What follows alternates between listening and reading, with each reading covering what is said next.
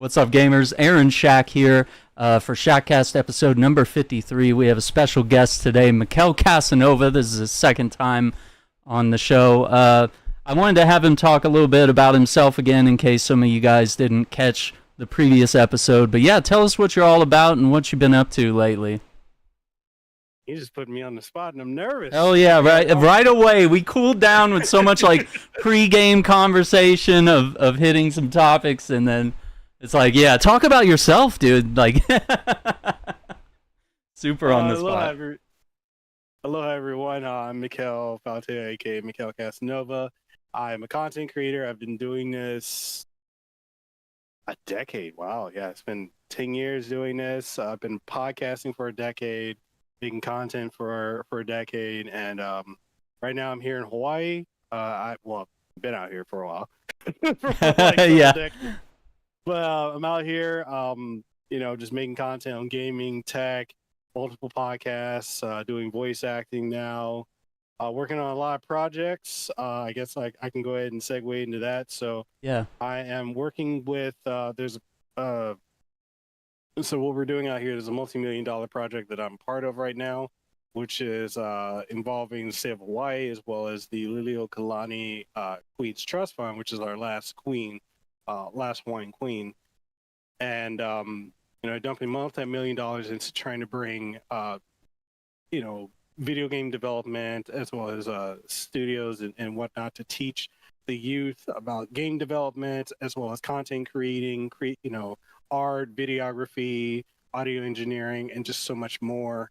And they actually reached out to me to be part of it. So it's all of us, also an organization known as Gameheads Oakland, but they now have Gameheads Hawaii, which is part of this, and I'm just very grateful to be part of it. Just because, to give you guys a little bit of an understanding of the culture out here in Hawaii is typically tech, gaming, nerd culture that we're in is not looked upon very well. Most folks out here, my fellow Hawaiians, typically, it's go work, go to the beach, go to reggae concerts, or what we call Hawaiian or Hawaiian Jamaican style music. It's not very tech oriented or game or really into that. A lot of people barely know how to use their phones, iPhone, even as something as simple as an iPhone, barely know how to use any of that. And it's people our age and younger. But there is a demographic of kids and young people out here that are very much into robotics, very much into tech, very much into gaming, and so much more. And we actually had a couple kids from Molokai, which is where my wife is from. Mm-hmm. It's one of the smaller islands out here that actually got to help work with Insomniac Games. And some of the costumes that you guys are seeing in Spider-Man 2 was actually made by them. So, State of Hawaii sees that, Queen Trust Fund sees that, and they're like, we're going to go all in with that. And, I'm very happy to be part of this. I just did another orientation today, and I think we got more stuff coming down the road.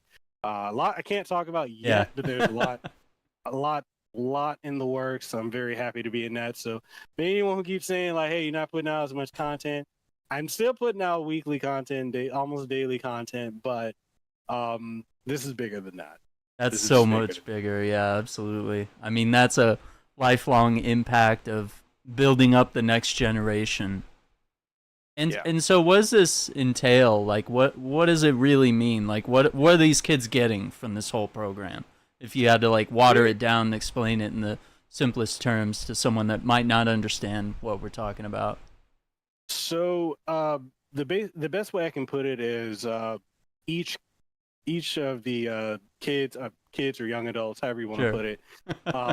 I'm in my late 30s. So yeah, so everyone's a kid at this point, right? Yeah, like they could be in college.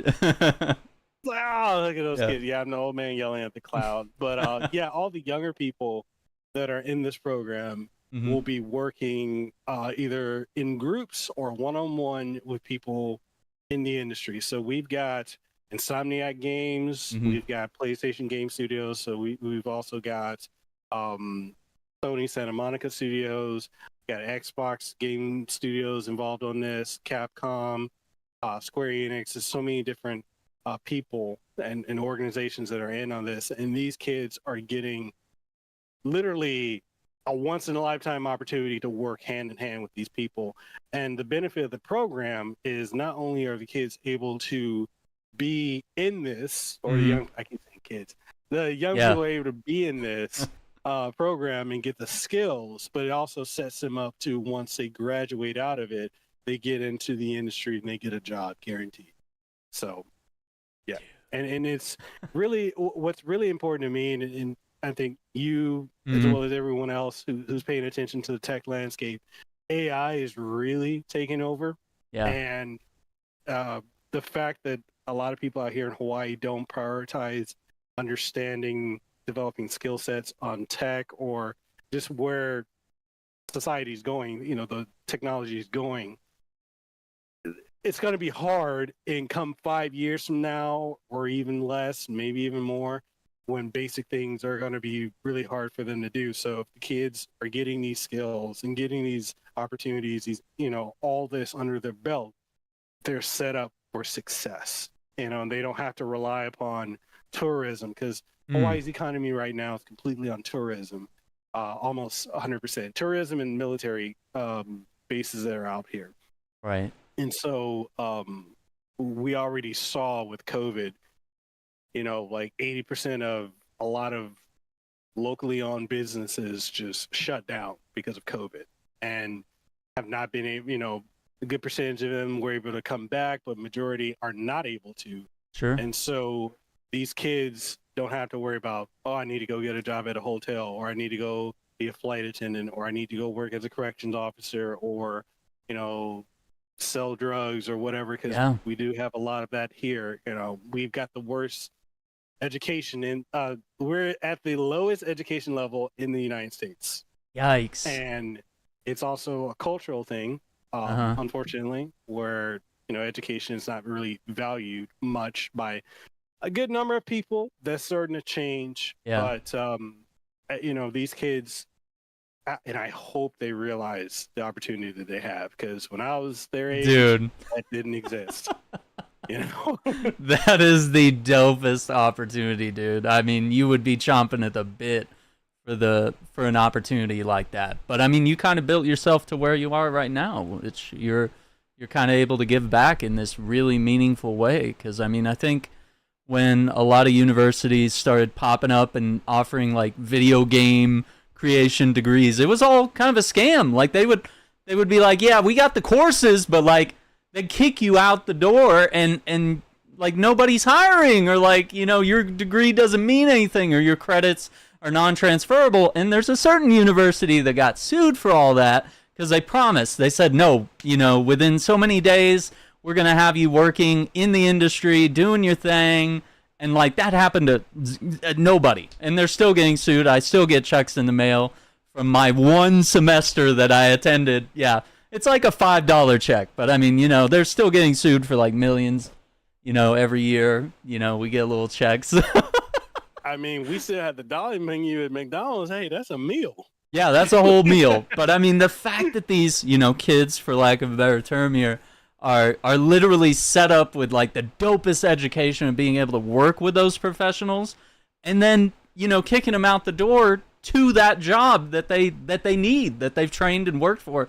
That's hard. That's really tough, and the industry sucks right now, right? Like all the layoffs, all the restructurings, the buyouts, Dude, I'm over here like, is this 2008 all over again? Like, what is going on? Financial crisis for sure. We're literally in another recession, and it's crazy, like seeing so many people. My wife was laid off earlier this year, literally January 4th, at a company that she was at and she was excelling at. She did a lot for them, laid her off, and then so many of my friends have been laid off, and in IT and in healthcare and so much more, and then the game industry is just crumbling on itself. So it's crazy how unstable the economy is. And kind of a segue. I know people say, "Oh, it's really irresponsible to tell people to get into content creation," but it's like, get into it. Get into some type of site also. If you are trying to get some type of stability and you think that having a job is going to give you that, no. We're not in a stable economy. It's nice to have a job if you got one and it's still paying for you. Great, but always have multiple streams of income. That's very important to have. I've seen so much that I'm just like, you got to have a backup plan. You got to have something else. I mean, if you got a hobby, if you can monetize it, and people are like, oh, I don't know how to do, I don't know how to make videos. There's AI. I know people dislike AI. Yeah, but the like, AI channels. Let's just be realistic about that. AI, that toothpaste is not going back in the tube. We're gonna have to work with it. That's true. We're gonna have to work with it. And some of those channels are making more than we are. Like it's crazy how well some of those channels can do, because I mean, since it's all AI, there's no fatigue. There's no, I got to go to bed so I can get some rest and be strong tomorrow. The AI doesn't go to sleep. Like it could it could be creating you another video idea overnight and, crafting it or however it goes, That's crazy. Yeah, I mean, literally in like I want to say minutes now. We've got so many different software to create videos, and like all you got to do is either put your own footage in if it does it wrong, or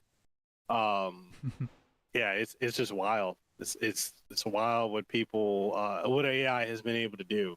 Sure. It's like, man, and this is the worst it'll be, right? Like it's only getting better at how it's like creating videos and creating art and music, and I know we can tell the difference now. A lot of us can. We can hear a song and be like, yeah, that's not a real singer. That's, it's clearly digitized. There's like something off about the reverb and the vocal tone, and there's kind of this weird uncanny valley auto-tune happening whenever they do like harmonies and like AI country songs. It's like there's going to come a point where it's going to be really hard to tell. And I think one of the moments I brought up recently was the Randy Travis thing. Famous country singer, stroked out, lost his voice. He literally like barely talks, so he can't sing.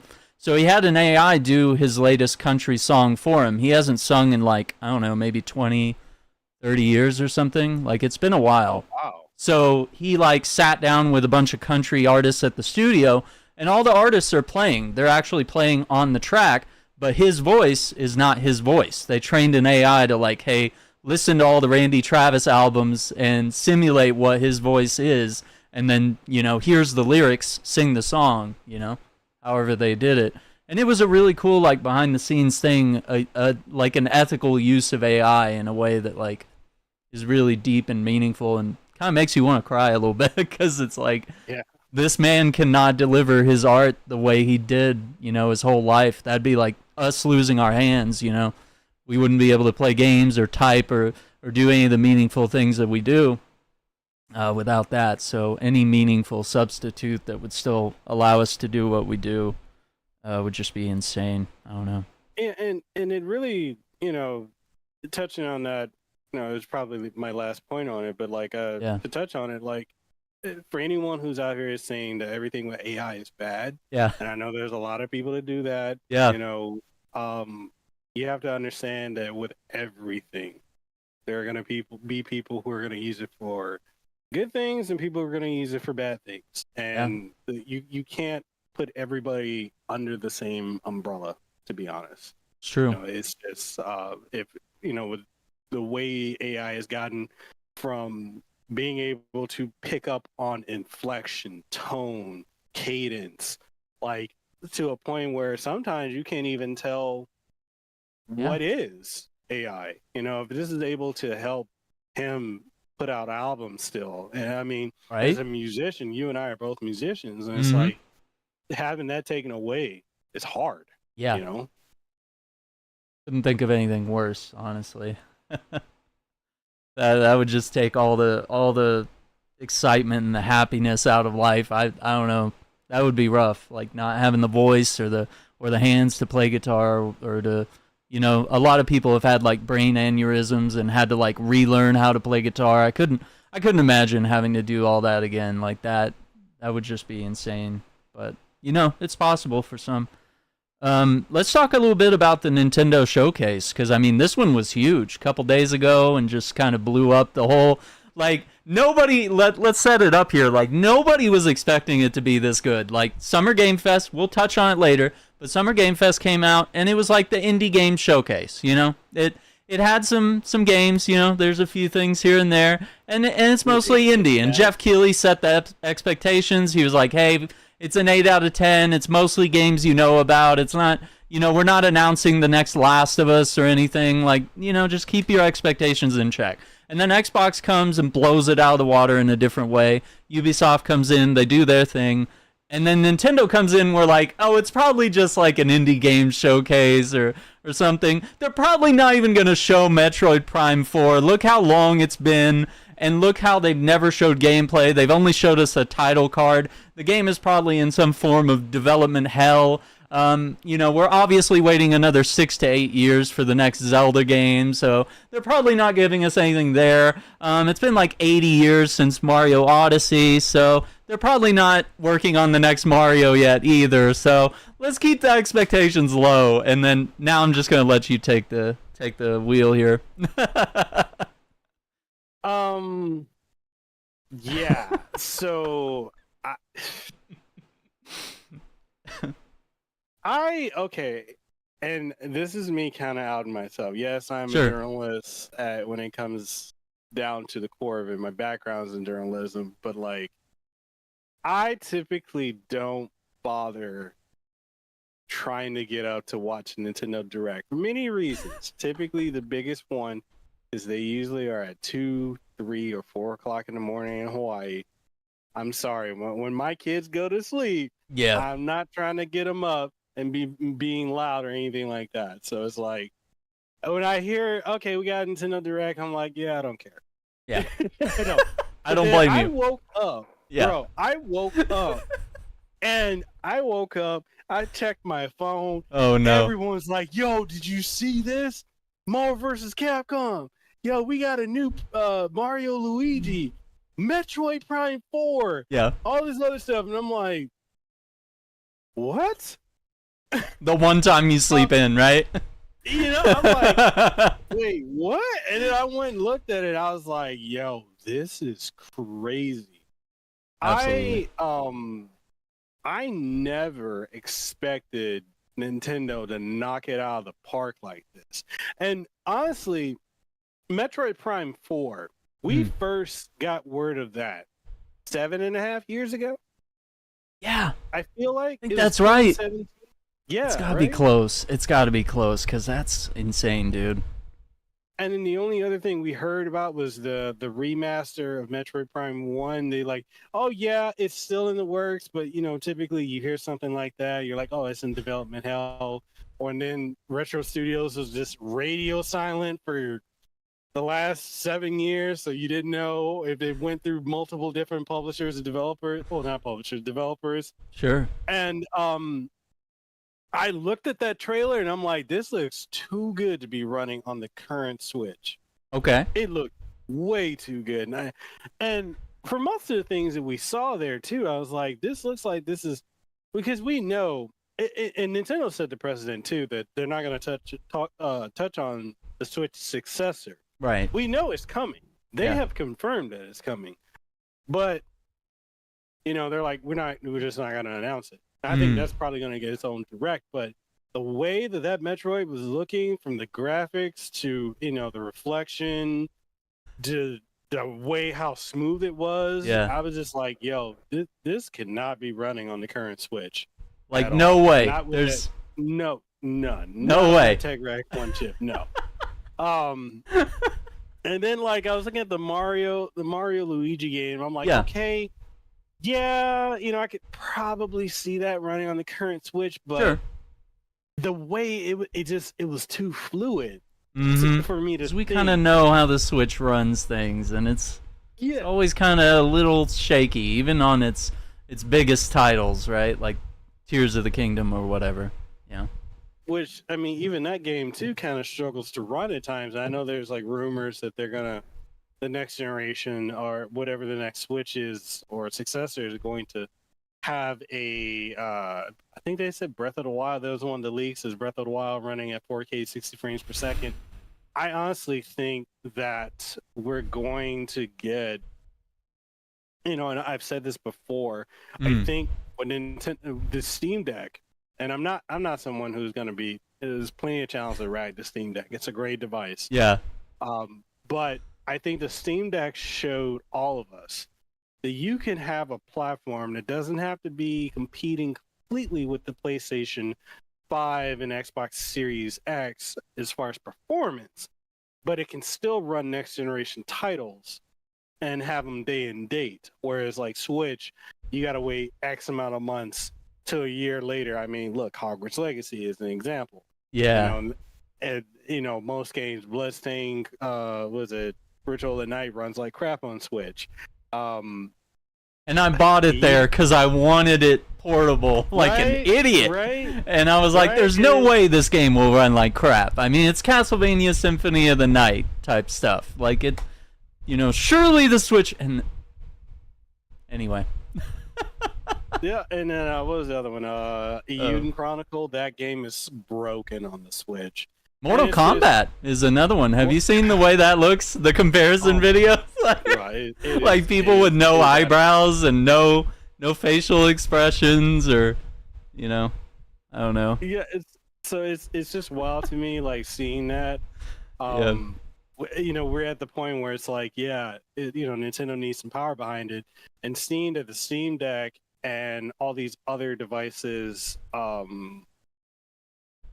these portable PCs, not only are the price of entry is easy to get into, but also is, they're able to perform. Yeah, they may not be able to run at 4K, but they can also do upscaling. They can run games pretty fair. And I feel like that I've said for the last 2 years, like this is the template Nintendo needs to use.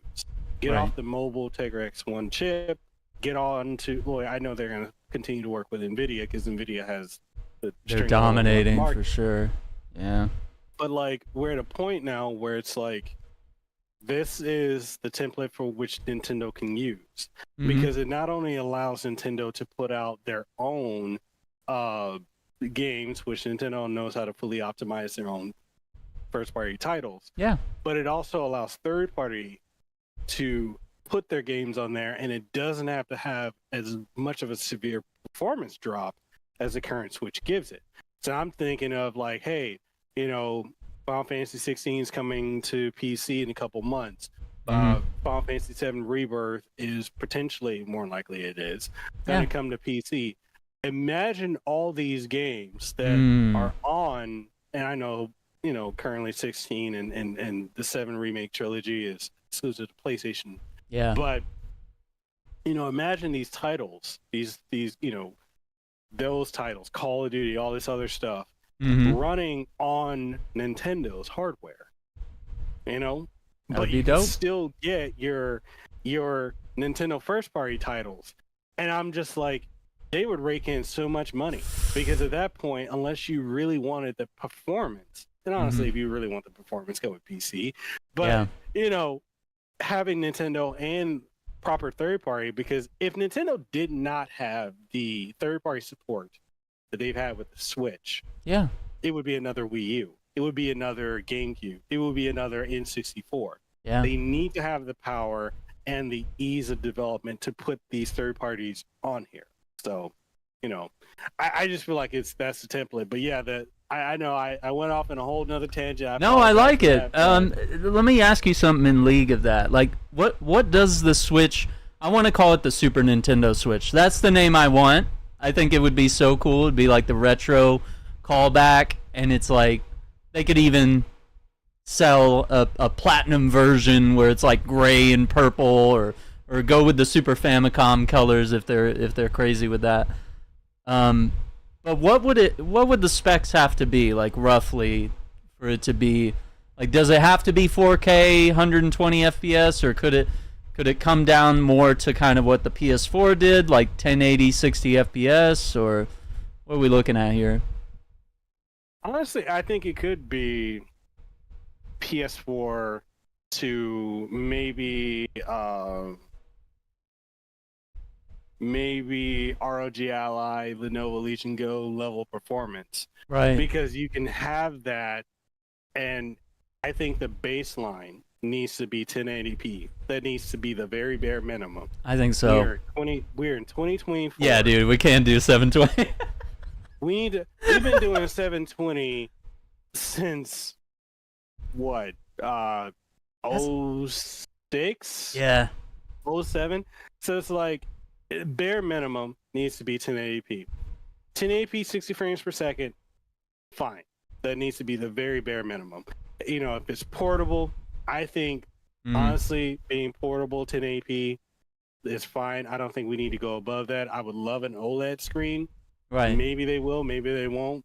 But when you dock it, I think that the dock needs to be the external GPU. Yeah. You dock it, and it needs to be able to go up to 4K. And the reason I'm saying it needs to be able to output and perform at 4K is because we're about to start seeing the influx of 8K TVs and 8K media, because 4K media right now is over a decade old. It's what, 12, 13 years old at this point. Yeah. The prices of 8K monitors and 8K TVs is rapidly dropping, and the next step from 8K is 12K, and going from there. So it needs to be able to do that, because blowing up 1080p on a 4K TV or 8K TV just doesn't look as good. This is gonna look bad. I know there are things out there. Was the Marseille thing or whatever it's called is an upscaler. However, I recently used that, and I'm like, it's just not very well compatible with current things that are out there. Right. And I remember being at a tech trade show a couple years ago, and I got to see like the 12K TVs, and I'm just like, yeah, 1080p right now is just not cutting it. 720p is just not cutting it. I mean, it needs to have, so the dock needs to have external GPU, needs to be able to go up to 4K. I want to say 4K 120 being a cap. That would be nice. You know, that'd be really generous. Yeah. Yeah, it doesn't have to, because higher than 60 frames for consoles is not super common right now. Not everyone is using that, but being able to have that capability, I think, is very important. Yeah. But if not, 60 frames per second is fine. It needs to upscale to 4K. Personally, I would like it to be a little bit modular. If they need to have storage-wise, it needs to be able to have minimum a terabyte. Yeah. Minimum. I don't get why the Xbox and PS5 didn't even come through the door with a terabyte. At least. No. But they did 500 gig like last gen, and it wasn't enough last gen. It's not enough now. You could put one Call of Duty and maybe Overwatch, and then you're full. Like, it's literally. And you think about all the updates. Like, what was I trying to play? I was trying to play Modern Warfare 3, and it's like, oh, we need to do an update. How big is this update? It's like, it'll be 30, 50 gigs, And I'm just like, yo, you're already almost about it's to just a bunch of skins. It's just so you can be Homelander in Call of Duty or Nicki Minaj, They gotta add an extra 50 gigs to get the textures right, This is, it's just ridiculous. But yeah, I just think Nintendo needs to have, I think the Steam Deck and the handheld gaming PCs has really gotten to a point where it's shown that it's possible. It's very much possible to have power and performance. It doesn't have to compete with consoles. It doesn't have to compete with the desktop. But you can have these really good indie and AAA and first party and third party developed experiences right there day and date with everything else. Nintendo needs that. Absolutely. It's just that's just how I view it. And Xbox has their expandable thing where it's like you buy that little card to put in the back. I haven't done that yet. And then Sony has the SSD. You buy the SSD and you take the case off. I actually did this a few weeks ago, and it's like a 1 terabyte SSD that I bought online. And you just slide it into the, just like you would on your PC. Just slide it into the little chip, close it, put the case back on, you're done. It's easy to go. So now I have a terabyte on the PS5, and it's incredible. It's game changing. But yeah, if Nintendo doesn't rock something, either an SSD or I guess they could keep going with the SD cards, like the way the Steam Deck and Don't the ROG Ally, don't they all? Isn't that their primary expandable storage? Is like they have you put in a little mini SD or something?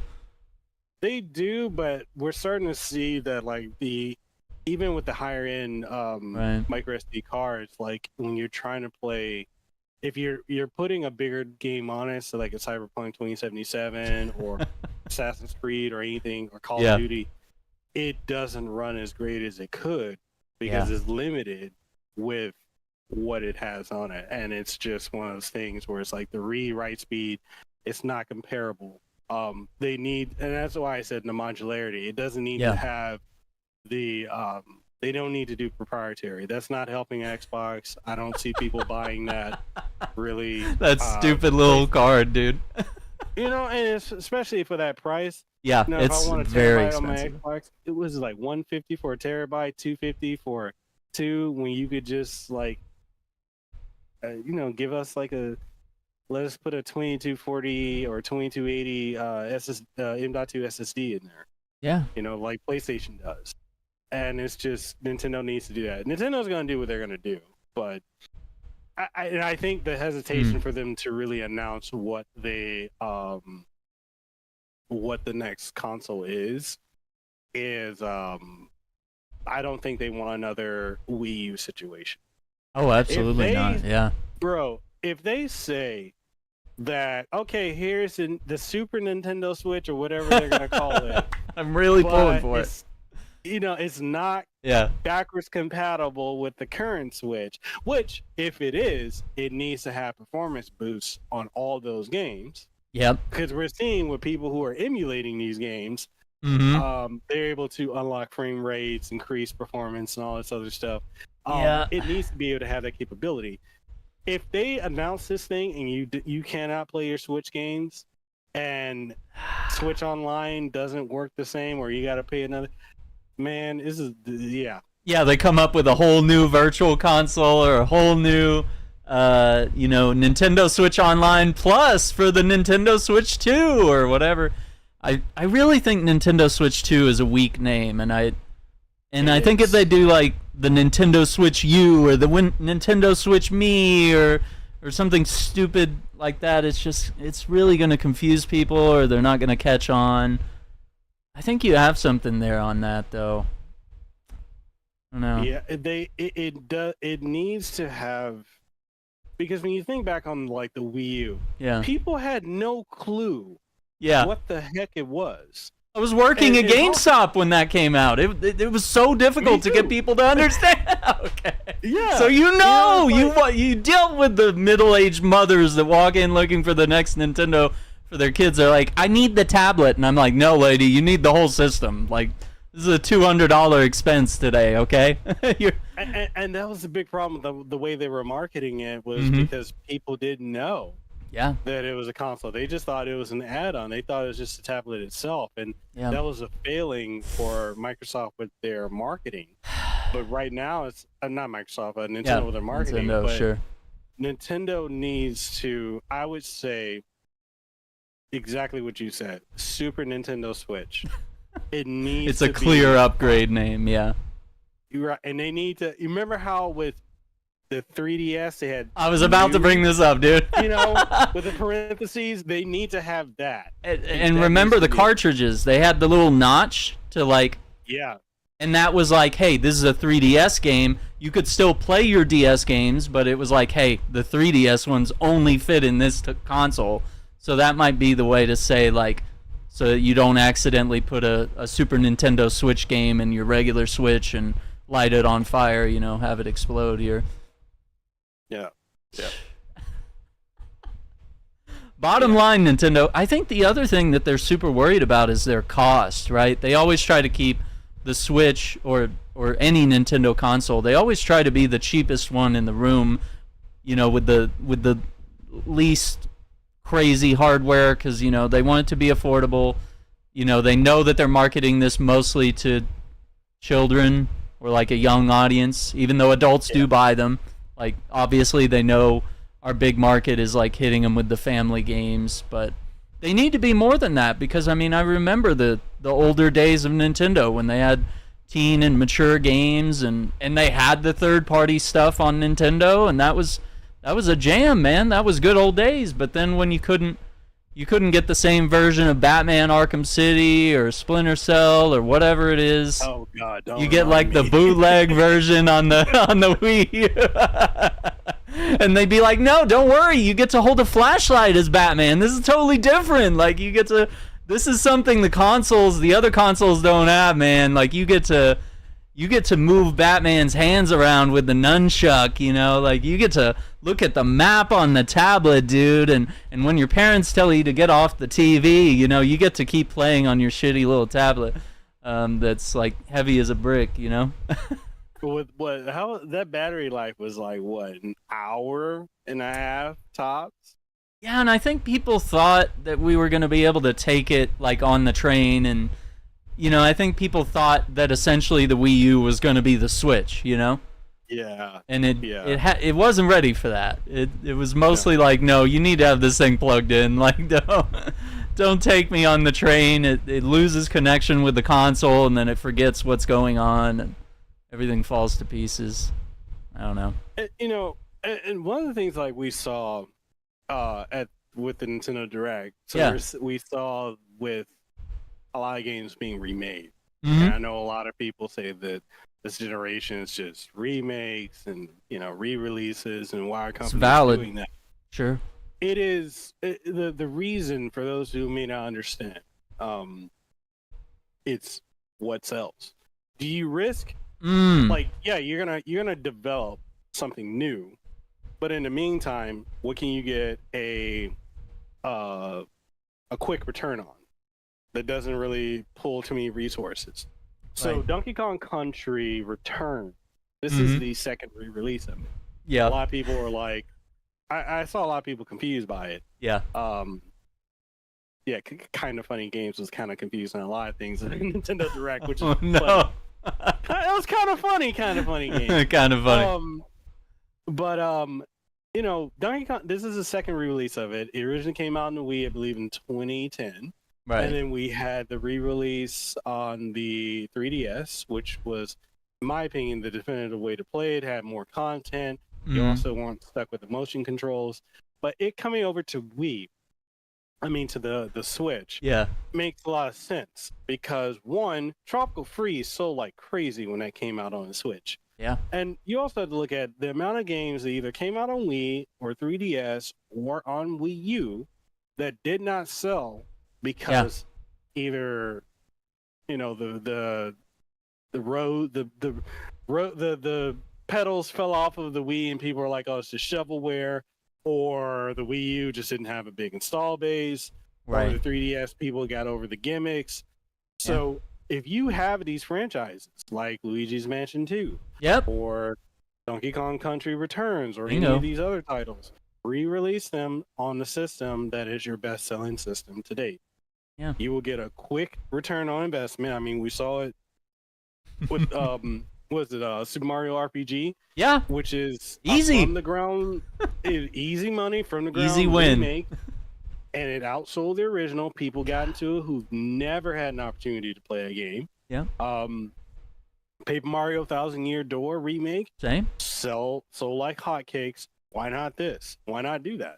I don't fault Nintendo for doing that, and I don't fault companies for re-releasing or redoing games. It makes sense. I wish we had more games, but people need to also understand the cost of development for these games is far higher. It takes 5 or more years to make these games. Like, here's a little something I see a lot of people complain. Yeah. Oh, how come all the the characters of color that have dreads have the one hairstyle? The Killmonger cut. The Killmonger.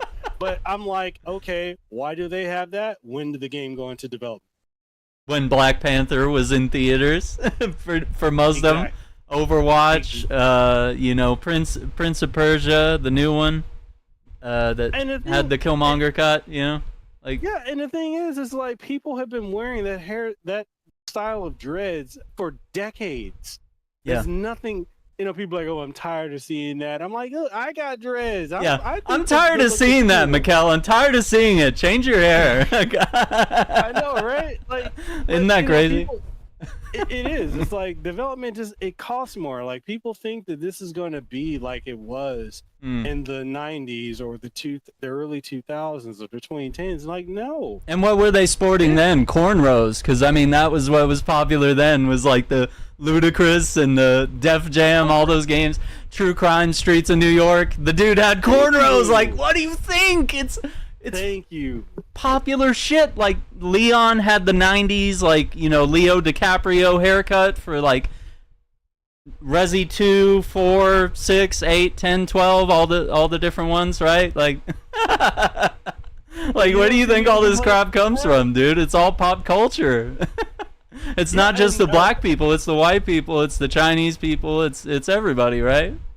Dude, I saw people complaining about Silent Hill 2 remake, how they changed Maria, how she's not wearing the Christina Aguilera outfit. I'm like, why do you think? Because it was the Christina Aguilera it was 1999 Music Choice Award outfit. Literally, it was a legit copyright infringement if you really want to be technical. It really was, dude. It was a let's copy these textures into a file and it's just I just super feel like blatant.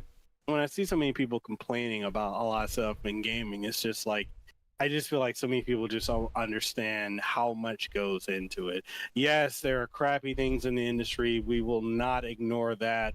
Sure. But everything is not worth making a battle out of. Like, one of the things we saw at the Nintendo Direct, Marvel vs. Capcom coming back.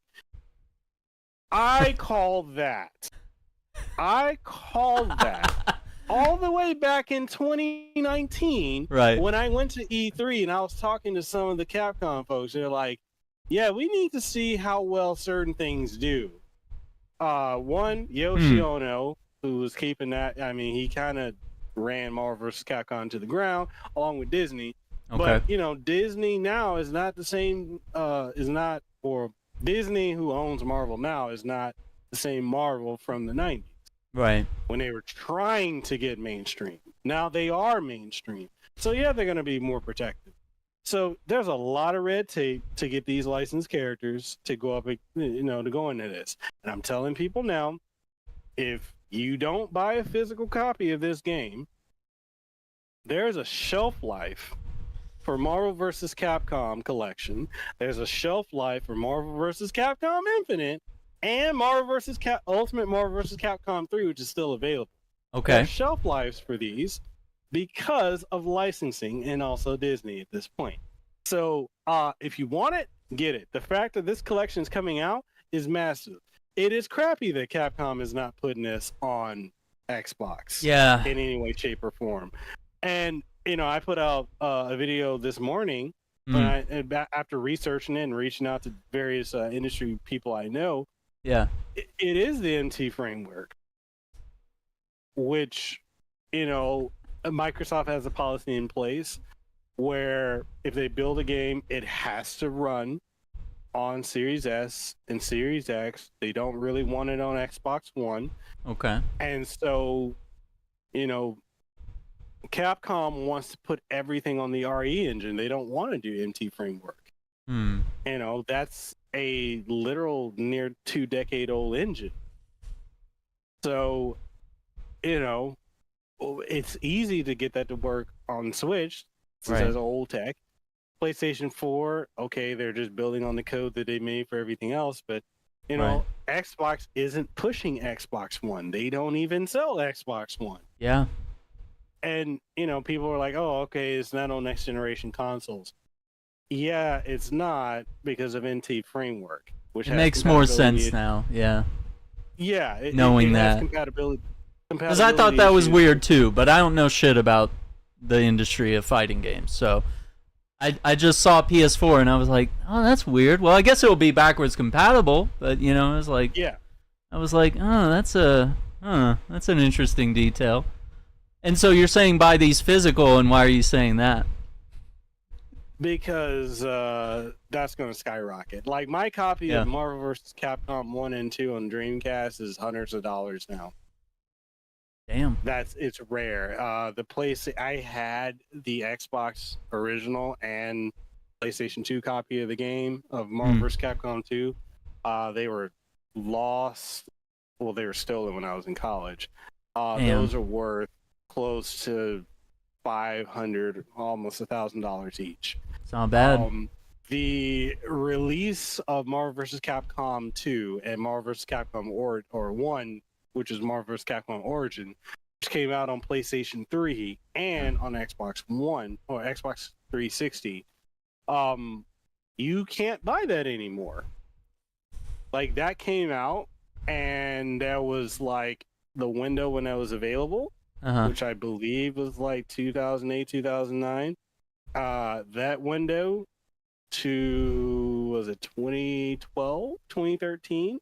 You didn't buy it, or you didn't get it and download it, you can't play it. Servers are still up. They still work online. I still have it on my PlayStation 3. Damn. But, you know, you can't buy it. They delisted it because of licensing. It was available. A lot of people forget this, but it was available on the iPhone. It was also available on Android. That's crazy. And if you did, you know, you didn't get it then, and also after several updates, you couldn't use it. Yeah. So certain properties have a shelf life, and I'm always a proponent. I know we're in this digital era. Yeah. But I'm a proponent of physical because regardless of them taking the license, you still can own it to an extent. So for this game, you know, especially with Marvel being so mainstream right now, and the fighting game community, especially with Maximilian, Jay Wong, Yipes, all these people who are huge names in that field, pushing this game. We already saw with Fightcade, which is the online where you can take your old games and play them online versus each other, fighting games versus each other. It broke because there's so many people who are trying to learn how to play Marvel vs. Capcom 2 before this comes out. So it's like you're gonna see a surge of people getting it, and if there are licensing issues, which are gonna have limitations on it, like when I was talking to John D from well, I'm not sure if he's still with Arcade 1-Up anymore, but like with the Marvel vs. Capcom cabinets. The first one, it was red tape trying to get that out. The second one was red tape. I mean, they sold out almost immediately when they went up, and they slowly had to trickle so many out. They could only sell so many units per whatever the licensing agreement that Arcade 1-Up, Tastemakers, Capcom, and Marvel had. God, that's a lot of red tape. That's so many companies that have to collaborate to make that one thing happen. Yeah, so like when you know, you're looking at it like this is not gaming of the past where they can just, you know, hey, you know, this is a license, go ahead and put it out there, keep pushing it. No, there's limitations on it, and if you don't get on it, it's just, it is what it is. A lot of people are gonna, you know, you got the people who wanna, oh, I'm gonna sit and wait on it. Certain things, yeah. I mean, if it's, you know, if it's an EA or Ubisoft title, yeah, you can wait. You can wait, yeah. But something like this, I would say just if you can get it, get it. Yeah. Now I want to ask you something about kind of the history of the series, because I know Marvel vs. Capcom 2 is like the universal, that's like the greatest one, right? Like that's the one that... The most broken, though. Yeah, oh, okay. Okay, all right. But then you know, and they had the license to so many incredible characters. So what happened with Infinite? Because everyone was so excited. Everyone was like, a new Marvel versus Capcom. It's what we've always wanted. And then they realized the X-Men were gone, and you know, some things didn't line up because, you know, Fox owned the X-Men, Disney owned Marvel, but they only owned certain characters and certain rights, and there's always this kerfuffle of, well, Spider-Man's only allowed on certain platforms sometimes, but other times he is, and so how did Infinite get to be where it was, and what was the deal with it? Like, how did that all go? So, because I feel like no one talks about Infinite, no one plays Infinite, no one says anything nice about Infinite. If you're just looking at Infinite today in the Steam store, like, what do you need to know before you you know, make that purchase or not? Infinite is actually if not the best entry in the Versus series. Okay. Versus Capcom. I know that's a very hot take, and I'm willing to die on that hill. Damn, all right. Mechanically, it is the most grounded. It is completely balanced. And the only thing working against it is the graphics. I mean, Maximilian has been working with modders for at least the PC version to update the graphics. The biggest thing against that, one, the graphics look like crap to a lot of people. It didn't really bother me, but you know, a lot of people just didn't like the art style that Capcom. It's different, isn't it? Yeah, you know, from what they were doing from Street Fighter 4 up to that point, people didn't like it. Sure. But people forget that they did, you know, Marvel vs. Capcom 3, even though it's praised now, was kind of hated when it first came out. That's what I know. And, yeah, you know, people hated it because it wasn't Marvel vs. Capcom 2, and then Ultimate Marvel vs. Capcom 3 came out, and even as great as that was, people still hated it.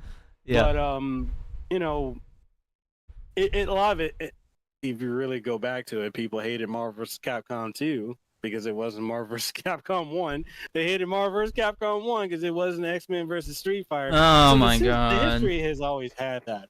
But yeah, it didn't have the X-Men characters because, yeah, that was owned by Fox. Sure. It didn't have a lot of other things because of Sony and Disney, and none of them wanted to work together.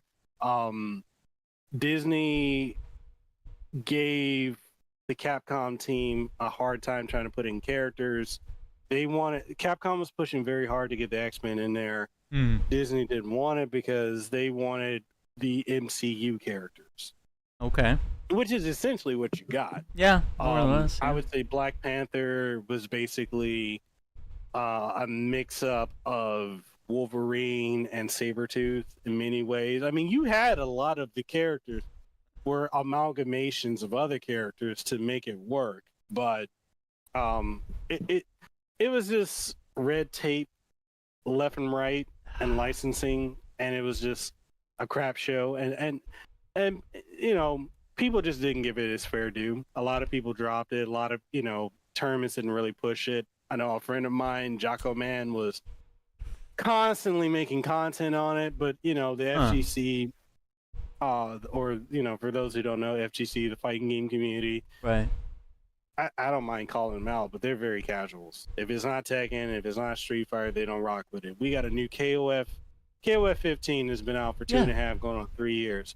One of the best King of Fighters ever made. It is essentially a dream match with the amount of characters they brought back. FGC don't care about it. If you're in South America or if you're in Asia, where KOF is massive, they're loving it. Which is why the new Fatal Fury game has gotten so much flack from them, because we didn't think we were getting the season 3, which we are. But FGC now versus FGC back in the day, where we played everything, they just, if it's not Tekken or Street Fighter, they don't play it. But yeah, the lack of X-Men characters went against it. MCU focus went against it. The graphics went against it. They hate the story mode, but I'm like, not everybody is going to be NetherRealm Studios. Yeah, NetherRealm's got it. You know, so it, you know, and it just got a bad reputation, which was sad because it's a great game. It really is. It's truly a phenomenal game, but you know, the reputation just hurt it. So if you see it on sale on Steam, I would say pick it up. or if it's on console, pick it up and play. It doesn't have rollback netcode. Yeah. But it's a 2v2 fighter. Okay. And a lot of people hated it because they thought 3v3, which was something that only came in Marvel vs. Capcom 2, and in our Ultimate Marvel vs. Capcom 3 had it. But it went back to a 2v2, which was something that's been with the series since the inception. Right. It went back to basic. A lot of more simplified inputs, just because a lot of casuals wanted to get in, so they want, Sure. Capcom was really focused on accessibility as well as, esports at the time. So it had a focus on that. But people who actually played the game, we love it. We love it for what it was trying to do. All right. We love it for the fact the characters were balanced. You didn't have. So here's a broken team. If you ever play Marvel vs. Capcom, oh no, guaranteed wins. If you want a guaranteed win, in Marvel vs. Capcom 2, Magneto, Sentinel, and Cable. Oh, okay. I gotta try that when it comes out. Or you could do Doctor Doom, Iceman, War Machine. War Machine. And it's just, just wipe the floor with everybody. literally, you could use Magneto and just do an infinite air combo or infinite moves, and the person you're just gonna put the sticks down. There's nothing you can do, But Marvel vs. Capcom Infinite didn't have that. It's very balanced. They balanced everything out. It's a very technically great game. Okay. But, But people wanted the broken experience? Like, they wanted to be able to still juggle you like they used to, have this broken experience? Is that the idea? Well, there is that, and I think it's also the fact that we have so many people that just are, either you have the older gamers who are just into, nostalgia glasses is always on, or you have the newer generation who wants to feel like involved in something. And so they only care about what the popular trending people are, which the majority of the FGC, yes, I'm taking shots at y'all. Don't go after Aaron. Come after me. Exactly, please. A lot of y'all are casuals. If your favorite FGC streamer or player is not playing something, you're not playing. Damn. It's a cult of personality. This is what it is. And that's why I'm not in FGC anymore. I still play fighting games. I got called a casual the other day when I'm like hyped for it. I'm over here like, look, I was back. I'm like, don't you ever come at me. I was in the arcades in the early 90s. I was on the sticks, standing on milk crates, had a stack of quarters over here. My brother's over here like, we about to run, how people run a game on pool and hustle you out. Yeah. I was that. Do the same thing. Fighting games. I was up here being 5, 6 years old, running people, just getting my brothers all kind of money. Your lunch money it ain't your lunch money. It's mine now. That's how it was. I'm sitting on the milk crate, or my brothers had to hold me, pick me up, and I'm playing just wrecking people. I was in the arcades, on the sticks, on the milk crates back in the day. Don't call me a casual. You ain't new to this, okay? I got 30 years in this game, so come on now. Yeah. But and I feel like that's just how a lot of gaming is now. People want to feel included. So if it's a trending game, notice how people will drop a game if it's not popular. A great example, Mario Avengers, which is a great game. Yeah. Midnight my Sun, jam, dude. Game. That's also my jam. Justice League. I know a lot of people crap on that, but I've been enjoying it. Yeah. I was like, it's just it's the culture now. I hate it, but it's what I do too. If it's not popular, if it's not new, if it didn't come out last week, then we're not talking about. How crazy was it that they snuck that Punisher game in there? I thought that was really weird, but I love it. I'm not. Like, they snuck a beat 'em up in there. Like, why did they do that? It's like, well, because they with the Arcade 1-Up cabinets, you get the two of the the X-Men games. I believe it's I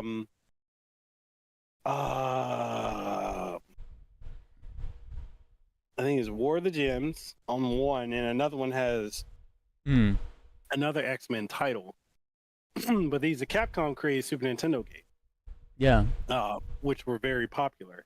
On the Capcom, which the only way you could, if you're in the US, you couldn't have bought this legally because it wasn't sold. It was sold in Europe exclusively. Yeah. But they had this Capcom logo, which had 2 arcade sticks on it and the buttons. I got a review unit sent to me, so I have it, and I'm looking at it right now, and it's like hundreds, if not thousands of dollars to get it. Damn. But it had Alien vs. Predator, which was the only time, which was made by Capcom. It never had a home port, and the only way you could play it was either in the arcades or you got on the you sailed the ocean and you pirated and got it. Same thing with the Punisher game. It I think had one home port. I think, I could be wrong, but it was never re-released, and there was no real other way to play it. Okay. And yet, it was a very popular beat 'em up. You know. Okay. Oh yeah. Them throwing that in there, that right there, which is probably also to hype up upcoming Punisher. You know, that would be dope, dude. I'm here for it. There's reasons for it. There's a reason why they did. Okay. And it's a hidden gem. In there. It is. Okay. I personally would have preferred Alien vs. Predator. Yeah, right. More people need to experience that. But maybe they want to do another. Maybe they should do just like a beat 'em up set of Marvel stuff, because there's enough that they could put in there, right? Because they've done several X-Men. They've done several with the Avengers, I think. Where they had beat 'em ups, and then like you said, the Predator, the Punisher, like there's probably all sorts of stuff they could grab and throw in there and sell it to us for $30-$40 or whatever. I mean, you know, Capcom, like all these other companies that have been around for 30+ years, sitting on a treasure trove of games and IPs, whether they utilize them or not. You know, it just reminds me of how like you got the people crying about Terry and Mai being in Street Fighter. Right. Oh, why would that? I'm like, the guy who created Street Fighter is the same guy that created Fatal Fury, Art of Fighting, and King of Fighters. The same creator. Yeah. So it's like, come on now. You wouldn't have Street Fighter without Fatal Fury. Yeah. It's the biggest throwback. It's the biggest tribute you could possibly do. I saw people's faces melting when they saw those characters added. I knew what it meant. Even not being deep into the fighting game community, as soon as I saw that, I was like, "Oh shit! This is a Street Fighter 5 thing. Like this is not, or 6 Street Fighter 6 thing that they're adding here." Like, I couldn't believe it either. I thought it was a different announcement. I had no idea what was going on. No one saw that coming. No. I mean, it's huge, and a lot of people are like, it should have been this random character from Street Fighter 3, and why come they're not bringing Street Fighter 3 characters? I will clue you in as to why they're not bringing in a lot of Street Fighter 3 characters. Because Street Fighter 3, from 97 to 99, was a financial flop and nearly killed Street Fighter. Yeah. That's why we didn't get Street Fighter 4 until 2008, 2009. Because Street Fighter 3 was such a financial flop for Capcom. And people hated it, right? Like, people really didn't enjoy it. It wasn't well acclaimed by the gaming community either. Like, no, the Street Fighter 3 didn't get any respect until the mid 2000s, when Justin Wong and Daigo and all these big name fighting game people, they who have been with it since the beginning, until I think it was, I forgot what Evo moment they call it. Was it 36 or 46 or whatever it was, where the parry of Ken's parry of all of Chun-Li's Ultra, and then the return Ultra was a super hard finish. Until they pushed it and it got popular, and it's the same thing with Marvel vs. Capcom too. That wasn't popular back in the day. You know, and people forget that. And I feel like being older, you know, like it's like, you know, closing in on 40, having been around when this stuff first came out, to seeing it come out again, and just seeing all these content creators and all. Oh, you never played of this. You never heard of this. You never. I'm just Dude, like, we weren't born yesterday. You weren't. I'm like, oh, I never heard of it. I'm sorry, you weren't a stain on your daddy's nutsack. Yeah. At the time. These guys, dude, they're marketing to like Gen Z only. You know, they're like, and it's like we're seeing these ads too. We're gamers too. All right. You know, millennials, Gen X, you know, all that, whatever. Yeah, it's crazy, man. Like I love seeing this stuff come back around, but at the same time, I'm just like, man, a lot of you guys, I don't think a lot of people realize how hype this is. Now, I was upset slightly, okay, because I would have preferred Marvel vs. Capcom Fighting Collection be announced at EVO. Oh, okay. It would have had people losing their minds. Yeah, yeah. But from that would be the audience, right? Right. But from a marketing standpoint, you know, everyone's got their eyes on Nintendo right now. Right. Everyone's patiently waiting for Switch 2. Mm-hmm. Everyone's going to be watching to see what's going to happen with Nintendo. That was the perfect time. Yeah. Because you not only hit the fighting game community, you hit the mainstream audience. That's very true. Yeah. And you hit kids, man. You got kids right there, too, that are crazy about Marvel. And this is going to be their first time, like, dipping into the fighting game genre for some of these kids, you know, that got their Switch. Like, how many other fighters are on the Switch right now, like, that are good, that kids can play, okay? We can't say Mortal Kombat. They shouldn't be playing that. Ripping out people's eyeballs and stuff. Yeah, what else is... You got Smash... Yeah, they got Smash. Okay, yeah. You got that Nickelodeon fighter, which All-Star Brawl. Yeah, All-Star Brawl. Fighters, you got Fatal Fury, the arcade versions. Right. You got Street Fighter Anniversary Collection. Mm-hmm. But that's literally about it. Other than that, you don't really have a lot of the other stuff available on it. Especially for Marvel, right? Which is what little kids are going to the theaters and watching, and you know, they come home, they want to play a Marvel game, and it's like, dude, here's the one, man. This is... Yeah. I mean, and then also look at the timing of it. I mean, X-Men 97 is blown up. Yeah. It's blown up. So absolutely. It's like the timing of that with this absolutely makes sense. Dude, did you see... I mean, you probably noticed this right away, but I saw the way they were shaking hands on the cover with Ryu and Cyclops. You saw that they changed it? I was like, they changed it. And I was like, it's so much more of a, like he came in there, he was like, Scott, you son of a bitch. He gave him the Predator handshake. I was like, dude, that hits in a totally different way than like the very casual, like, Scott, how are you? What a great business deal we have today. It's so excellent to see you here. Like that was a big deal when we were kids, when we saw two of our favorite heroes shaking hands. But like now that they did like the big arm shake, I was like, dude, that hits in a totally different way. Like the marketing team knows exactly what they're doing with the cover of that game, dude. Oh yeah. Oh yeah. They knocked it out of the park, dude. Yep. What else was crazy at Nintendo? I know that was like the big one. I think that was probably the hugest one. Well, other than maybe Metroid to some, you know. But... outside of that, the Zelda game, and I know a lot of people. Again, this is me showing my Nintendo's gone woke, Mekel. They've gone woke and they're making games about the girls now. It's like, oh, you know, she's got to save Link and all this other stuff. This and woke. I'm just like, oh my god. I'm like, first off, I'm like, this is not the first Zelda game where Zelda is playable character. Yeah. People who don't understand the relationship between Nintendo and PlayStation. The PlayStation was originally supposed to be the CD add-on for the Super Nintendo. People don't know that. Nintendo screwed over PlayStation, went with Philips. Philips had the CDI, which they got 3 games for whatchamacallit, for the Zelda franchise, which Nintendo doesn't acknowledge. Yeah. One of them was Zelda Wand of Gamelon.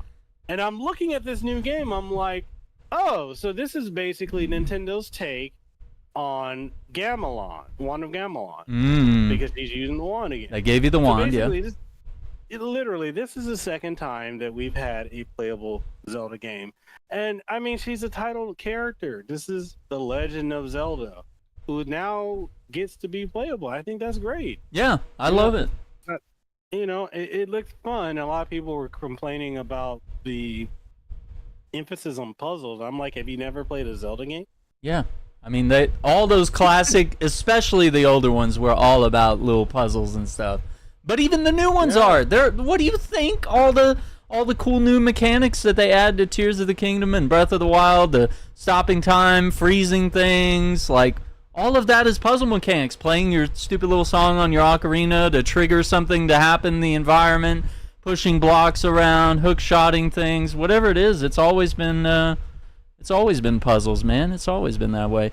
And the fact that they continued the art style, right, from the Link's Awakening remake, that was pretty cool. Like, because, I mean, we can't expect them to have, like, a new 3D Zelda, like a full-on Tears of the Kingdom less than a year later, like, yeah, something like that. I don't understand why people were expecting that. I'm like, okay, first off, look at the gaps between those big Zelda games. Mm-hmm. If we really want to be technical, not including Zelda 1, 2, and then Link to the Past. Yeah. Link to the Past to Ocarina of Time was like, what, 7 years? Yeah. 7 years? Ocarina of Time, I'm gonna say, I'm not gonna include Majora's Mask, but sure. Ocarina of Time to Wind Waker was 6-7 years. Yeah. Wind Waker to Twilight Princess was what, 5 years? 4 or 5 years? Yeah. And then Twilight Princess to Skyward Sword was 7 years. That's a lot, dude. Sword to Breath of the Wild. People live their whole lives throughout the Zelda franchise, dude. Like, people had kids, they got jobs, they got married, they died. Like, the fact that we got 2 brand new Zeldas. Yeah. If you really want to be technical with the remake. Sure. On the Switch, like within a generation before, Nintendo typically gave you one major of an IP per console generation. If that, yeah. So the fact that Tears of the Kingdom came out last year. Yeah. And that took almost 7 years to make. Yeah. Don't expect another big one, because they've even said we don't even know how to follow up Tears of the Kingdom. Yeah. I don't blame them, dude, because they can't do the same thing. They have to go to a new version of Hyrule. They have to come up with probably a new art style, probably new mechanics. They can't do the exact same thing again, because it's not going to be as good the third time. No, it's not. And just Tears of the Kingdom is still selling. Yeah. The fact of the matter is, not everyone likes that gameplay style. A lot of people complained about it.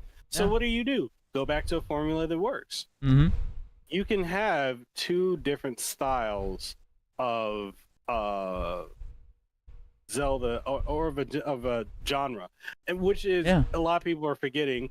Zelda is doing this, right? Just like Metroid. Metroid has Prime, which is a first-person action-adventure platformer shooter. Mm-hmm. They also have the main line. A lot of people don't realize. A lot of people think the Prime series. Prime series is a side. That's a spin-off side. Yeah, dude. It's still canon, but the Prime happens between, I think, Metroid 1 and 2. Right.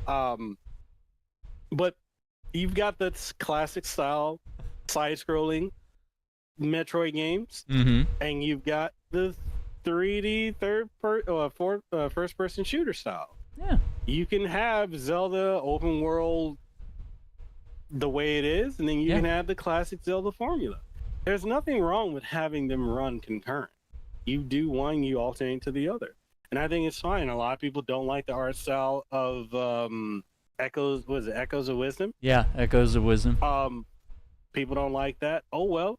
There are people that like it. Just wait. Just wait a few years. They'll remaster Wind Waker or whatever else, or they'll come out with something. Yeah. They'll reboot. So I like the fact that it's you really had to be on your toes and think about how you're gonna approach situations with Zelda, creating things, capturing monsters, creating them with the wand, creating platforms, all that stuff. I'm over here like, man, that is a lot of things that it switches up the formula, because we got to a point where it just started being too much of the same thing. A lot of people complained about Wind Waker when that came out, where it's like, it's too much. Oh, you do the sailing, you go here, it's routine. They complained about what was the game, Twilight Princess, just being the HD Ocarina of Time with nothing original in it. People complained about That's crazy. Skyward Sword being too routine. Yeah. So too much movement, too many motion controls. It's so dumb. It's nothing. People need to accept the fact that some of the times these companies want to change up the formula. Yeah. You can't keep selling the same thing over and over. I mean, here's a extreme example, but look at a Big Mac. A Big Mac now compared to a Big Mac from the 90s ain't even the same thing. No, definitely not. But they have to reinvent themselves over the years, like Mario, Zelda. It's the same core experience, but I mean, look at how many times it's reinvented itself, from like the OG Super Mario Brothers to like Mario Sunshine with the water pack to Mario Galaxy. People hated. Yeah, they hated the hell out of that. They hated that. I remember it was just a frustrating game. I loved it, but it was frustrating. It was very challenging, you know. But you had that, and then, you know, they went to Mario Galaxy. That was a total reinvention of how Mario plays, right? And then they went to Odyssey, which just completely reinvented the wheel again. Like, Zelda has to do the same thing, and it always has, you know. Every now and then you get, like, a sequel or a game that reuses assets, and people go nuts with that, too. They get really mad about well, why can't you just create a new map, man? You know, why can't you just make all the assets brand new? Like, well, that's what takes 6-7 years, is redoing everything. Like, people have no insight into game development, you know, and I'm trying to get out here and learn and try to make sure I know as much as I can. I believe I'm more informed than most people. I believe you're more informed than most people, because, you know, you seek that knowledge. You don't assume it, and you don't just look at all your takes from YouTube essays, do you? Oh, God. That's where everyone gets their opinions, man. No, I watched a video essay on Silent Hill 2, so actually that's why James's jacket is actually a hunter green color and not actually like a jungle green, and that's why Maria is completely wrong. Her textures are different. She doesn't have the same leopard print, so that's factually incorrect. Metal Gear Solid 3 Delta didn't have the piss green filter in the trailer, so I'm not going to be buying that. But actually, the dude at Konami, he was on the podcast. No, I hit you. I hit you with everything, dude.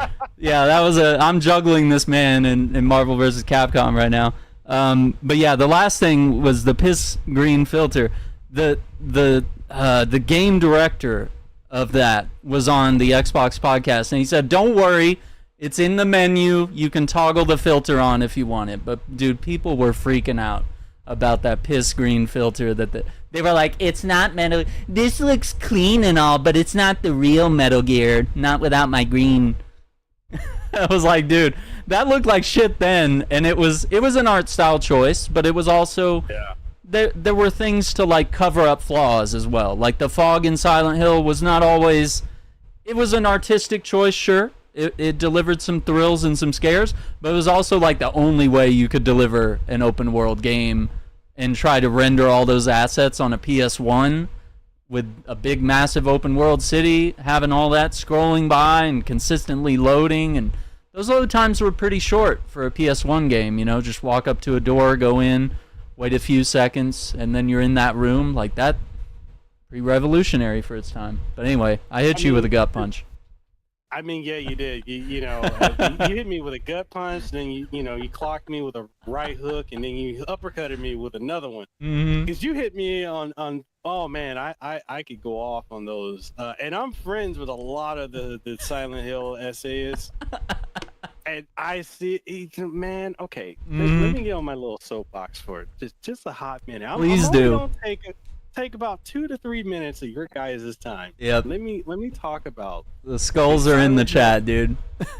Oh my god. We're getting skull emojis. Okay, I appreciate you guys. That's funny. Like, let's bring negativity on in here. Yeah, exactly. But I don't understand the Silent Hill essays people, because you have people who have never played Silent Hill who are experts on this series because they watch some YouTube essayist talk about this is what Pyramid Head means, and this is what, you know, Maria and all this other stuff means, because this, you know, I watched this essay YouTuber talk about this, and I'm just like, man, I'm so tired of this. None of you guys who are complaining about these games actually may have played the original titles. That's what this is. The reason a lot of these games had fog, you already touched on it, technical limitations of the hardware. On PlayStation 1, PlayStation 2, that's why they did it. These games did not sell well. Silent Hill 2 is the thing that everyone praises, did not sell well back in the day. Silent Hill games have never sold to the extent that a Resident Evil game has. That's true. And it's just, you know, it's just, I'm so tired of the people, and these essay YouTubers basically have built their whole brand around this because they know people weren't going to go out and buy a PlayStation 2 or PlayStation 1, spend $200-$400 to go and get a copy of these games, because look, I got Silent Hill 1 through 4. Those games right now cost several $100s to get complete in box, if you can even get it complete in box. And people are not going to spend the money, so what are they going to do? Go to this essay YouTuber who found a niche and blew up with it. That's what that was. And now these same people who complain about we're never going to get Silent Hill again, Konami is crap because of Kojima, how they do Kojima and all this other stuff, Metal Gear's never coming back. Konami's like, hey, we're back. We gave you a new Contra. We brought back Sparkster, which shocked the actual hell out of me because I grew up with Sparkster and that whole era of the mascot platformer, which was a big thing. If y'all people who were born in nobody knows that. Know about. You know, everybody was trying to be the next Mario, Crash, and Sonic. They were. That's just what they was. They brought back Contra. We got a brand new. We had 2 new Contra games. Yeah. From, you know, that have come out along with the collection. We had a new. We got Sparkster Brock back. We had we got multiple new Silent Hill games coming out, which people say would never happen. We've got Metal Gear Survived, as much as people hated it. I thought it's there. Okay. It was there. We got Metal Gear coming back. We have potentially more Castlevania. We've had 2 Castlevania collections come out. People don't really want to acknowledge it, but you know, we've had the 2 come out, which are the testing grounds to see if there's interest in it. Netflix show, one of the most successful. Konami is back, and they have been back. Felix the Cat. How many people even know what that is? That had a collection come out not even a month ago. You know, Konami is back. Let it go. The whole Kojima bullshit. He let it go. Y'all let it go. He let it go. He moved on. So all these people complaining Konami's never gonna, they don't make games anymore, all this other stuff. Konami has been making games for the last decade. They did the pachinko thing. They did pachinko, they've been making games, and people don't want. You're holding on to a narrative that doesn't have any weight now, and that's all. That's what that is. And so when they have new Metal Gear, new Silent Hill coming out, and you're still saying, oh, it's not going to be as good as the original. Oh, they're just ripping off of this. Oh, it's just soulless. Then don't play it. But then don't be mad when there's nothing new. Like kill the franchise again. Why don't you? Silent Hill fans, they can't be happy with anything. You could give them, you gave them brand new games, they're pissed because it's not the original Team Silent. They want to pull those people from the grave and whatever jobs that they're in now. Like, who knows what the hell members of Team Silent are doing? but they have some of the original, like the original Matsuhiro Ito, the guy who designs the monsters. They got him, and then they got the other guy that does the music. It's like, dude, you have the core of what Silent Hill is, and then you found a team that's passionate to make Silent Hill. Like, and it turns out the crazy thing about this Silent Hill 2 remake is that the people at Bloober Team wanted to keep it faithful, while the people at Konami were like, well, actually, there's some things that we want to change and some things that we wish we could have done back in '99 that, you know, technical limitations wouldn't let us do. You know, we got some new ideas, and Bloober Team was like, no, listen, we gotta go by the book. You know, we can add some new things here and there, but, like, the core of this game needs to sync up just right, you know? And they're getting mad over the littlest things. People looking at Angela's eyebrows, her nose. She looks like a man. She looks too much like Ellie. Why does she look 19? She's supposed to look 19. Why doesn't she look 40 like she used to? What happened to the pretty glossy lips that she used to have? Do you guys understand that you were, like, attracted to a 19, 18-year-old girl that's going through, like, abuse and trauma? Not to spoil a lot of the game here. Right! It's central to But it's so fucked up. It is, bro. I'm just like, I'm over here like, in the fake outrage, and this is where I'm just like, I feel like I'm losing touch with a lot of the content creating scene now. Yeah. Is fake outrage. There's so much of it. Yep. There's just one YouTuber, you probably know who he is. Oh crap. But there's a certain JT of a Smash. Okay. And, like, went from dead channel to fake outrage on other YouTubers and within the Spawncast community. Fake outrage, you know, I think he was dick riding Amico. And then he was, you know, that fell off. And now he's doing fake outrage on everything. You look at his videos, all the other stuff that's not the fake outrage doesn't do well. He did a reaction to the direct. 1,000 views. Fake outrage, 20, 30, 40, 50,000 views. Damn.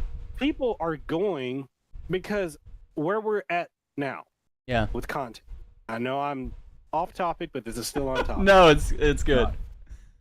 You know, where we're at now when it comes to content creation, it's not about the creativity. It's not about how original your content is. This is not the landscape that it was 5 years ago or 10 years ago. Yeah. Where it is now is, how can I make up stuff to get people to click? It is nothing different than tabloids. It is the same tactics. You know, we got politics right now. Everyone's into politics, which is where you saw all the fake outrage really on both sides of the spectrum. Yeah, absolutely. And now it's like people are just milking it. And when you have platforms that push it because this gets more people on the platform, you're gonna have more of these idiots that do it. You know, it's just a thing. And I see it all the time. Like I was talking to my wife earlier. We were looking at these YouTube channels with millions of subscribers or hundreds of thousands of subscribers, and their videos where they're making original content. They're focusing on doing actual content, but because they're not rage baiting, they're not fake outraging, they don't do as well as the people who are making this stuff. And it's like, I could do a video right now about how Smash Brothers is not a fighting game. Okay. How many people, man, I'm gonna have so many people trying to fly out here to this island and find my dude, you got people knocking on your door, dude. They gonna be coming for the jugular. Yeah, they would. For me saying that. But what it would do would get views. It gets you a lot of views, whether your point's valid or not, you know. Right. And that's where we're in. We're in this excessive hype culture.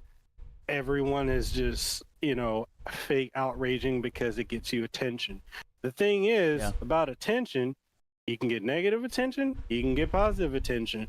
but the attention doesn't stay when people's attention spans are shorter than they've ever been in human history. True. So, these people who are doing all this stuff, if they don't keep doing the fake outrage, how many people actually still stick with them? They have a shelf life. Yeah. And, it just is what it is. Yeah, exactly, Iceman. It's garbage attention. Garbage attention. Let me put that. And people want that. People want garbage that because attention. They want to keep this attention going. And I'm like, there's a limit to it. And here's the thing. I'll give advice to people who are doing the fake outrage. Hey, you're doing it. You're making it money. Cool. Yeah. Get it while you can get it, because after a while, when the algorithm shifts the other way and your stuff is not going to be promoted, you're not going to be making as much content. Yeah. But, hey, you're not going to know how to pivot, right? Or what to do.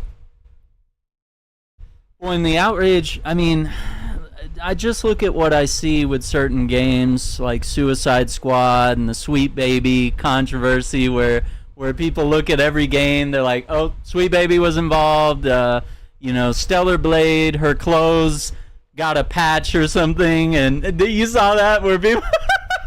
He's just gonna go to sleep, dude, for the rest of the pod, his eyes closed. But yeah, where they were like, there were conspiracy theories about where the line of the underwear starts, and they were like, it was more revealing and now it's less revealing. She's wearing a more concealable one piece and now it's not. And then with the Sweet Baby stuff, it's like there's rainbow flags in all the games and all the games are woke. And with Suicide Squad, it's these characters are gay now and this character's a little kid. Poison Ivy's like a 13-year-old girl.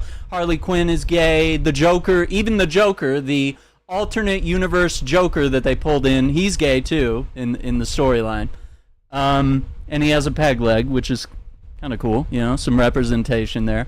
But it's just like that controversy, right? So you have that, and then YouTubers do their thing with it, right? And you get the conspiracy theories and you get the wild stuff.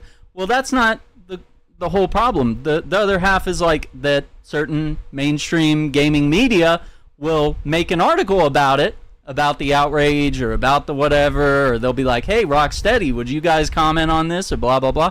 And they feed the fire too because they get ad revenue off of it, Twitter, or they get it when people go to their website to read the article, and then they watch the YouTuber's video, and then they give him, 1 million views and $20,000 or whatever. Like, the money just piles up. This is where we are right now, and it's a really shitty place because I stream all the time, I play games all the time, and a lot of the games I enjoy are kind of these games. Someone came in the chat the other day and they said, did you know that Sweet Baby Inc. is blackmailing Black Myth Wukong to change their story or to not sell the game on Xbox?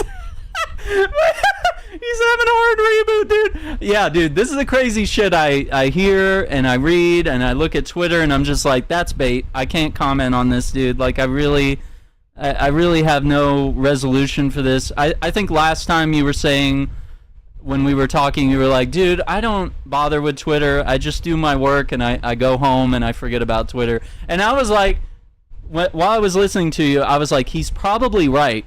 But I'm gonna respond to comments because I want to engage and I want to get more views on my videos. I want people to follow me. I want to be one of those Twitter personalities, not the guy that does the checklist of all the features that are in the game, But I want to be a checklist guy. But I'd like to be a verified, where I get some money for a bunch of views on tweets. But then I realized I did that for a little while, and like people get mad over the littlest things, and they distort your perspective to mean something else. I think there was a Twitter post the other day. I'm almost done with this rant.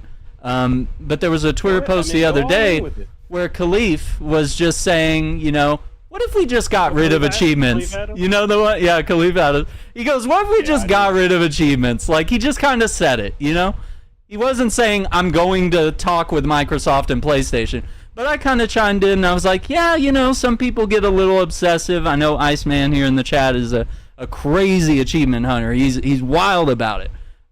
It can be obsessive. It can come down to the point where you're not enjoying games anymore. You're only buying games based on like, oh, can I get that plat if I get this game? Like, does this one have easy achievements? Oh, this one has multiplayer achievements. That's going to be really tough. I better skip that game. So before you know it, you're really, yeah, he's got 63 platinums. Okay. So, so I mean, it gets obsessive to a point, and I brought that up, and I just kind of said, you know, the world wouldn't be any better or any worse off without them. I didn't say abolish achievements. I just said, hey, you know what? Like, either way, we play games to have fun. We have a good time. And then a bunch of people chimed in. They're like, dude, you're wrong.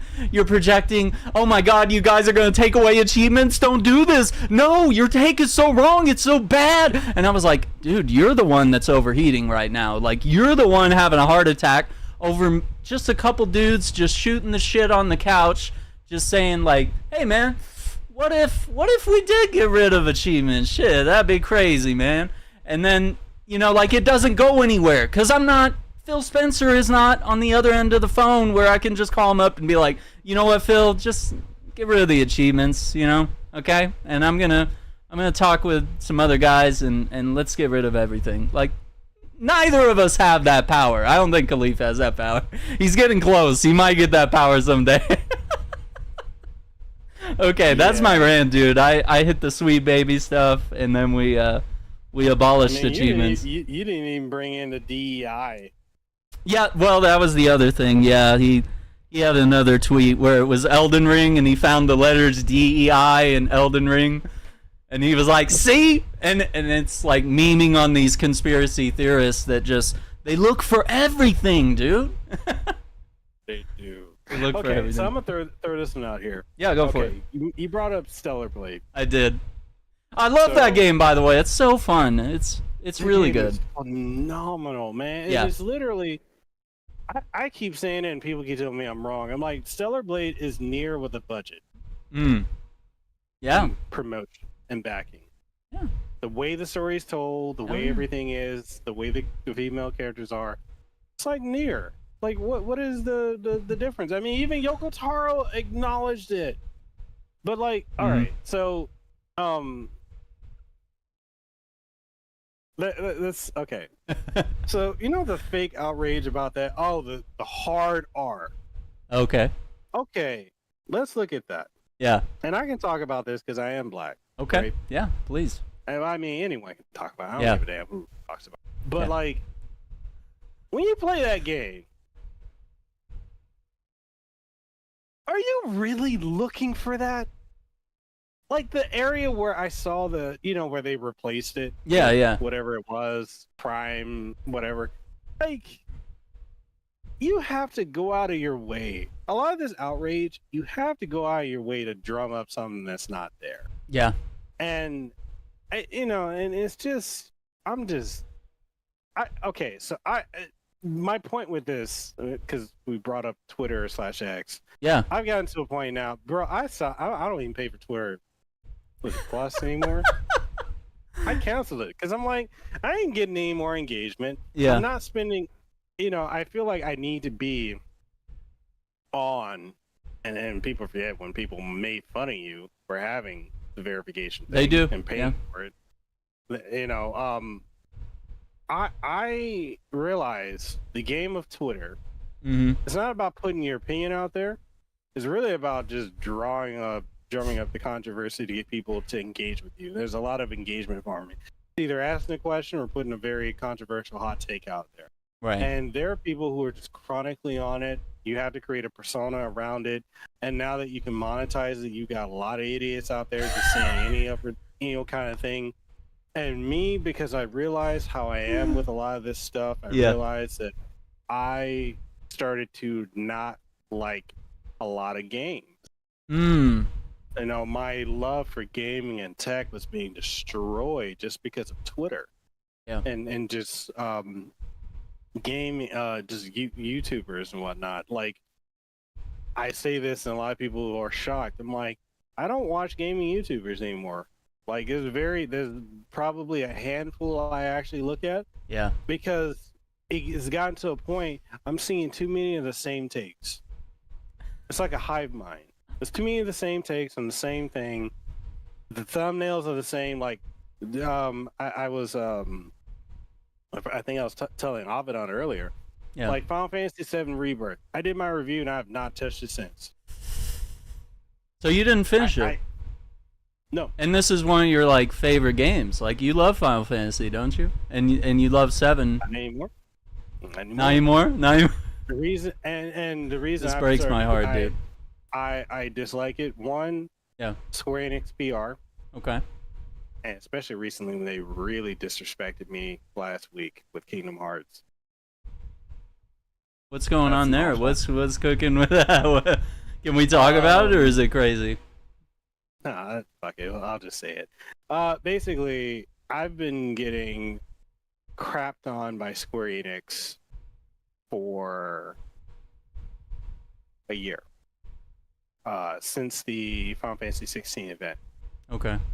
Where I went, and then, I didn't get to play the game, didn't get to talk to the voice cast, didn't get to do anything like that. I think I may have told you about that. Yeah, I think we... Yeah, but get back on it, refresh everybody's memory. Yeah, so, like, I didn't get to do anything, and, it costs a lot of money to fly from Hawaii there, especially last minute.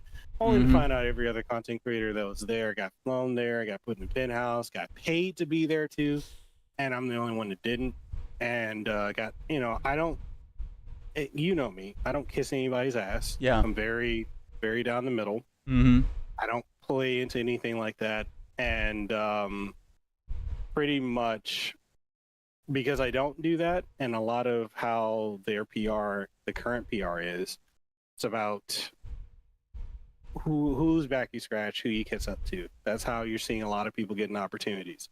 So basically, I reached out for Kingdom Hearts on Steam, and I've been working with Square Enix for 7 years. Ooh. And they basically, the newer team, basically has been dicking me around. It's one of the people told me that it is a Disney selecting the creators to give codes to. They're curating it, and then I was like, oh, okay. And then I go on Twitter, and then I see that there are hundreds of creators who are tagging the PR people. No. That I personally know. And so when I shared this, then I got a bullshit answer back, a very corporate answer. Oh. And then when I asked for further details, what is it I'm not doing as a creator for metrics and all this other stuff, right? I was basically told that I need to be generating X amount of views, over 100,000 views per month on my YouTube channel. That is a rough estimate. I average anywhere from over 150 to 500,000 per month. People look at my recent videos, but I have a lot of evergreen content that people constantly look at. Yeah.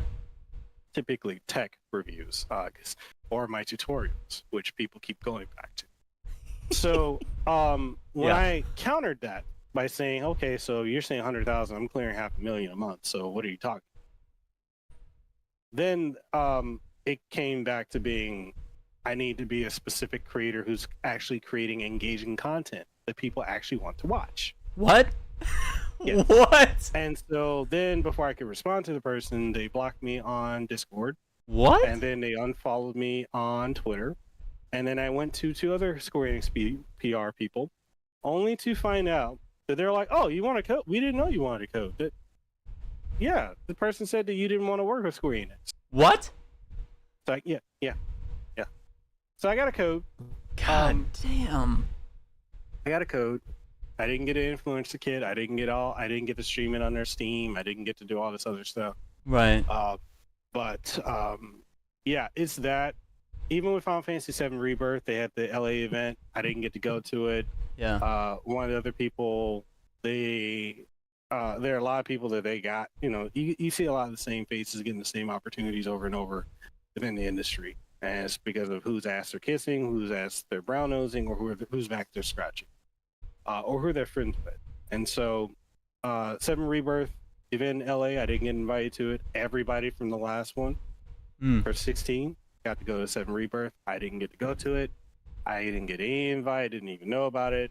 They didn't want to send me a code. I got a code after it, which is why I played it enough to review it, and I dropped it. I will never touch the game again.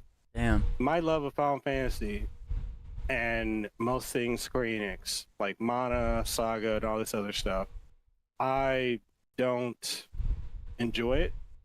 anymore. I don't have a passion for it because of the bullshit politics from the company, from the PR teams.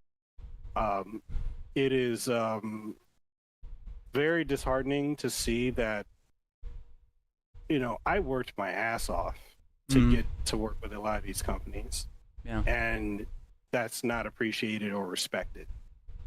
And it put me in a bad place mentally. Oh, of course.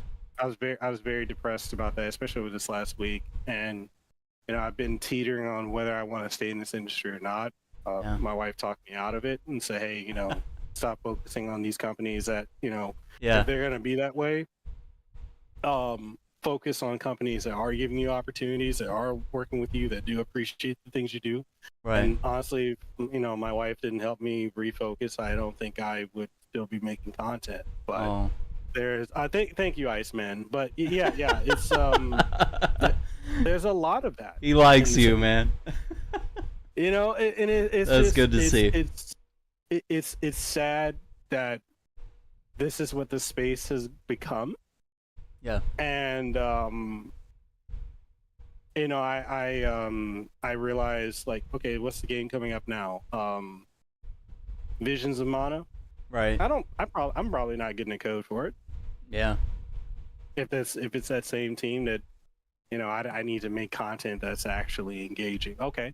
Well, that's pretty disrespectful. That's pretty ignorant. Ooh, yeah. Like, that's one of the rudest things you could probably say. Like, because you're not one of those guys that does the React stuff that's really not transformative. Like, you can tell which guys are doing that, and it's literally them just silently watching a Marvel showcase or whatever, and they're just sitting there and nodding and going, "Oh, that's cool." You know, like, that's not transformative. Like, you narrating over it and talking about the fighting games and, you know, these characters and what this means and how long it's been since the last entry. Like, all of your little TikToks, that's a very short amount of time to be transformative, and I think you nail it. You really do. Because it's such a short time. You're, like, pulling all these clips and you're making them really short and really brief and very digestible. So yeah, that's really upsetting, and I see what you mean, where it's like it becomes really depressing and kind of draining, and it's taken your love out of these games. I don't know. I hope that they learn from that. I mean, maybe those the other people on that team sort of realize what's going on, that this one person maybe has it out for you, and the rest of the team was like, "Hey, we didn't think you wanted this." But maybe now that team will know in the future that you want to be more. And obviously, like, your output's insane. Like, 500,000, that's crazy. Like, that's a lot of eyes. And you do a lot more than just Square Enix, but you definitely, I would say you have a large focus on Square Enix, right? Like, they can't say that you don't cover enough of their games, right? Or that you haven't across your career. Or that there's not enough views on 5 or 6 Square Enix games that you've covered in the last several years, right? Would that be fair to say? Bro, that's completely like you kind of live and breathe it a little bit. Yeah, I mean, among other things. The people who they push, like, a lot of them literally got into content creating in 2020. Damn. And they just follow the same formula. If you look at the people who are in this, I just call it the clique. There's a clique in everything. There's a clique with the Steam Deck folks. There's a clique with Final Fantasy creators, fighting game creators. You see it all the time. And the way you can tell who's in what clique, look at the fucking thumbnail. If you see, how could they finally did it. You know, the same font. It is. It's a Hivemind. It is, but it's a formula that works. Yeah. Even me, like, I've had to change my thumbnails over to doing that because that is what people are clicking on. That is what YouTube is pushing. Right. But, you know, the people who are making every single day, like, okay, look at the Final Fantasy folks. Right. They Dick Road Remake. They Dick Road 16, dropped 16 for 7 Rebirth. 7 Rebirth flopped sales-wise. What are they doing now? They shifted over to that Expedition 33 game for a bit. Then they realized that people don't care about that name. And then when Square Enix and Hironobu Sakaguchi, which a lot of people don't know, he lives out here in Hawaii. He's not that far from where I live now. Oh. When he came back to collaborate with Square Enix to put out the Fantasia Neo Dimension, which is the first time in 25 years that he has done anything with them. Damn. They realized, oh, we can't push Expedition 33, but the father of Final Fantasy is back, so let's just dick ride this game. So you're saying, when one pivots, they all pivot. That's weird. Now, did you have like negative reviews of the last couple Final Fantasies, like 16, 7 Remake, and Rebirth? 7 Remake, I praised. 16, I praised. The battle combat designer, I'm friends with him. Yeah. And I loved what he did with Devil May Cry 5, and I love what he did with Final Fantasy 16. Everyone keeps saying Final Fantasy 16. You just press one button. No, it's like, I love it, dude. It's really good. I'm not even a big Final Fantasy guy, but I love that game. I love it so much. I haven't finished it, but I love it. Yeah. 7 Rebirth, I criticized it because it's like, it's not the greatest thing ever that people have made. It is very convoluted. There's so much start stop, and unless you're super invested, you're gonna get tired of that. Okay. What do you mean by that? What does that really mean?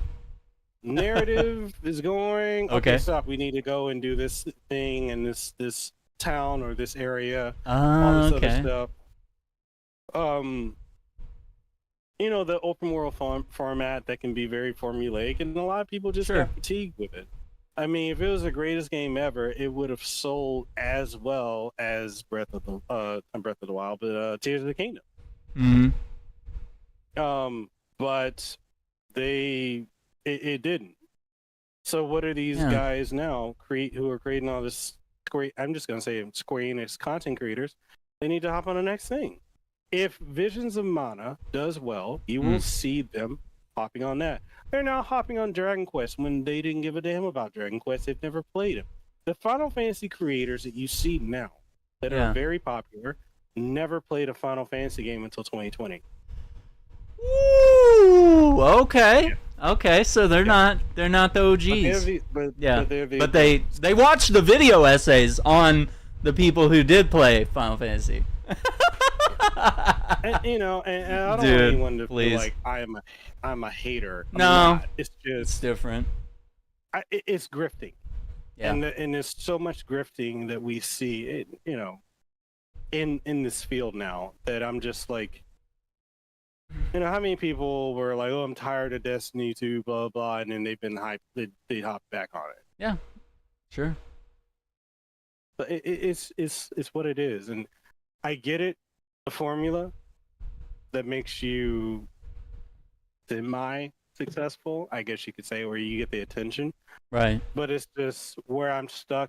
I'm stuck in many ways where there's my personal integrity as a man. Okay. There's also my integrity as a journalist. And there is my integrity as a creator, and none of it aligns with what I see in the space. But if I did all that, like I look at the Steam as an example, the Steam Deck content creators, right? The ones who are very popular now, we all were there at the beginning when all the big YouTubers are like, "Oh, no one's gonna care about them." Then you saw them all hop on it, right? You saw them pivot, yeah. But folks like Steam Deck HQ, Fan the Deck, all these people who were with me at the forefront of before it came out, after it came out, we were making the tutorials, making the videos on it. I got sick of the Steam Deck is the greatest thing ever. Why buy a Switch, buy a Steam Deck? I got sick of the Hivemind mentality because I'm like, I'm getting tired of having to go and download a Proton or go into desktop on Linux and try to configure this just to get this fucking game to work. I'm tired of it. Look, I'm like, at the time I had a 1-year-old who became a 2-year-old who's now 3. I'm like, I don't have time to sit here and do all this when I just want to fire up a game and play it. Yeah. And I can't sit here and keep saying that this is the greatest thing ever. Yeah. And then when it got to the point where these same, a lot of these folks were using me for connections because they never did anything with the industry. They needed connections with the industry.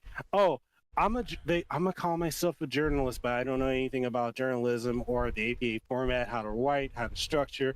Okay, yeah, I'll help you with that because I'm willing to help anyone. You know that. I'll help anyone. You're very kind. Use me to basically get ahead, and it's F you after. Yeah, and absolutely. They've all blown up. Who's the number one authority in Steam Deck right now? Steam Deck HQ. Who's the number one authority on Steam Deck in YouTube? Ban the Deck. These people never had anything before that as far as like a platform. Now they're the authority. But because I didn't follow the same formula and they have a Discord, I was in a Discord, I'm not in it anymore. Yeah. Whereas basically, we need to make this something, we need to do this, and you saw all the same topics, all the same things. And I just got to a point where I was like, this isn't me.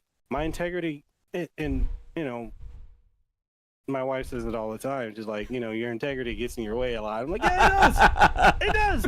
But that's what makes Spider-Man Spider-Man, dude. Like, it's that drive to always do good is what keeps Spider-Man who he is, So, I mean, your integrity is what keeps you and gives you morals. But yeah, your wife's right, dude. It's getting in the way.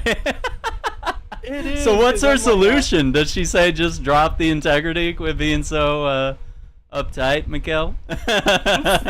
No, I mean, yeah, she has said that, but it's like, she'll tell me like my integrity does keep me being me, and she's like, that's the most important thing. And I get it, but there are times when, I mean, you know how it is as a content creator. You see other people doing really well, and you start comparing yourself to them, and then it's like imposter syndrome really starts hitting. Because I think about it sometimes. I'm like, what if I just dick rode the Steam Deck like all these other people did?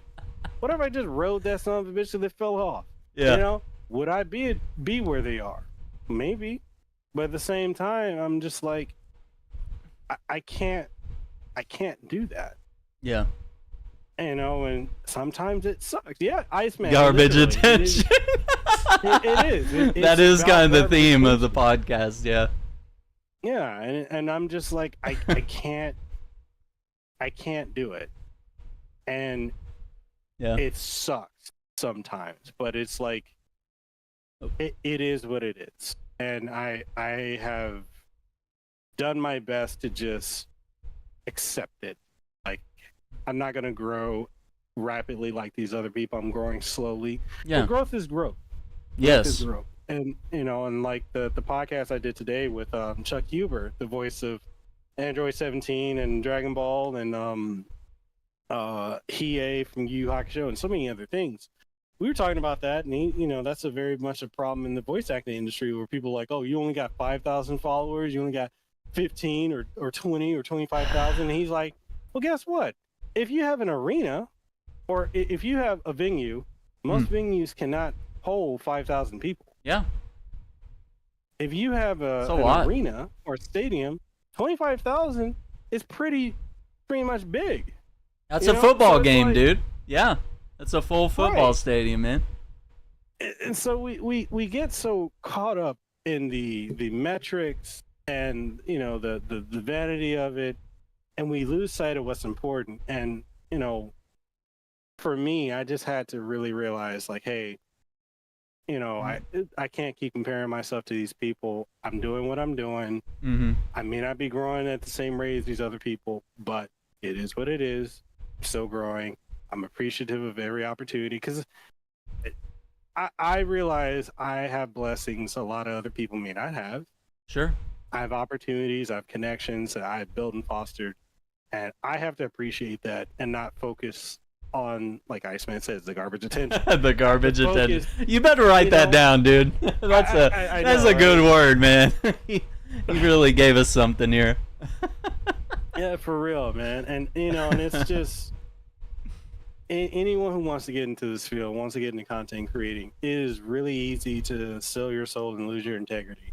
Yeah. There's so much of it. I have seen in my decade of doing this, I'm talking major creators, million-plus subscribers, Mm. and, you know, celebrities, influencers. I've dealt with all of them. I've seen them when the camera's not on.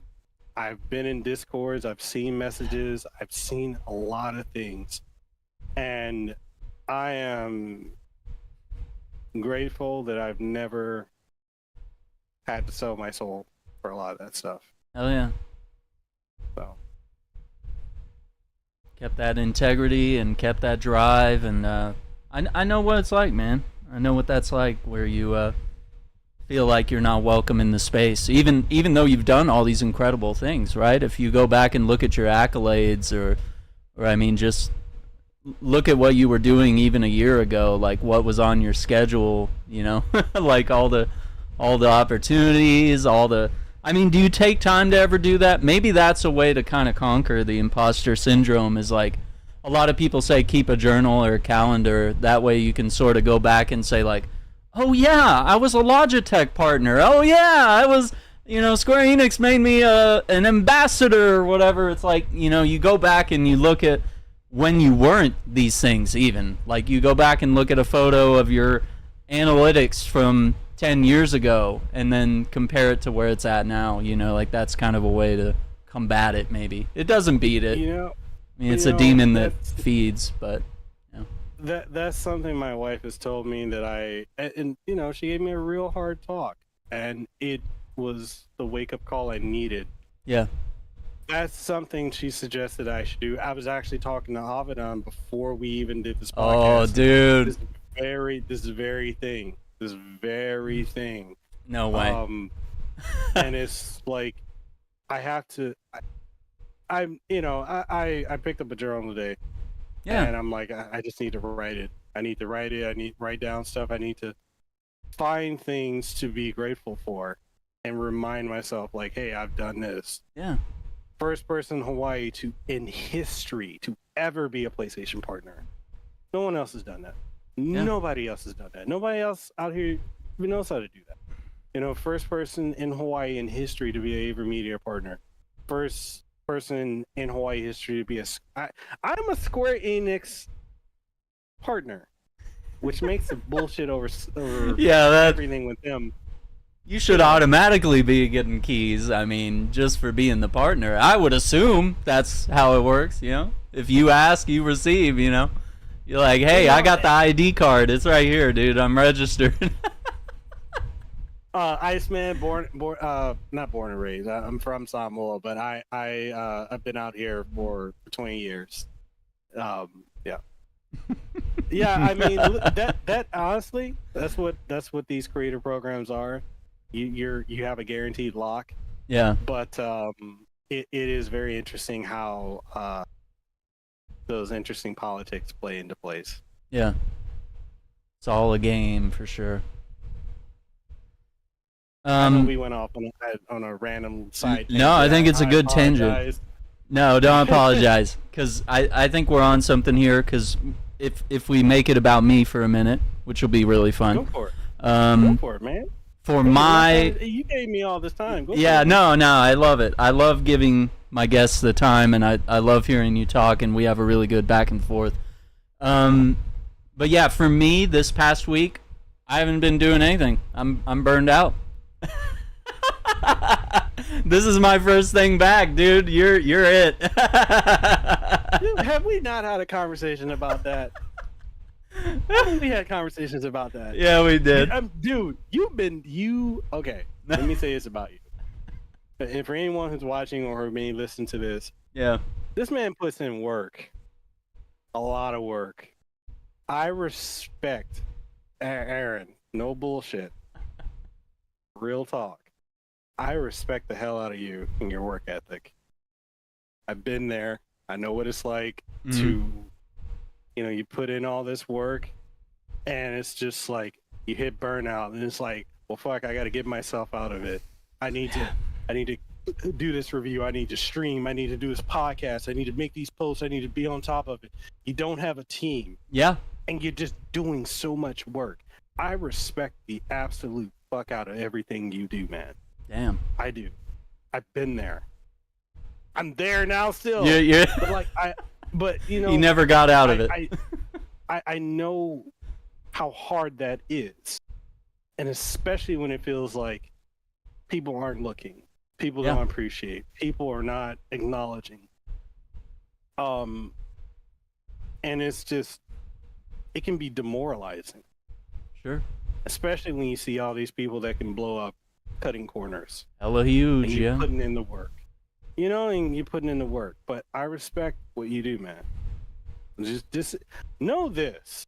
I mean, you got to cover the latest Destiny expansion. They gave you a key, right? Yeah, they did. Legit. I was crying. It was like it was a lone tear down the face. Like it was. I'm being real. I'm not dramatizing that because I mean, dude, I've been playing that game. That game goes back further than my streaming career. Like I started streaming probably after Destiny came out. So I remember playing that beta and being like, "Oh, this is kind of like Borderlands, but with like space magic." Yeah, I think I could vibe with this game. You know, I was never really good at Halo, but you know, a PvE Bungie game, this could be really cool. And then like, I never quit playing, dude. Like, we've been there for every expansion, every battle. I've made videos of playing Nightfalls every week on Twitch and then eventually YouTube, like making videos about every expansion. And then I met Andrew through Destiny, Andrew Alliance, and we started playing together, and we do back and forth podcasts and thoughts on everything. And you know, it just felt like after all these years, it comes up to the Avengers Endgame moment for the franchise, and they reach out to him and me, and we were just like, I was like, dude, whoever saw this coming? Like, I never thought Bungie or anybody would turn their eyes and look at me. Not when there's so many like creators that only play Destiny, and they're incredibly good at it, and they have the best builds, they're the best players, they do Trials of Osiris, you know, they raid, they got these massive communities, they have everything. While meanwhile, when I stream Destiny, it's to like 2 people, you know? Like it was the hardest game to stream because it was like the most fun I would have, and I could share that, and friends could come in, and people from the stream could come in and join the party. But it's just not a game that draws in viewers, right? It's that and Call of Duty. Like, everybody's playing Call of Duty. Everyone's trying to make it being a Warzone streamer or whatever. It's literally bang your head against the wall type shit. I had to really disconnect from being a Destiny-only streamer because I realized my career, you know, if I wanted my career as a content creator to go somewhere, I think I needed to do variety. I know what people always say, niche down, you know, just stream Fortnite 8 hours a day and you'll be ninja someday, you know. That was the big thing to look up to then, but you know, it doesn't work when we're all banging our head against the same wall trying to hit the same aspirations and goals. And they say variety streaming is the worst thing you could do, and making variety content and, you know, not niching down into something. I mean, I do the Marvel games, but then, you know, the next day I could be doing Lord of the Rings or Lego or whatever.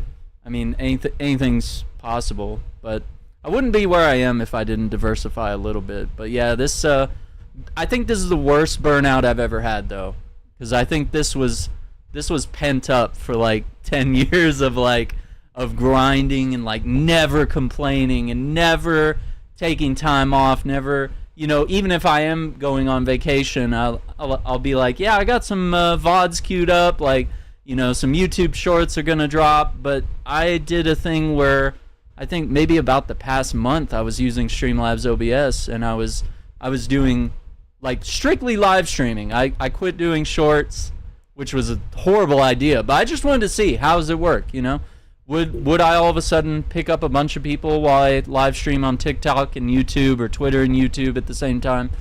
And it really didn't budge. You know, it's like some people came in, some people chat, but I mean, if you're live streaming on TikTok, you got to really have a lure. You got to be constantly engaging, and you can't really play a drawn-out game with a story where you gotta be quiet during the cutscenes, and then you got to communicate with everybody in the chat during the gameplay moments, but not talk over anything too important because you want to preserve some of the experience. And, you know, of course, you're going to answer questions. You might stop the game to have a a conversation about why the latest Marvel movie is X, Y, or Z.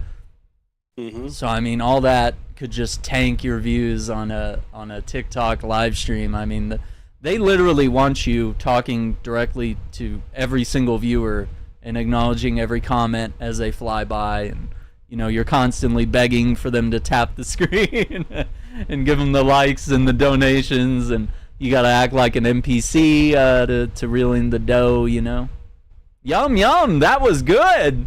Thanks for that follow, Iceman. Yum, delicious. Thank you. Like all that, dude. The debasing of themselves that they do. I was like, I guess I got some of that integrity too. But yeah, that was a mistake. And then I did the Steam Next Fest, and I was really excited. I was coming off of Summer Game Fest. I got a whole book here of like this whole thing was Summer Game Fest for like 2 pages, and then Day of the Devs was like half a page of like indie games, and the Xbox Showcase was half a page of just stuff I wrote down that was like, oh, that'd be interesting, or oh, I'd like to play that game someday. And then it got to the Ubisoft, and then the Nintendo Direct took up half a page of like the bangers they dropped. So then I did 15 demos on Steam Next Fest, and I made little live streams of each one of me playing them, and that burned me out big time. I wanted to do it because I wanted to like showcase indie games. I wanted to highlight stuff. I always do Steam Next Fest. I always make sure to find some interesting demos, but I went really hard this year, and I pushed it too far because I was like, my hands were sore, my neck was sore from like, I gotta turn over here to look at chat. You don't realize how things like that build up. You don't think about it. And then I realized I have like this tension, this like really thick muscular spot right there from all the time that I'm looking this way, and it's not there on this side. And so once I started, like, I took a break for this week, I worked out, I got back into fitness, cut out the Dr. Peppers, cut out the frozen food, because all the preservatives, all the fats and the sodium and the sugar. I mean, you kind of talked about, I wanted to segue into this, but about you being in the best state of health in a long time, perhaps in your life. Like you were doing like a post where you were like, hey, this is the best shape I've ever been in. Like, I feel great. I'm kicking cancer's ass right now, and I'm healthy. I'm relatively young. I'm fit. I'm in a good shape. You're happy with the way your body looks. You're looking fit and muscular. So I mean, I was like, yeah, I think I need to like pivot, because it's very easy for us gamers to fall into the let's play games all day, let's drink energy drinks, let's order the worst food from those delivery apps, just get the Taco Bell, and then wonder why we have gastrointestinal issues. But it's like, gamers are the worst, dude. We have a sedentary lifestyle, and live streamers, it's even worse, because we have to edit stuff, we have to make videos, we gotta type up stuff, we gotta, you sit here podcasting for however many hours you do that for. So I mean, you tie in that whole workload, and then you barely have time to eat, hang out with your kids, your wife, do fitness things on top of that. When the hell do you go to the gym, So I mean, I want you to talk a little bit about how have you gotten to where you are, and how do you balance all these things, and what's the food like, what's the fitness routine, what's the healthy habits that are going on here? You quietly sipping an energy drink in the background and invalidating this entire talk, but well, no. Celsius. Okay, there we go. Healthier. They're one of the. This is good. Okay, yeah. So. Oh man.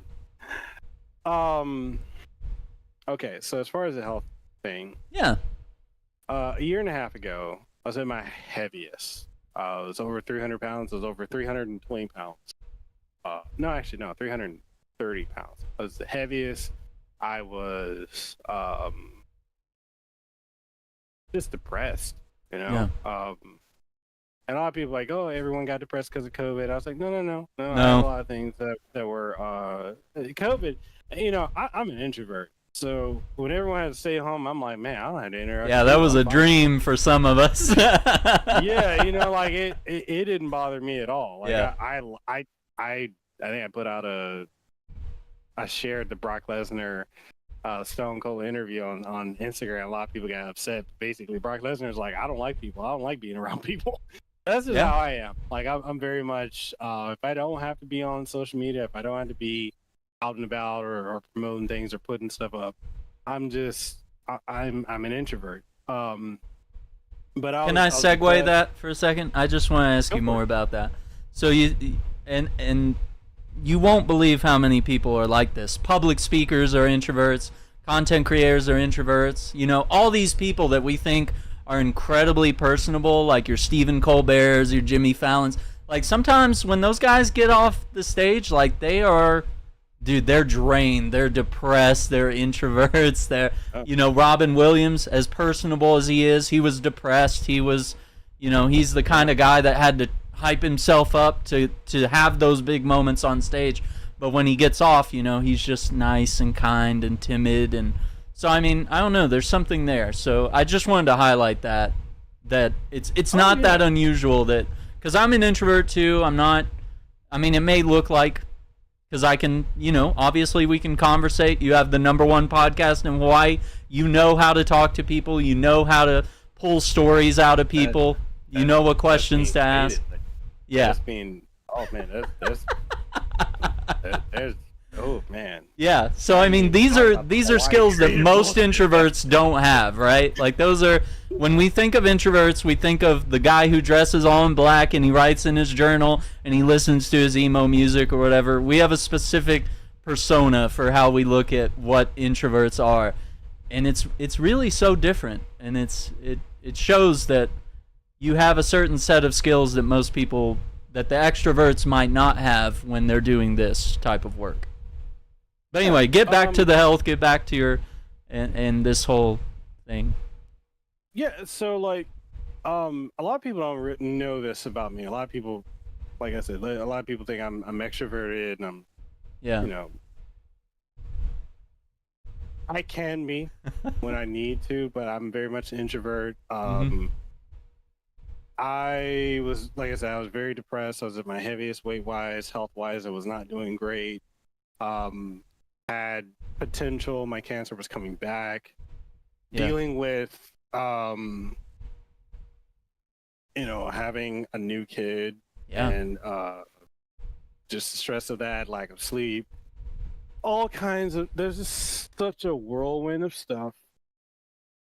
And being around other content creators at the time, you know, talking to them, the ones who were blowing up and succeeding, basically saying like, "Oh, if you weren't married, you didn't have kids, you'd be way more successful." There's a lot of that. That hurts. Oh, man. That hurts to hear, dude. That would wreck your psyche, man. Like knowing this different life that you could have or whatever. But I mean, I don't think you trade any of that for a second. I mean, you got a great wife, you got kids, like.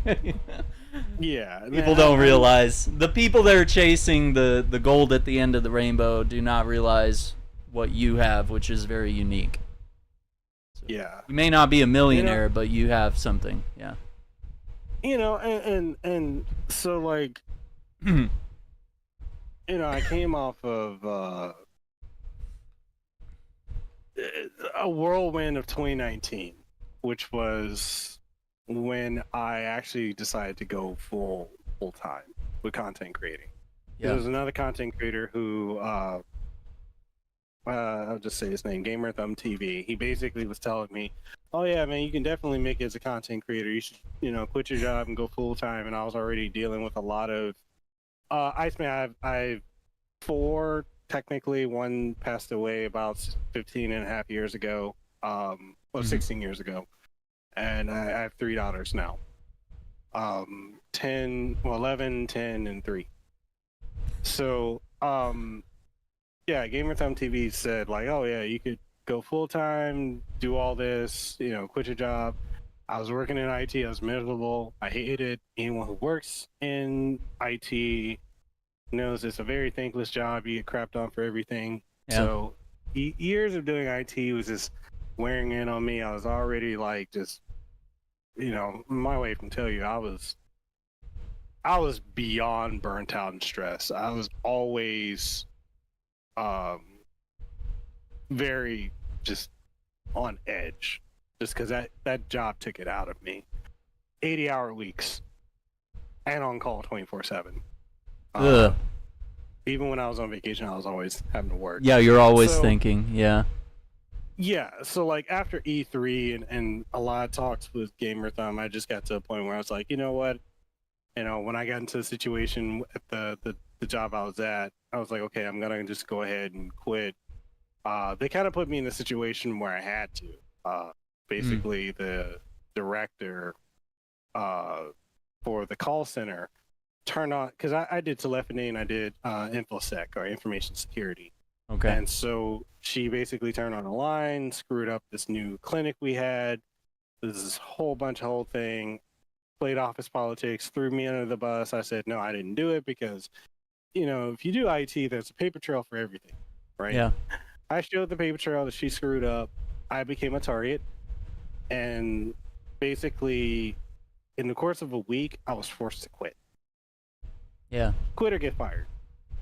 So, damn. I quit September 4th, 2019. So quitting that and then having to try and make up the money that I was making from IT by doing content, not being able to do it, not being able to really, I'm seeing other people just be very successful. I'm not there, so that stress is already on me. Yeah. Then COVID happened, and then a whole lot of things. And I just got to a point where all that stress just built up. I was stress eating. Yeah. Just, it was a bad time. And then 2020, early to mid 2022, my doctor told me that I was at the risk of really bad, my blood pressure was really high. My I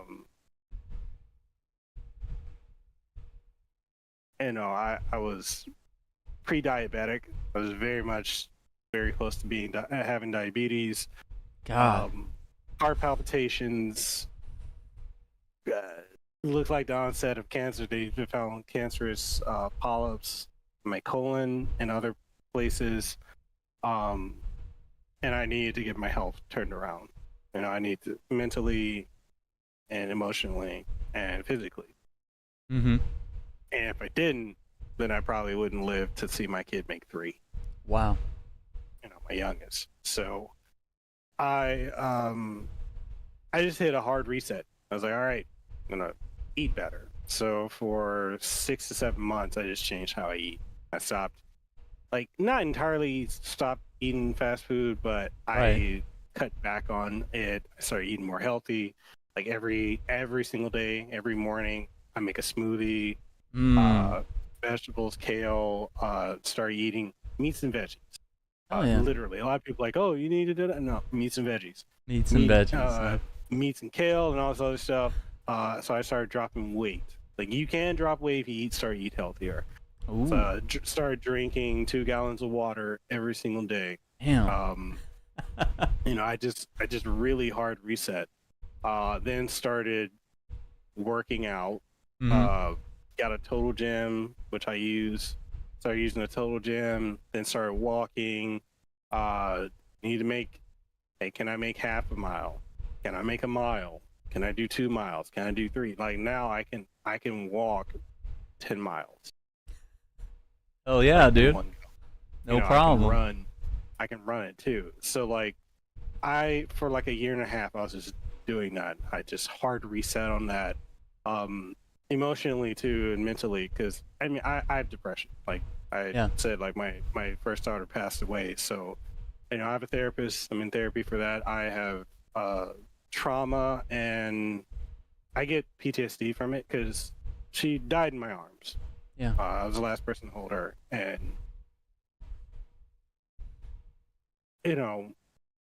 coming from a family where you don't talk about your mental health. You don't really talk about or address certain things. You just gotta suffer and get over it. I struggle with that, and my therapist was like, "Hey, journal, do this, do that, find things to be grateful for. Yes, your oldest passed away.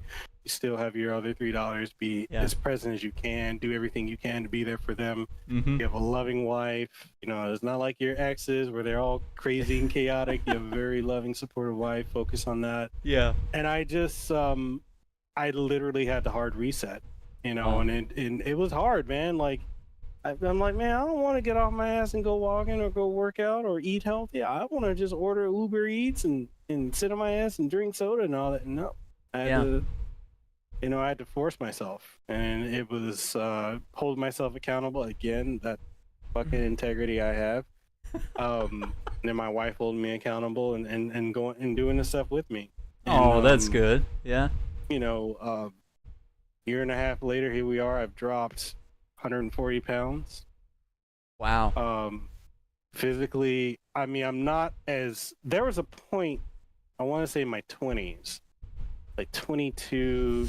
I want to say 20 from ages 22, 24, 25. I was probably cut physically, but I wasn't healthy. I was just out, all the time, like active, but I wasn't healthy.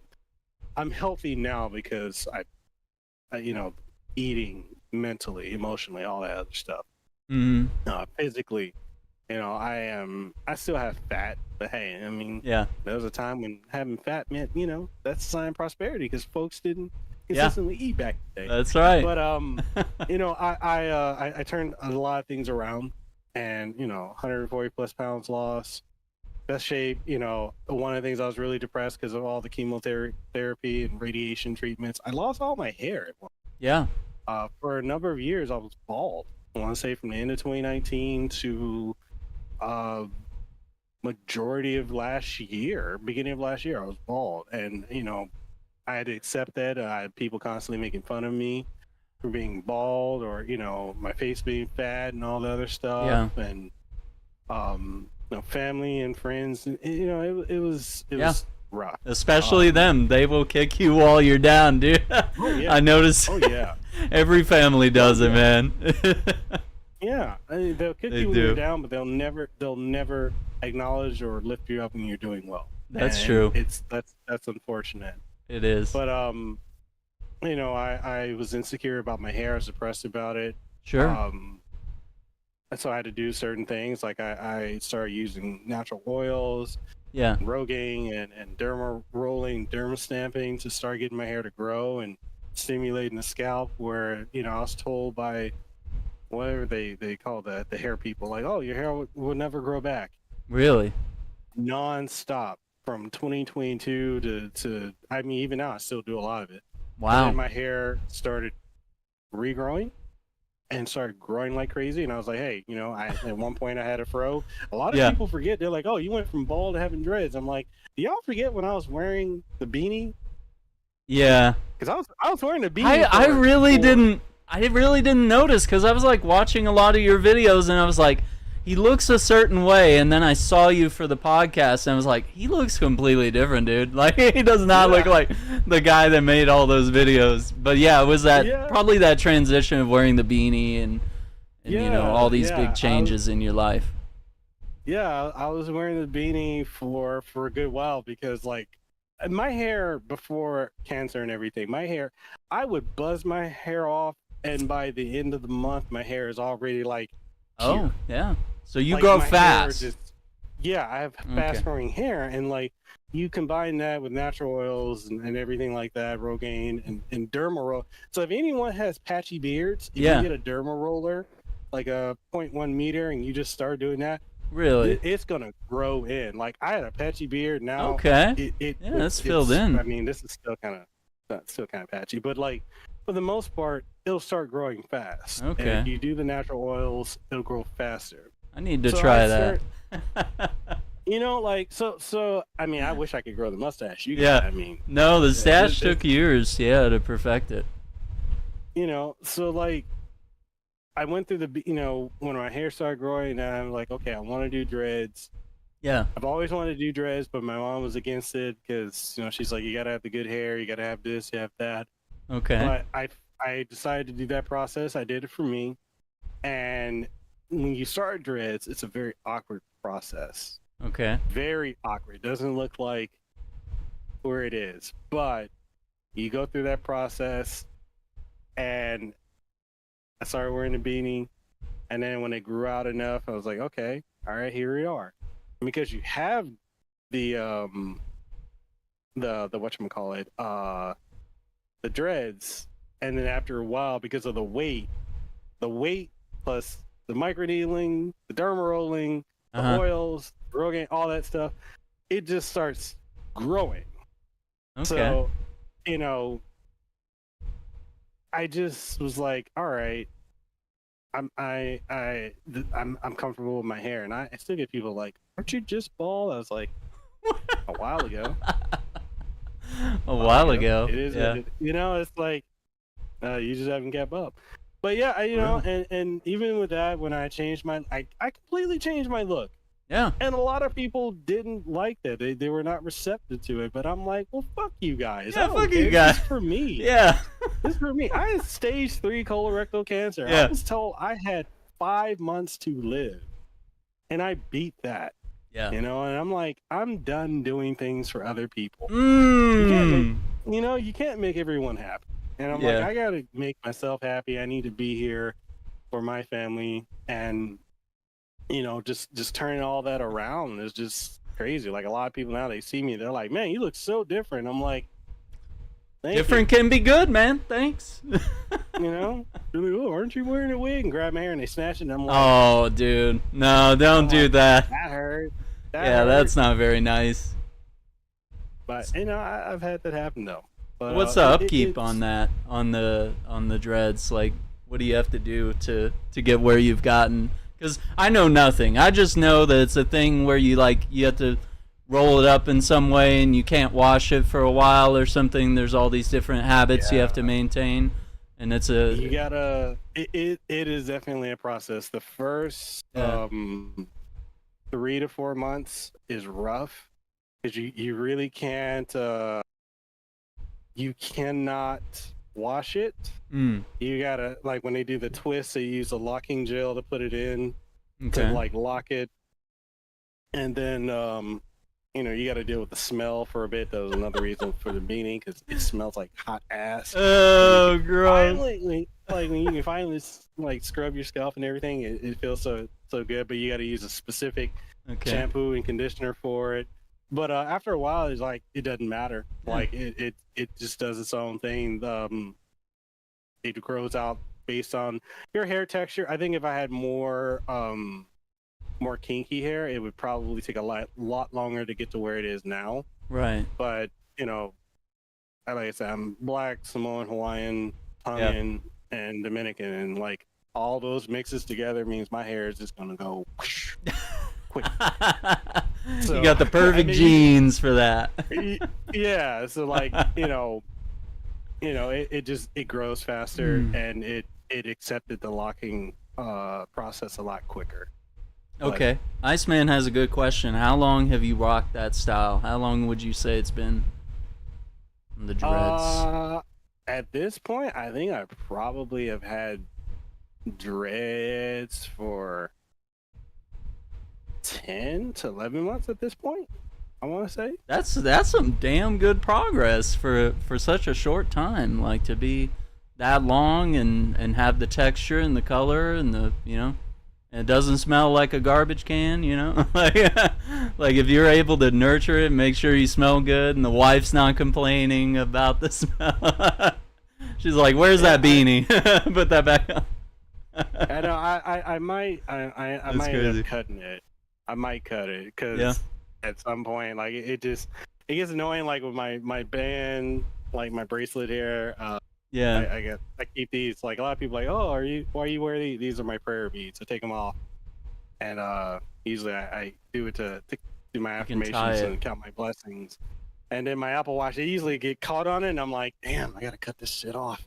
Yeah. But no, my hair's always grown quick. Like for one point, like I was doing a fade in my so my mid-20s I was doing a fade. Late 20s before cancer, I would have medium length, kind of like where yours is. Okay. Just because, you know, I would get lazy with cutting it. Yeah. But when I was a kid, teenager, man, I had long ass ponytail. It was just, my hair would just grow. My mom was very much traditional Samoan, where you don't cut your hair. Oh, okay. And so it's taboo. Huh. But yeah, I've gone through. I've been bald. I've had fades. I've had short hair. I had my emo blonde hair phase. Oh no! My goth. I had a goth phase. Dude, I've gone through so many different things, and now I'm doing dreads. And you know, if I surfed, it would look even cooler. Yeah, you would, man. You got the tattoos. You got the dreads. You got the gem. So yeah. You were just starting this, I think, when we last talked, or maybe it was an idea at the time. But like now, what's your progress on that? Because this is not just like, hey, I want tattoos. This is a cultural thing. Oh, okay. So you got the. Is it done? Is it all of it? Yeah. Oh shit. All of it, yeah. Okay. Yeah. All traditional tap. So traditional tap, man. So what was that like? What was that experience like? So on a scale of 1 to 10. Oh my god. It's like a 50. You literally, especially with the guy who did mine. Yeah. He was heavy-handed.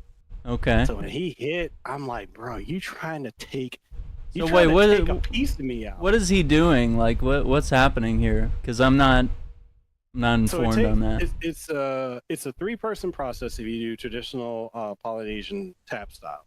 Okay. So they'll either use shark tooth and hammer or boar's tusk and hammer. Mine's it floated between the two of those. Oh boy. And you have two people one person hold the person down, the other one stretches the skin so they could do the whole thing. And then you have the tattoo artist, after he blesses everything, he just goes and he does tap, tap, tap. And it's a longer process than just using the gun. My arm at the top wasn't bad. Like this whole part here wasn't, it wasn't that bad.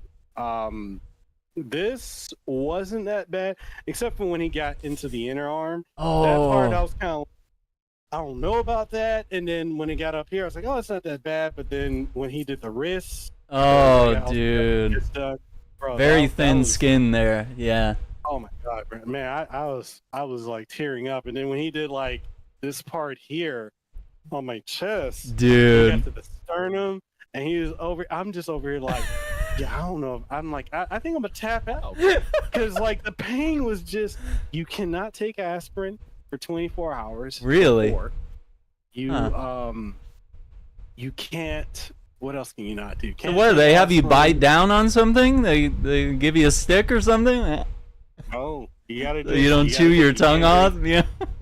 You can't take any alcohol. You can't drink any alcohol. No way. You can't take edibles. Like, I'm just like, you can't do anything. You just gotta endure it. But it is. I mean, if you can go through with it, it is very culturally appreciated. Okay. You know, it's a thing, and it's just. I'm gonna get this side done. Oh my god, dude! No. I think I'm just gonna get it done with a gun. I'm not going. You're not gonna do it again? No. I guess it makes sense now. Yeah. Why you only see like The Rock has half of it, Momoa, he's got half of it. Like they kind of stopped at a certain point, and I guess I get why all these guys only have half of it. Especially the buffer you are. Like one of my cousins, Tuli, he's God, he got no body fat. And he did tradition. He was crying. He was crying. And they don't make fun of you. They don't call you a punk or something for crying. No. Everybody cries. They'll just tell you got to deal with it. Yeah. Like, come on, you're going through it. It's a rite of passage. I was supposed to get it done in 30. Okay, so you waited. But it's also it's expensive, right? Is it pricey too to get it done, or is it really $3.5 grand? Yeah, no, that sounds pricey to me. I don't know. Yeah. This was 6 sessions. Wow. Each session was about the last one was 5 hours, but each other session was 8 hours.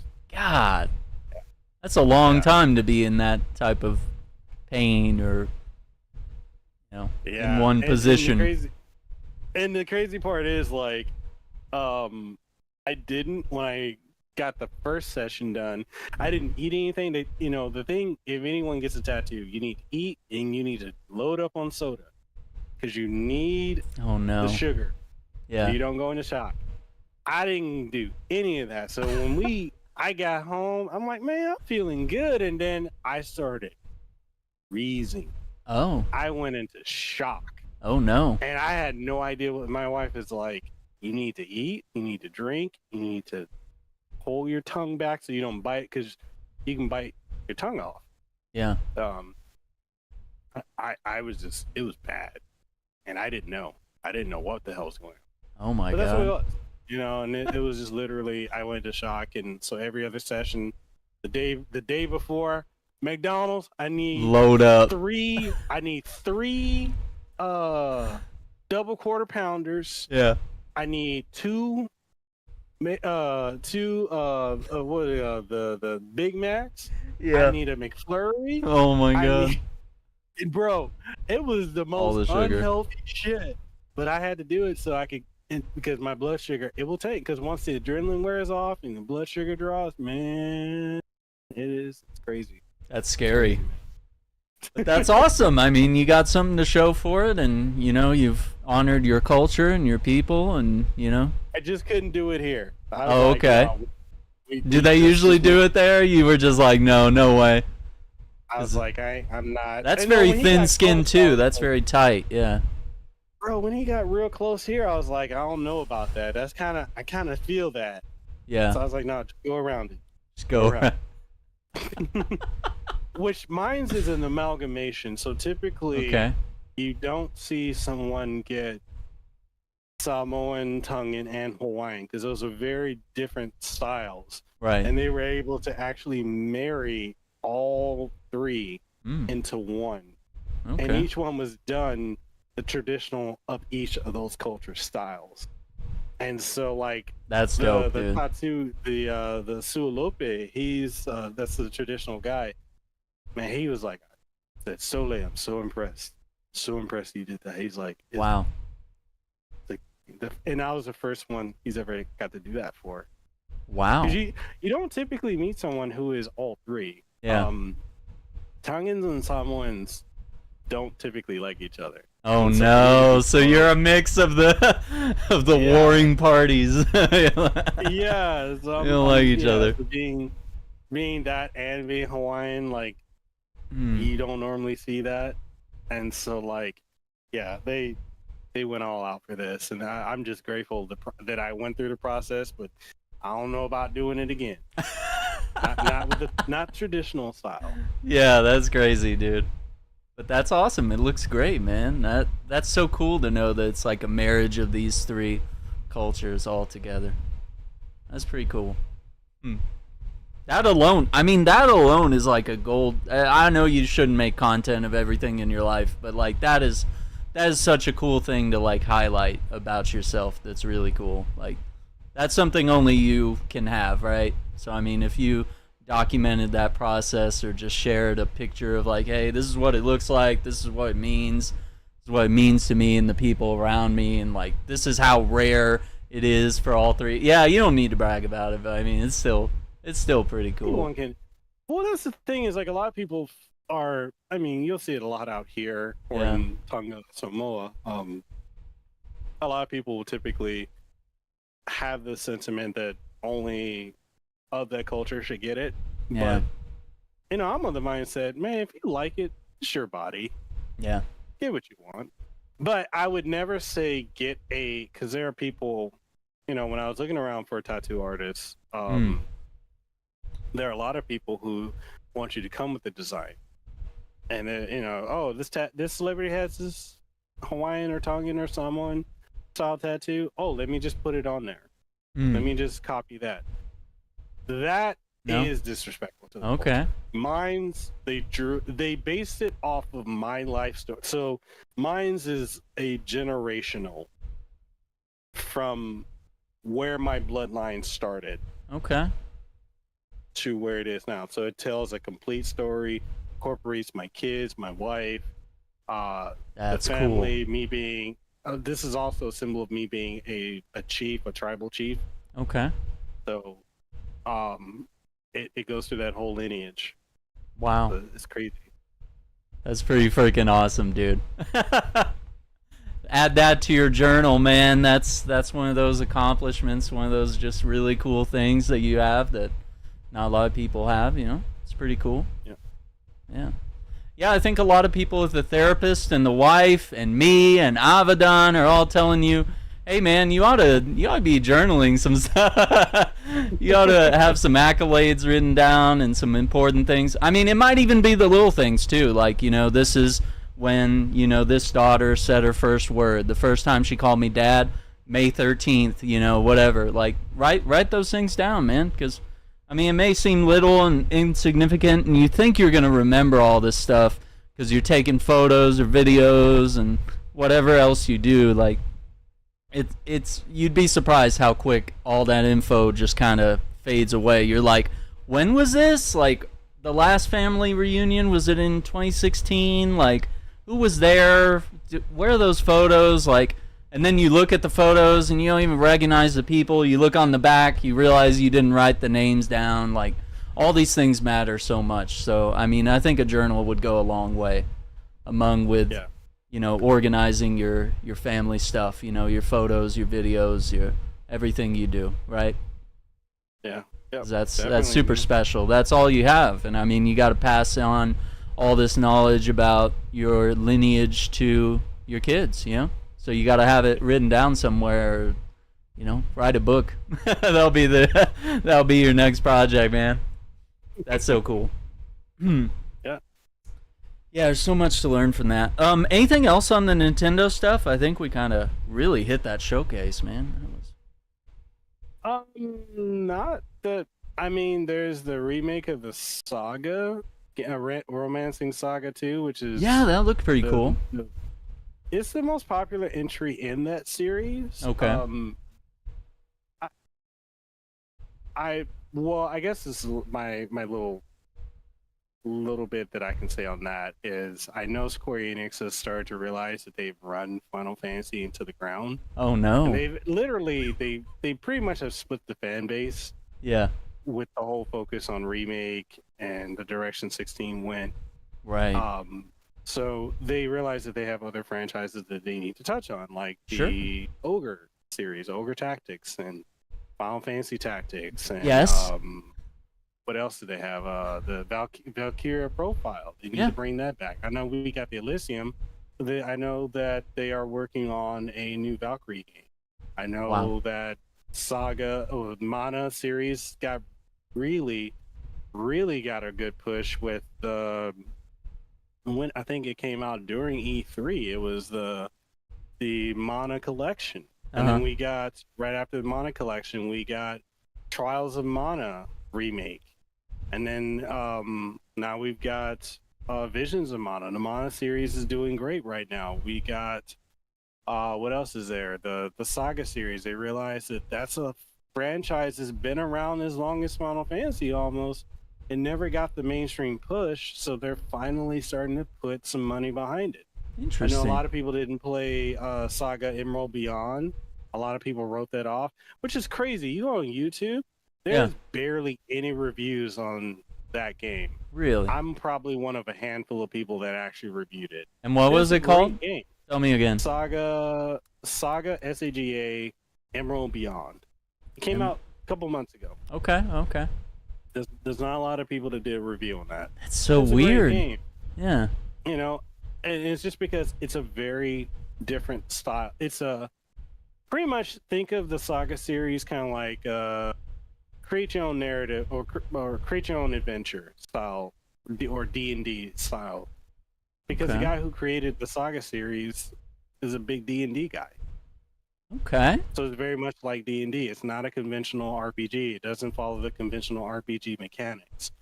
And it's never really got the proper opportunity to shine. And so, you know, they finally you can now get almost all the Saga games on modern consoles and PC. Their most popular entry is Romancing Saga 2, so they're remaking it.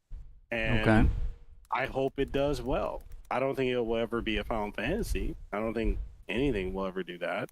But yeah, that's we got that. And what else? The Dragon Quest. The Dragon Quest 2D remake, and then they announced, "Hey, we're actually remaking 1 and 2 as well." That was a grand slam for that. Yeah.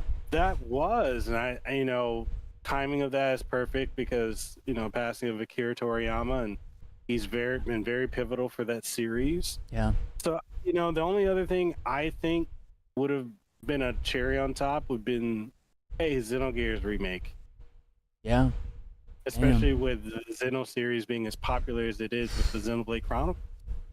And with Xenoblade Chronicles 3, I know this may be a spoiler to some people, but Xenoblade Chronicles 3 and its DLC basically tied the entire franchise from the Xenoblade Chronicles to Xenosaga to Xenogears. Wow. And a lot of people missed that. It was in that one cut scene. They showed the Vector logo from Xenosaga. They mentioned Dmitry Yuriev, who was a pivotal character in the lore of Xenosaga. They tied together Xenoblade Chronicles X, which everyone says isn't in canon, by mentioning a certain date, which happens to occur in Xenoblade Chronicles X. The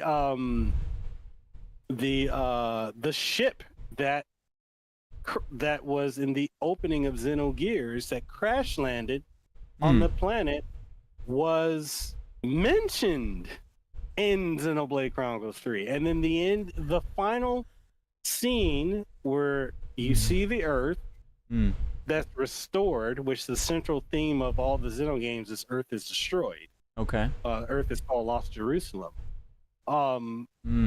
It got restored, and then you see a blue light falling to the planet.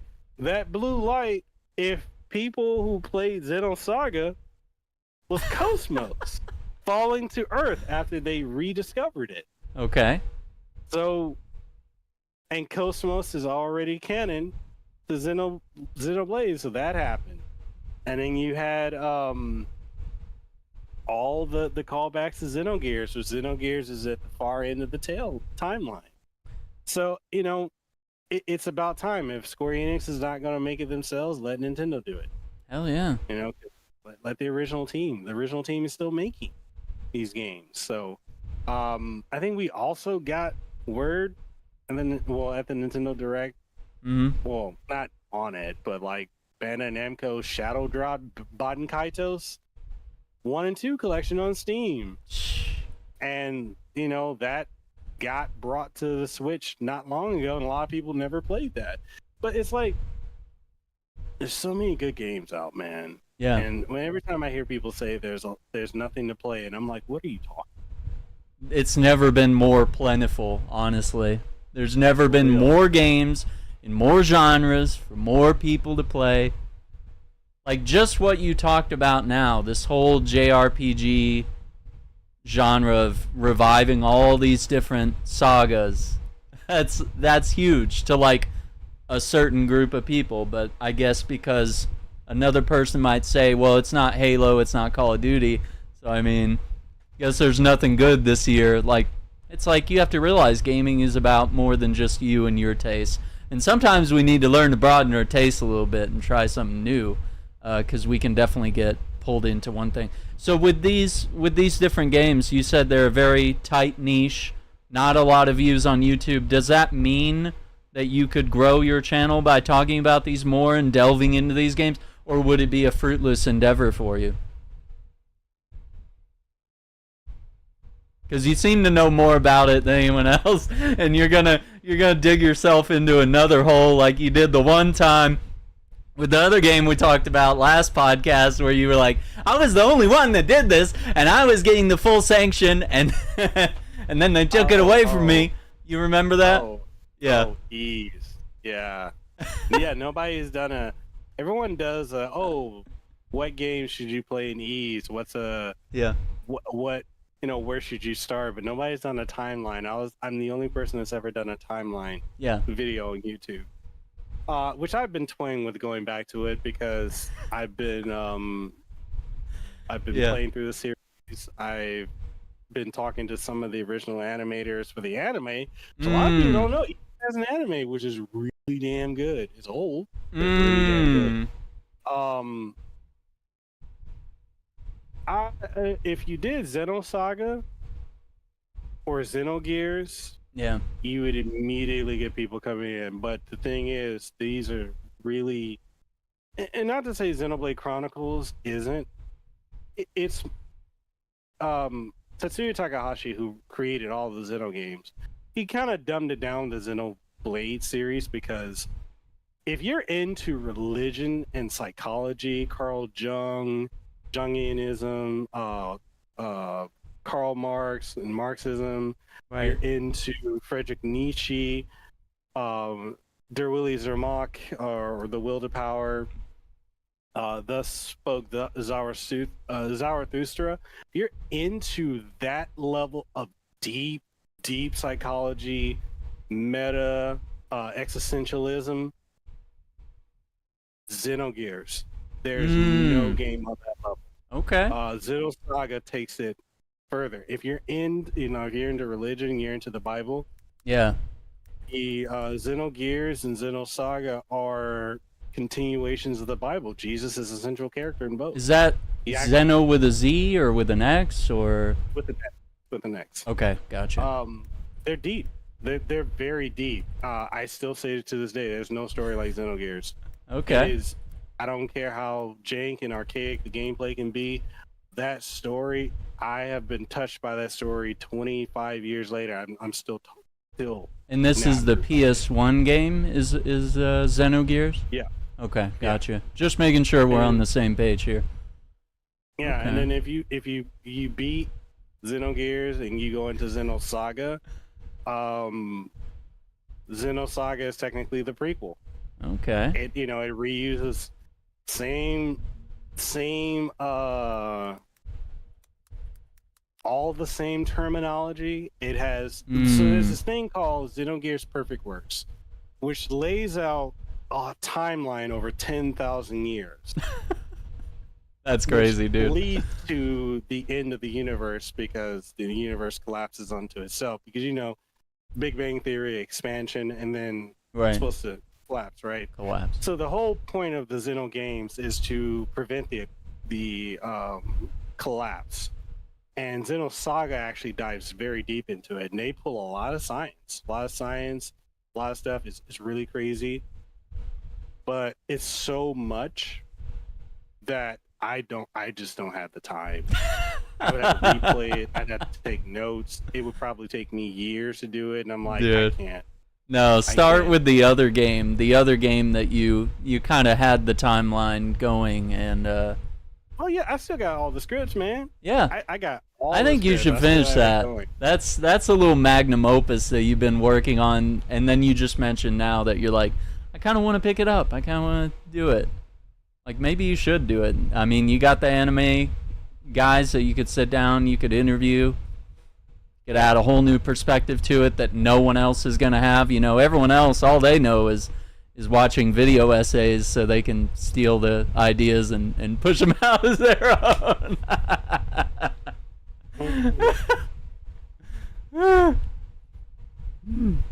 That's crazy. I'm bookmarking that. I'm gonna make note on that, because some of the seeds of what has gotten me into a Burnout is kind of just what I've been doing. I think I'm just burned out of the same old thing of trying to play the latest games. You can't finish these games in a proper time. If you're trying to like live stream the games too, getting them to any sort of completion. I've always wanted to be a let's play thing, but I mean that kind of, and I'm proud that I have so many let's plays on the channel, but like it's so impossible to do and keep up with now. You have to really pick those carefully, I think. Yeah, with let's plays, let's plays now are nowhere near what they were a decade ago. Yeah, or even it's a little late to be. Yeah, like that's, and I know a guy who does that, and he's been. That's the only thing he does, and he's like, I want to be a full-time content creator, and I'm like, dude, you've been doing let's plays for 12 years, and you've never grown. Like he's literally still at 21 subscribers. Damn. And I'm like, there's you gotta, in the content space, you gotta know when to pivot. Yeah. You gotta know how to read the market, pivot. I'll be honest, if you're not throwing titties out there, I mean, or OnlyFans, ain't nobody really trying to watch you. You're doing a bathtub stream. Yeah. Like, if you're a guy, and I'm not trying to be sexist, it's hard. but if you're a guy, you're already fucked trying to. Yeah, it's already hard. Yeah, there's. So it's already hard unless you're like really, really good at a game. And right now, there's a lot of kids that are just really good at games. Yeah. So it's like it's hard to stand out. And when you're saying, Burnout, playing latest games and streaming, and we had conversations offline about that before, but it's absolutely, like you have to get to a point where you're finding something you actually care about. Like if you're going to cover games, cover maybe a handful of the newer things, but still talk about and cover things that you have a particular passion about. Last year I had real bad burnout because every week we had a new game, dude, from every studio, and I was covering all of it, bro. I got so tired of everything. There's so many games I started and probably played to like halfway. Here's a review. Oh, well, I can't take downtime. I got to go work on this. And it's like, it kills the passion and love for it. And you just get to a point where you're like, what's the point of it? Why am I doing this? Why am I putting myself through it? Cut back. That's the thing I would say. Take time off. I know, especially in this current field now, that can be career suicide. Sure. But cut back and just put shorts up. Shorts do better on YouTube. They do. Than regular videos. I'm kind of at a point now where I'm like, what is the point of doing a regular video if my short's gonna blow up? Yeah. I only do the regular video so that you could funnel the short into the full video if there's more to be said about the topic, right? I mean, you do that with the related videos, as they call it. But I mean, no one goes to the video. They go to the short to find the video. Like, no one's looking for the long form answer to their question. Yeah, they just want the short. That's literally if it can't fit a 60-second soundbite, yeah, then it's crap. And that just goes back to like people don't understand how much work goes into this, man. It's a grind. It's a grind, and if you're not grifting or you're not, no, I'm not grifting. You're not putting. I can't do it. There. You're not fake outraging. You're not butting up like. My integrity is getting in my way. Just like you, in a different way. Yeah. But what I will say is you never know who's watching. And the fact that you got that opportunity with Bungie, which technically Bungie and PlayStation, that's astronomical, man. That's huge. Yeah. Okay. What do you mean, Iceman? You said I like your series attention more. I don't know what that means. Maybe he's like, no, you better keep up those Let's Plays. He's like, I don't know what he's saying. But yeah, I have a lot of ideas, and I I think there's some games that I feel bad about not playing or not finishing, and it's, I definitely want to exhaust all the Destiny content. There's a lot there that they gave me the opportunity to cover. Like, they literally bought not only the expansion for me, but all 3 episodes. So this is like the whole year of content they gave to me and Andrew to cover. So I mean, I was like, damn, I might like really, not go overboard with Destiny, but I mean, really dive back in like I used to, and at least do something weekly or a couple days a week, to my heart's content, and make sure. Have you ever thought about doing lore videos? More videos, like just videos? No. Or wait, say lore. Lower videos? No, lore. Like. Oh, lore videos. Okay, sorry. That was like lore. Yeah. I mean, there's already like My Name Is Bife. Like, there's people that have already like done that to an extent that my knowledge is lesser than theirs. Even though I have the lore books, and I could literally read the lore tab in the game, and I could just record myself doing voices or talking about it, what it means, how I feel, or I mean, I could even go back and just talk about old moments from the games. Or even, I've even thought about, like, let's just load up Destiny 1 on the PS4. I don't know if I can play it on PS5. I don't know how it's playable. But I even thought about that, because, like, my original save was on Xbox. So, like, if I started up Destiny all over again and went in, because people are still playing, I could, like, dude, record all those incredible moments and all those crazy nostalgic things and experience those all over again and share that with everybody. That's pretty cool. Some of that is lost on Twitch. Some of it I have highlights of all those streams, but some of it. I think that's the other thing I'm having trouble with is, like, I got like 7 years of stuff on Twitch I have it saved as highlights, and I think at some point they said they're going to delete all that. So I need to, like, download it all, but that's a lot of terabytes of, like, I mean, I'd need to buy, like, a server bank, of several, and I don't even know where to start with that, like the financial investment and the, because I know Khalif and others have spoken on, like, you need to have, like, if your YouTube gets shut down, like, your content needs to be hard stored somewhere, where you could, if you had to start over, if a new platform comes in, like, you gotta start making videos there, like, I don't know, it's a lot.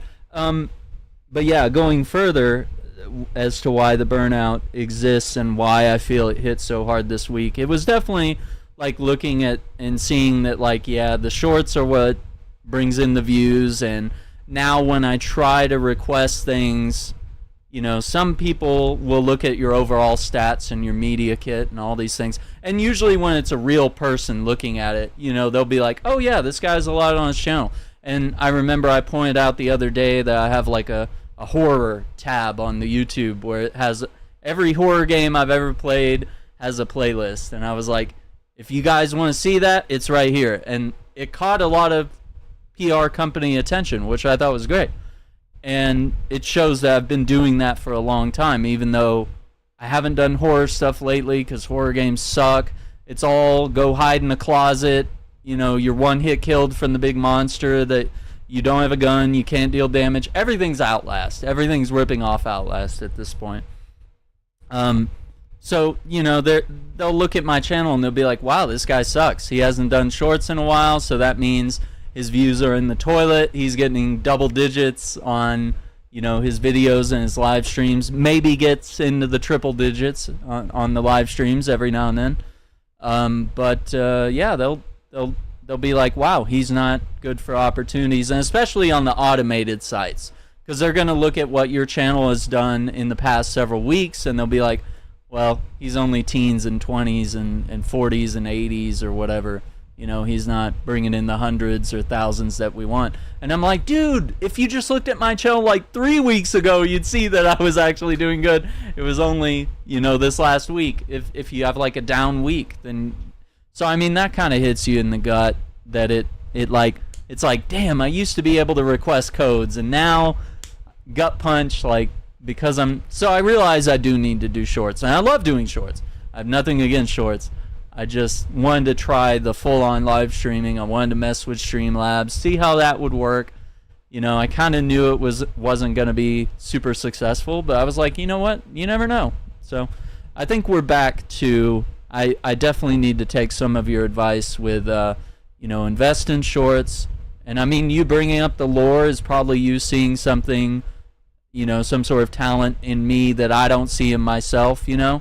You often need someone, whether it's your spouse or your friends, to come in and say, like, hey, you're really good at guitar, like, why don't you make guitar videos, like, or you know, hey, you're really Samoan, why don't you talk about Samoa, like, like, you wouldn't think to do it until somebody cracks that glass, you know, wall that you're hiding behind. But I want to do retro stuff too. I have a lot of retro stuff that I invested in, and I have all the consoles, I have all the technology to make it happen, whether it's live streaming or little videos or shorts of me playing my favorite Marvel games or whatever. I mean, I would say if I'm given like a consultation for you, yeah, I would say I would drop the live streaming. I mean, I live streamed yesterday on TikTok, and yeah, I did it because I got the code for Elden Ring. hell yeah. And I'm like, all right, let me play for a little bit, and I just realized this just isn't. I'm not a streamer. Did it drain your soul a little bit? You were like, this isn't. Yeah, well, my thing is, like, if I'm gonna play a game, I'd rather just play it to enjoy it. Or if I'm playing and capturing footage, I'm gonna do that. I don't want to. I know where I'm not good at, and I'm not good at streaming. I'm not saying I'm gonna quit streaming. I may do it. I'm just dialing back. There's a time and a place, right? Maybe. Right. But when you look at the market, and you look at the type of streamers that are successful, and you realize that if that's not you, you're not the type of person that can do that, then you pivot. You know, and what you have to realize in doing this as a full-time career, what you want to do and what's actually works never really always lines up. And I would say you're very good at storytelling and talking. And you kind of remind me of Nitro Rad, who's one, I think he's great. He does horror and retro and indie and all this other stuff, but his reviews are basically his experience with the game, where he played it when he was younger, what he thinks of the mechanics, the story, the lore. He does really great, and there's not a lot of people doing it in his style. Like, he did a video on Blue Stinger. Oh, dude, I love Blue Stinger. That was one of the games I was thinking of, dude, from the Dreamcast era. I have it, dude. Yeah. Had it for a long time. You know, I would say, like, dude, look at, like, I think you could definitely go into that route, like he's doing. You could do lore videos. You don't have to, just because someone's doing a lore video and that they're the big name, it doesn't mean that the opportunity is not there to do it differently. Right. Because people are always looking for something different. But True. you know, I would say for now, if not dropping the streaming, cut back on it. Yeah. You have music. You could talk about the composition and all that within the games. And I know there's a lot of composers and music people on YouTube now, but like, you have a lot that you can offer. And I think trying to chase what's out and new constantly is a recipe for burnout. It's exhausting. You know, get back into what, if you're passionate with retro games and with Destiny and you like the lore and everything, just do content on that. You know that shorts is what YouTube wants, and that's what's going to grow your channel. And honestly, that, I mean, they're going to continue to do that because they're competing with TikTok, and also letting you in on TikTok right now. TikTok is now pushing 16:9 aspect ratio landscape. I saw that. If you know that's what it is, lean into it. and you just gotta do it. I think if everything else isn't working, you gotta course correct. And sometimes that course correct is not always fun. It's not always something you want to do, but if it gets you what you need or gets you to where you need to be, then that's what you got to do. I still cover some of the newer things that are coming out, but I've also curtailed it down to, am I interested in it? Okay, I'll cover it. If I'm not interested in it, I'm not going to cover it. That's just where I'm at.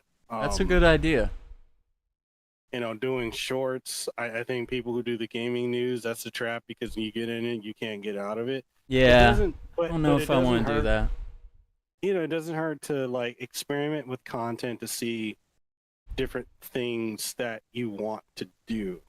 But if it's burning you out, don't stick with it.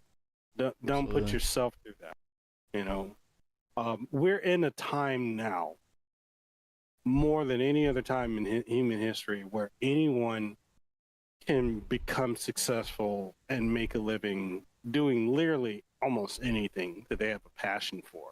Yeah. But you also have to recognize where your strengths and your weaknesses are and pivot away from that. Like, I realize I can't really do the streaming thing. I'm too old for it. My kids take it out of me. I don't have enough time. It is. That it just isn't where I am. But I can do shorts, because when I'm making a video, I'm always thinking of, okay, I need to do this within a 60-second to 3 minute to 10-minute format. I already make the middle markers of where to cut stuff. And so my content revolves around that. I already know on my YouTube, my regular videos are hit or miss. Okay. My shorts are always a hit. And so I just lean into it. I lean, and it's easy. And there's so many tools now that are out there, like in video AI and all these other things, where you can literally create shorts within minutes with any topic. So Yeah. I mean, they're just different ways. But I think the opportunity is there. It's just sometimes we just got to get out of our own way. That's true. Well, I mean, I know when we talked privately, and I'll share this, it was like, hey, cut the live streaming. Like, that seems to be, like, what is the pressure, and it's stressful, and it's detrimental. And I tried it for a couple months, and I realized, like, it took a hit to, people don't want to be members if you're not engaging with them in a way. So, I mean, the perks of live streaming is that people can use their emotes and have their little status symbols. Everybody loves it. But also, you can't live stream all the time. Like, usually my schedule is like 9 p.m. to like question mark in the morning, right? And what does that mean? You don't get enough sleep. So if you've exercised, you're not giving your muscles time to revamp and regrow and to even become muscles. Like, you're getting in your own way of being healthy. You're not sleeping, so I mean that's not allowing your food to digest. Like, you're treating a whole bunch of other what would you call it, unhealthy habits or whatever. It leads into stuff. They say people that don't get a lot of sleep die sooner. So I mean, there's plenty of health benefits to getting a certain amount of sleep, but doing this all night long and then feeling drained and having the neck pain or whatever it may be, that's a lot. So yeah, I did realize that was a horrible idea, and when I came back and started streaming more, I was like, okay, there's clearly an upper limit of what is too much, and then there's got to be like a cozy limit. And I think maybe just a live stream on Thursday, because that's like my biggest day. We do Marvel stuff like Midnight Suns. We used to do Marvel's Avengers, used to do Suicide Squad, but they've kind of been slacking on their content. It's not great. It's a lot of rewashed boss fights, and they're just, now they're gonna give us Mrs. Freeze in the next DLC, which is the least creative DC character you could possibly think of, when there's literally Killer Frost and all sorts of other great Freeze characters. They're literally like gender swapping one. That's got all the sweet baby conspiracy guys, busy at work. But yeah, I realize that like maybe that's a nice idea of like, hey, that's a day where you reconnect with everybody and everyone's welcome to come in and talk about, their favorite comic book stuff, and we get to regroup with the whole community. It makes your subscription to the community worth it. And then of course the podcast, right? Like this right now, I love this more than probably anything I'm doing. Even though this, like, you have to do more than just this part. This part's really fun because we get to sit here and talk for a couple hours, but it's obviously more beyond this. We have to market the podcast. We got to do clips from the podcast. But there's tools for that, right? There's CapCut. There's the, what's it called where it auto clips it and captions it? I forgot the name. Opus Clip. Yeah, Opus Clip is great. So, I mean, there's all these things. And that takes less work than it used to. Like, obviously, back in the day, if you wanted to clip something, you had to go and clip it yourself and make it happen. And now you can do it by text, just sort of find that paragraph where you were on a rant and it's like, that was the best part, highlight it, it's a clip, and you push it out, and it's automatically swapping camera angles and adding captions and making our low production podcast look like it's pretty sleek and hip, when people are watching shorts from it. And the shorts do better than the podcast overall, I've noticed. Like, more people see that, and then it, if they want a taste of the full conversation, then they check out the full podcast. So, I mean, I like stuff like this. This gives me life and energy to continue to move forward. Like, it's, even if it's not us talking about ourselves and content creation, like, even if it was just us seeing the headlines, like, that interplay back and forth of having people to bounce ideas off of and say, wow, your take is crazy, dude, I don't know about that. So just having that conversation, you kind of need that, because it's a very antisocial landscape that we're in with the content creation. It's all we're very isolationist. We got to get these reviews out, we got to type this up, we got to make the videos. It's not a team effort unless your channel is built around 2 or 3 personalities all together. And what do we see with those? They usually implode, people break up, they get in relationships with each other, I mean, I look at it like this. So, like, my brother, Cameron, my half brother, he, like, we started a podcast, like, our initial podcast back in 2015. 2015 was called Tech Etc. So we both used to work at Microsoft, did IT. We would pretty much just talk about, tech, gaming, and such. And, he didn't, like, after a while, like, when he moved from Hawaii to Texas, he kind of got over it. And he still keeps an eye on some things, but it's not where his passion is. Yeah. I stuck with it because that's what I care about. But, he's in the cars. So he created another podcast, another brand called CarQuicks, which is taking off on TikTok. It's growing on YouTube. It's doing really well. It's, he's in that space. And it's just, it was a pivot that, his wife told him, like, why don't you just go into that? It's nothing crazy. Yeah. I mean, he's, it's something different, and it's where his passion is. And that passion comes through. The other thing too, I would say, like, I look at for myself when it comes to content, I look at my day. My whole day is literally scheduled out. Yeah. Including my whole week. And, like, I look at it, I go to sleep at usually 2 o'clock in the morning. I'm up typically at 8 or 9 o'clock. Yeah. For half an hour, when I wake up, I need to check emails or respond to things or check social media.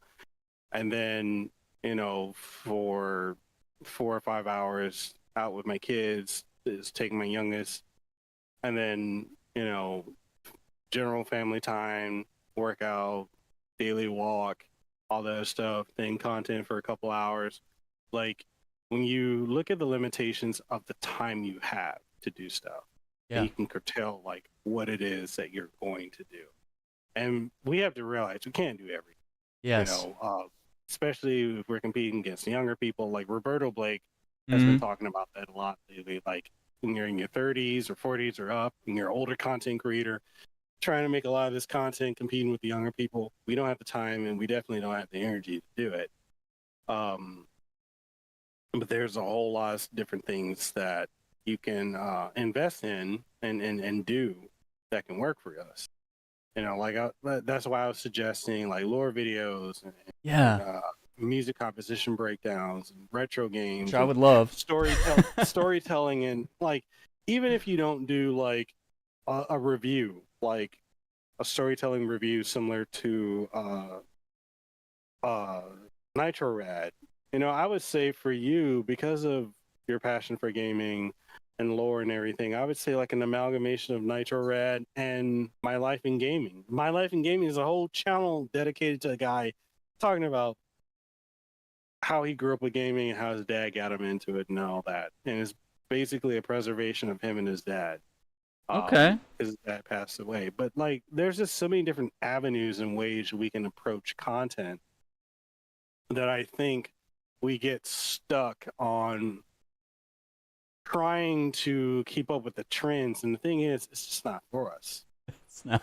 And I think you're way too creative, way too smart, way too innovative to just be stuck in streaming. And it's not saying like you're bad at streaming. You have very great entertaining streams. But I'm seeing how it's taking a toll on you. And I'm like, hey, maybe, you know, drop that back or drop it. Yeah, entirely. Or drop it entirely. I agree.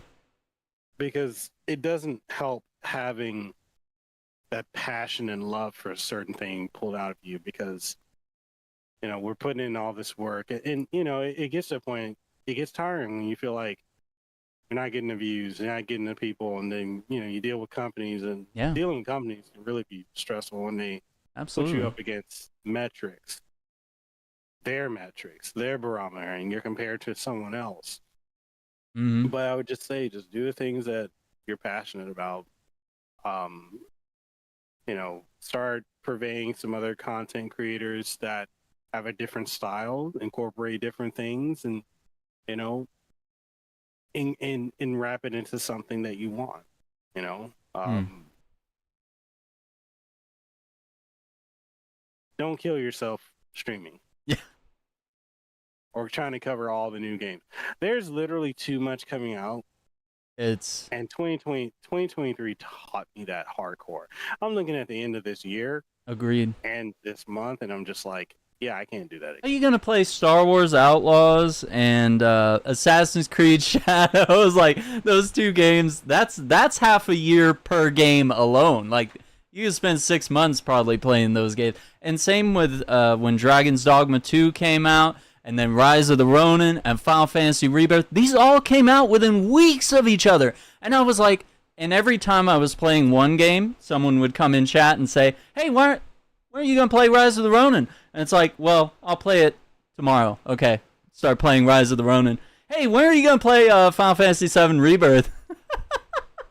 So, I mean, that more than anything. I know they don't mean it, and I don't take their tone in any sort of bad way, but it's super draining when you, like, read that. You're like, but I'm doing what you said I should do the other day. I'm doing it now. And granted, I'm enjoying all these games. I love all these games. I want to play all these games, but, like, it's really hard to live stream all those games because you don't make shit progress in Rebirth when you're live streaming it. Like, it's, you know, you're watching cutscenes, you're reading lore, there's dialogue, there's tutorials.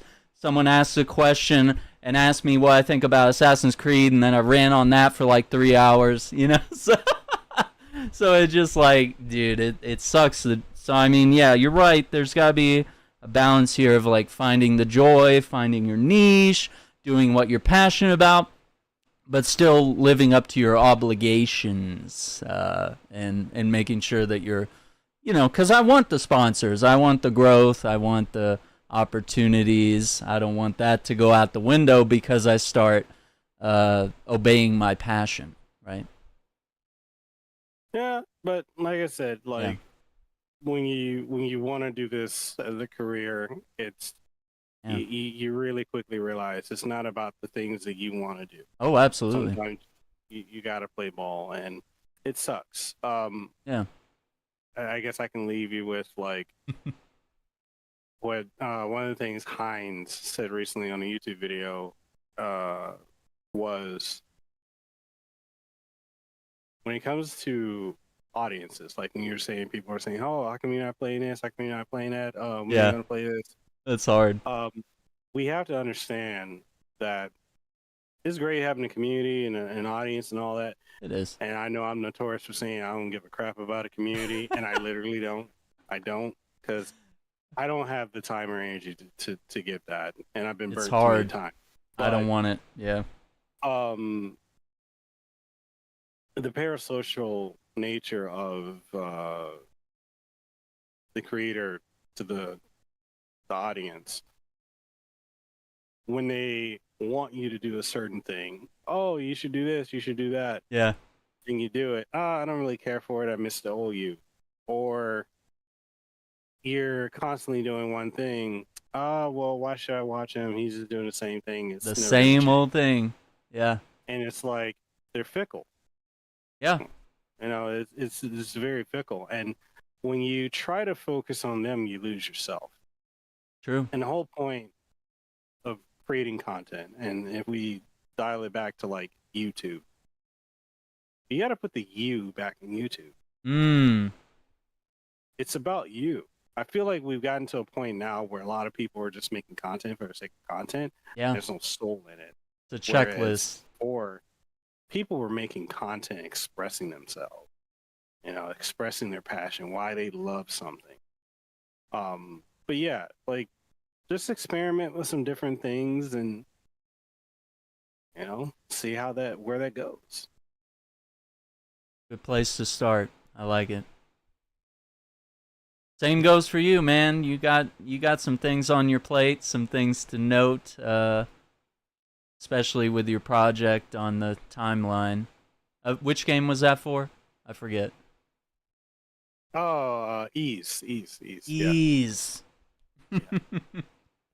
I mean, there's a dozen other things you could do. I mean, you can chase all sorts of things. You have passion for the fighting games, and you can tackle certain communities in a way that no one else does. You know, no one else is playing Virtua Fighter and Fatal Fury and, you know, whatever. Yeah. No one else knows the lore and the history behind some of these games.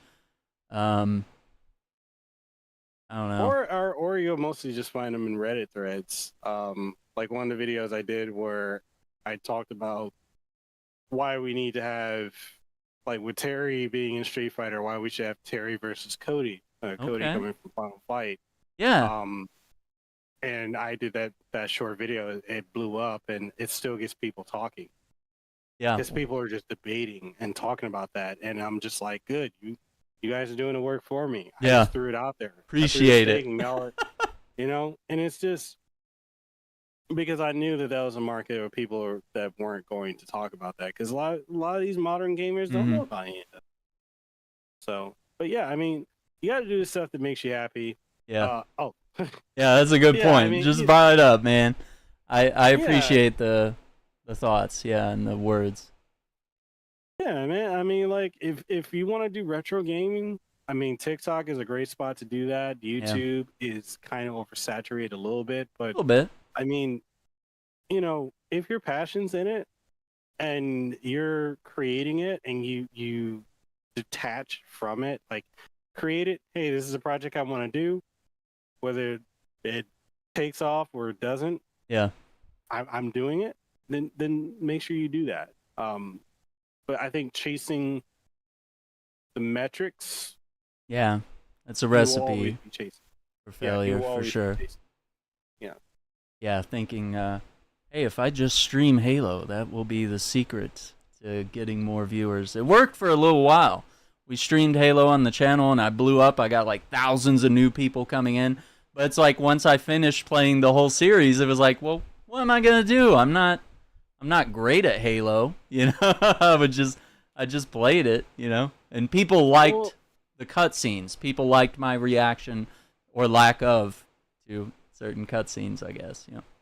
Well, my thoughts with that too is like, have you considered reaching out to some of the old dev teams, like Marcus Lehto. Oh yeah, he's incredible. And, yeah, you know, reach out to them, talk to them, uh, do some stuff on the industry side. You know, Yeah. there's so many avenues you could approach, honestly. Yeah, I think the podcast needs to have a little more effort into it. I like moments like this. I love that I get to sit down and talk with Andrew every now and then as well. We like to group up. But I really appreciate you giving us your time today. Yeah. This is a great conversation. I enjoyed our last conversation, and I was like, man, I really need to talk to this guy more, you know, even if it's not just us bouncing advice back and forth. But I think a lot of the viewers even got a little bit of energy from this, and a little bit of education and flow, and learn something new, you know, about that. So, I mean, if you ever want to be back on, you're always welcome, and I won't hesitate to ask. I'll be a little more forward about asking. Yeah. You just gotta let me know. Like, I'm still schedule it out a little bit. Well, you know, literally, like, I have to, just because, like, I'm on to keep up with everything. That's literally the only way. Like, this weekend, I'm editing all the podcasts that I've done this year. Damn. Because the ones that have come out this year are ones that I recorded last year. Okay. I didn't know that. Like, I didn't know that. Yeah. Okay. That's how, because my hand, I'm doing You're just one man. It's not a team. Yeah, it's like, you know, I got my podcast, the main show, Kasanova Podcast. I got the one I do with my wife. I got a third one that I'm starting, and then I got, you know, the YouTube channel, the website, the consultation stuff that I'm doing with voice acting, all this other stuff. Stuff state. And then I got my kids, and it's just like, yeah, I've had people like, hey, you know, we did a podcast a couple months ago. You haven't put it out. I'm putting out stuff from last year, dude. Dude. Like, I think the one I did with Fid. Fid, who's Australian in the gaming industry. He has a PR firm called Original Geek. Okay. I did that podcast with him 10 months ago. Wow. And put it out 3 months ago. That's just how backed up I try to do the best. So what's your formula? You chip at this, like, you chip away at your backlog of recorded podcasts, you know, one day a week or something? Like, what's happening there? I try to do as much as I can on weekends. Okay. So, like, Saturday afternoons, mostly I try to work on it. Sundays, if I can get the whole day to work on it, I can. It's kind of hard because my 3-year-old is now becoming a daddy's girl. Oh, my attention. So it makes it really hard to really work. She's starting school in 2 months, so wow, that'll help a little bit, huh? It is, but I'm not ready for her to go to It'll hurt. school. Yeah. But I try to chip away at stuff. Like, I know podcasts, depending on how long they are, like, if I had it, you know, that can take, one episode can take a month, depending on how it is, because I want to edit it, I want to do the overlay, I want the attention grabbing thing, I want the way I want it laid out. And then if I get certain games, well, I got deadlines I gotta hit. But if I get a game after, like, was it the Erd Tree DLC? Yeah, I got that code yesterday. I'm not about to rush and get that out. On day one you got the code, like everyone else is already playing it, like, and you just got the code, Which is something else, because, like, when there are people who are, like, you know, when there are companies that do that, I view it as, in many ways, like, disrespectful. Sure. Because you're not respectful of my time. Yeah. Especially when I see, like, I'm in the Bandai Namco Creator Program. It doesn't make sense to me why people who are not in it get games and access to things. Yeah. months and weeks before people were in it. That are in the program, yeah. It doesn't make sense to me. And did you request it too, or was it just assumed? Okay. I mean, you can request it. They'll have forms for you to fill out. But my thing is, if I'm in this program and there are requirements to be in it, why are there people who are not in it who get more benefit out of it than me? And That's a others, damn good question. They're in it. So if you're going to give me a code for a game at launch, like case in point, Square Enix with Kingdom Hearts on Steam, I got it the day after it came out. My review is going to probably go up on Monday, maybe Tuesday. I'm not going to play all the games. Yeah. No, it's a lot, dude, and it's hard. Everyone online is complaining. They're saying my level 500 new game plus 7 characters, they're not doing enough damage. So, Souls-likes are not easy, man. That's hard to cover. Period. Yeah, and these games being as long as they are, I'm like, that too. I just don't have time for it. Yeah. I'm like, it's either I spend time working on this stuff and I don't spend time with my kids and my family, or I give it as much as I can. And a lot of people give you crap for that, but I'm like, if you don't get, like, what's the game coming out? Kaku. That's an indie action adventure game. Yeah. It comes out next month. I literally got that game 3 days ago. Oh. So they're giving me a month to play it. Hell yeah. Yeah, I'm like, I'll prioritize it. Yeah. But if a company is going to give me a code day of, that's rough. That's hard to prepare anything.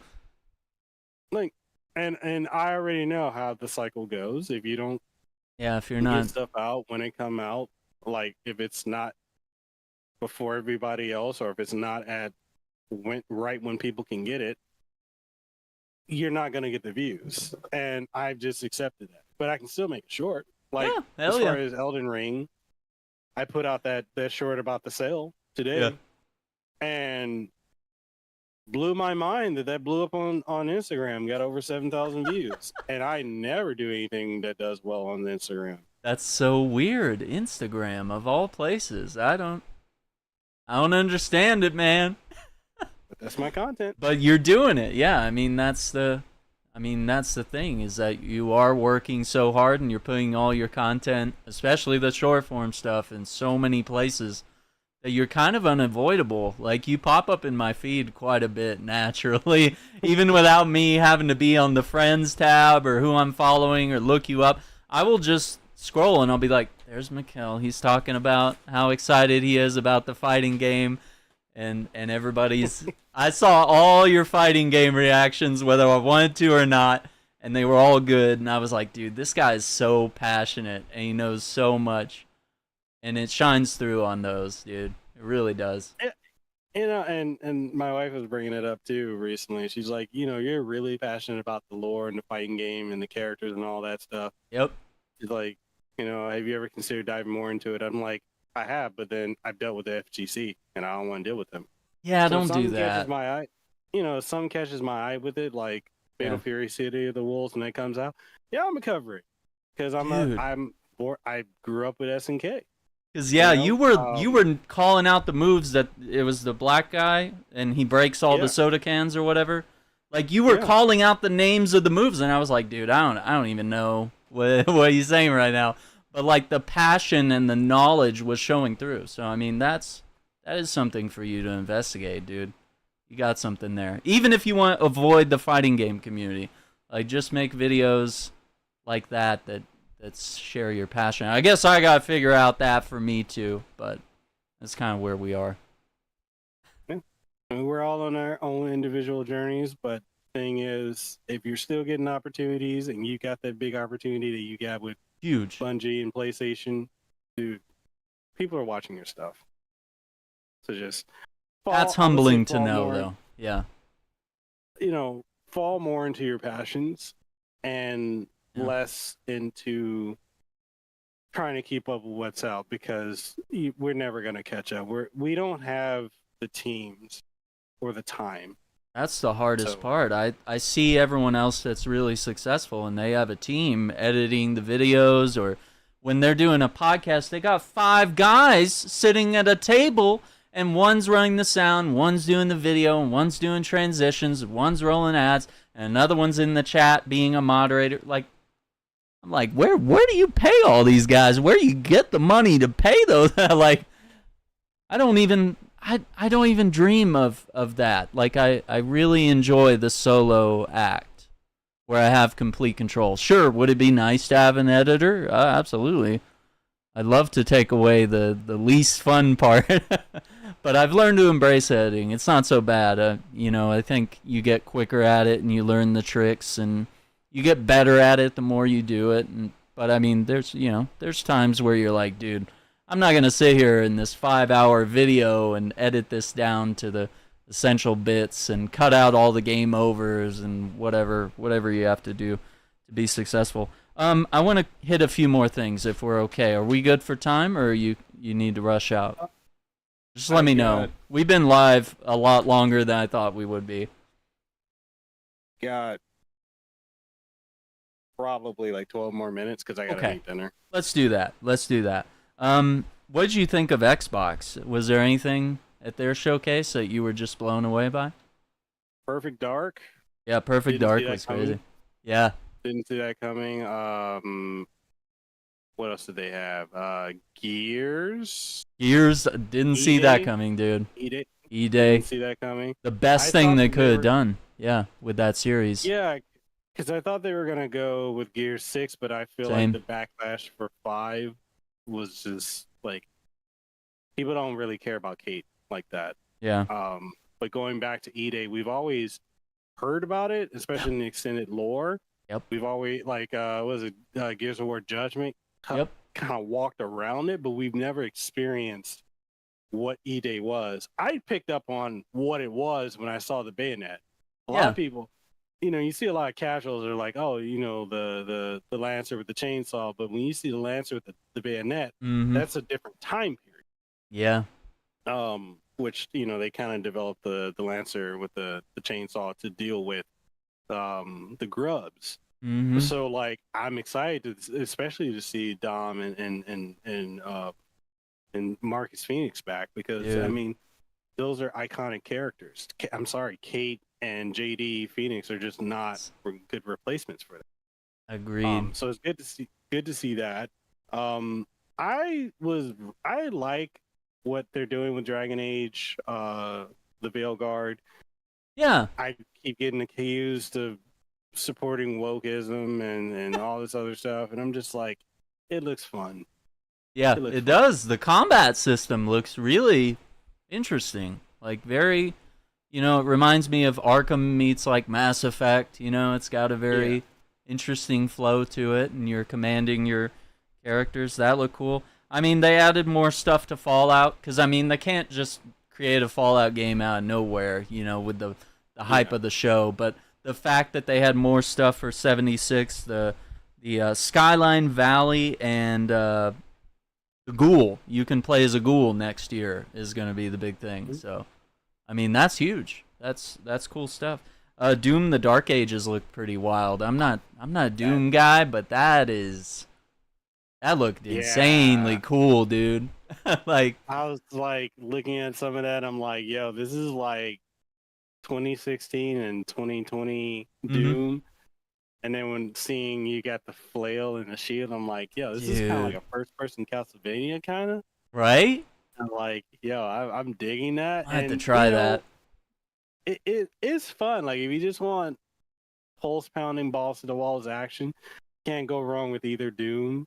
Call of Duty going to Game Pass is astronomical. It's huge. And that's going to, I know people, you probably noticed this, there's a industry and gamer bias against Xbox. The Xbox tax? Is that what they call it?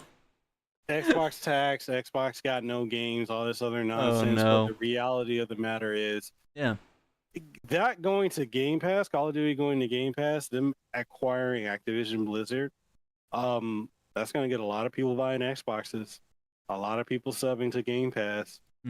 And that's going to increase their player count over the PlayStation version.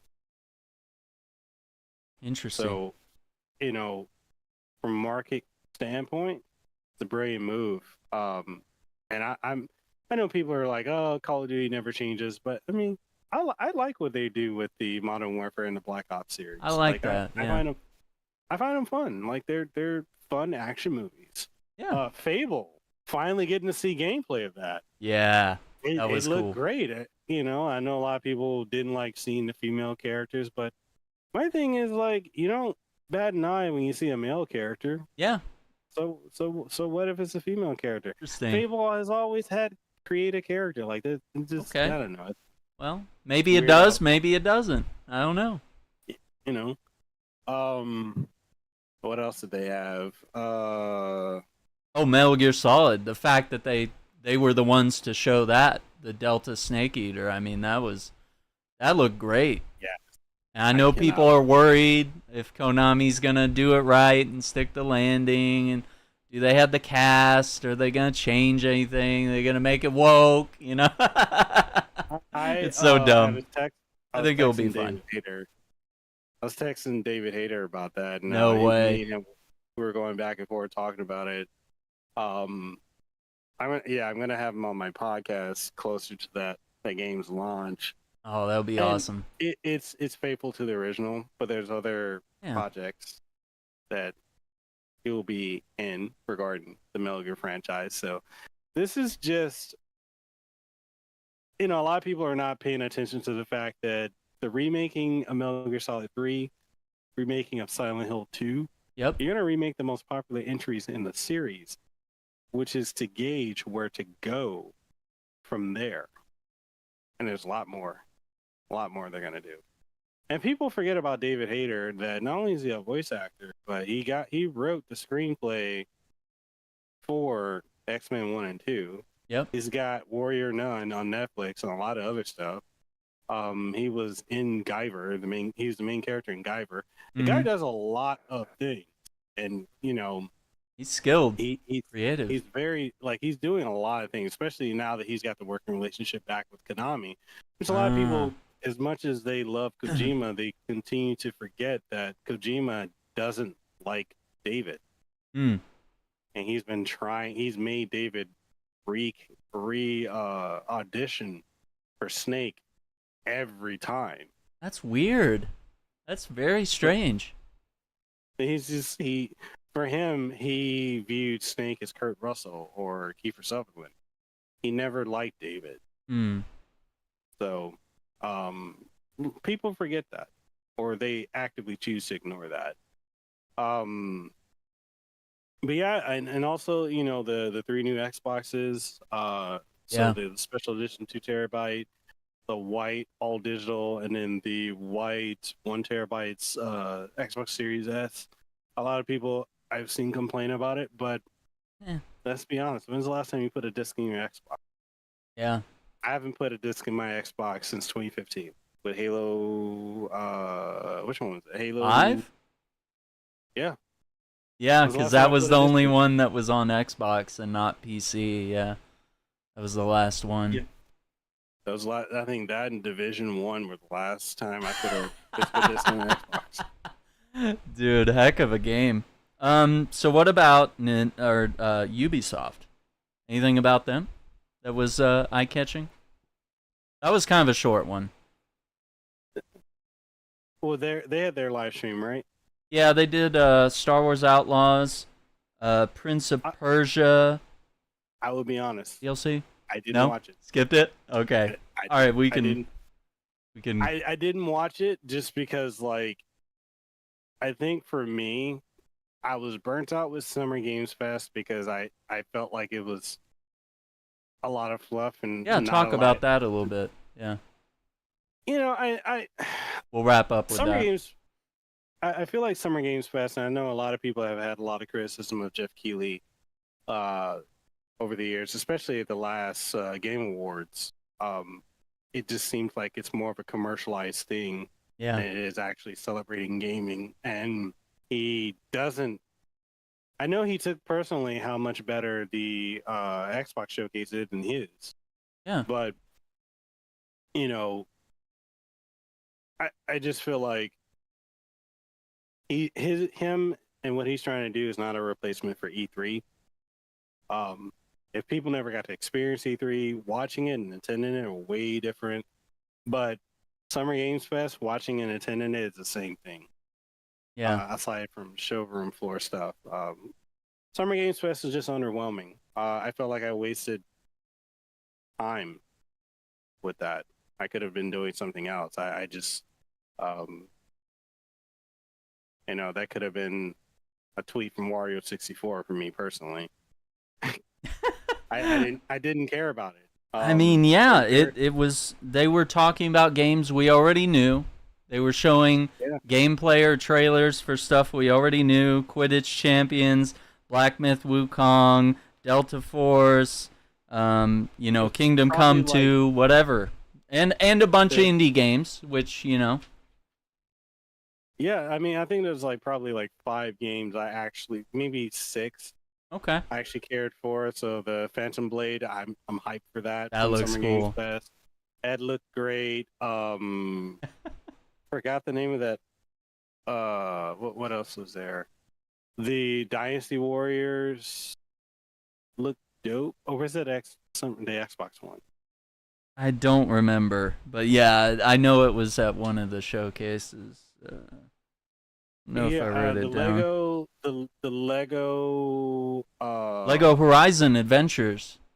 That looked pretty bomb. Yeah, that was cool. Yeah. That looked really good. High production value, dude. Seriously, man. That looked great. But yeah, a lot of other stuff. It was just underwhelming. And then seeing Xbox, that was the best showcase they've had in years. Yeah. And it's probably ever. Crazy how. Yeah. Probably ever. It's crazy to look at that, and then you look at Nintendo. And just to know the Xbox and Nintendo doing their own showcases is better than something Jeff Keighley. And I honestly, I don't understand what is the point of the industry paying money to go to his thing when they can just do their own. Yeah, when will his thing become like E3? It'll sort of just phase out because it's irrelevant.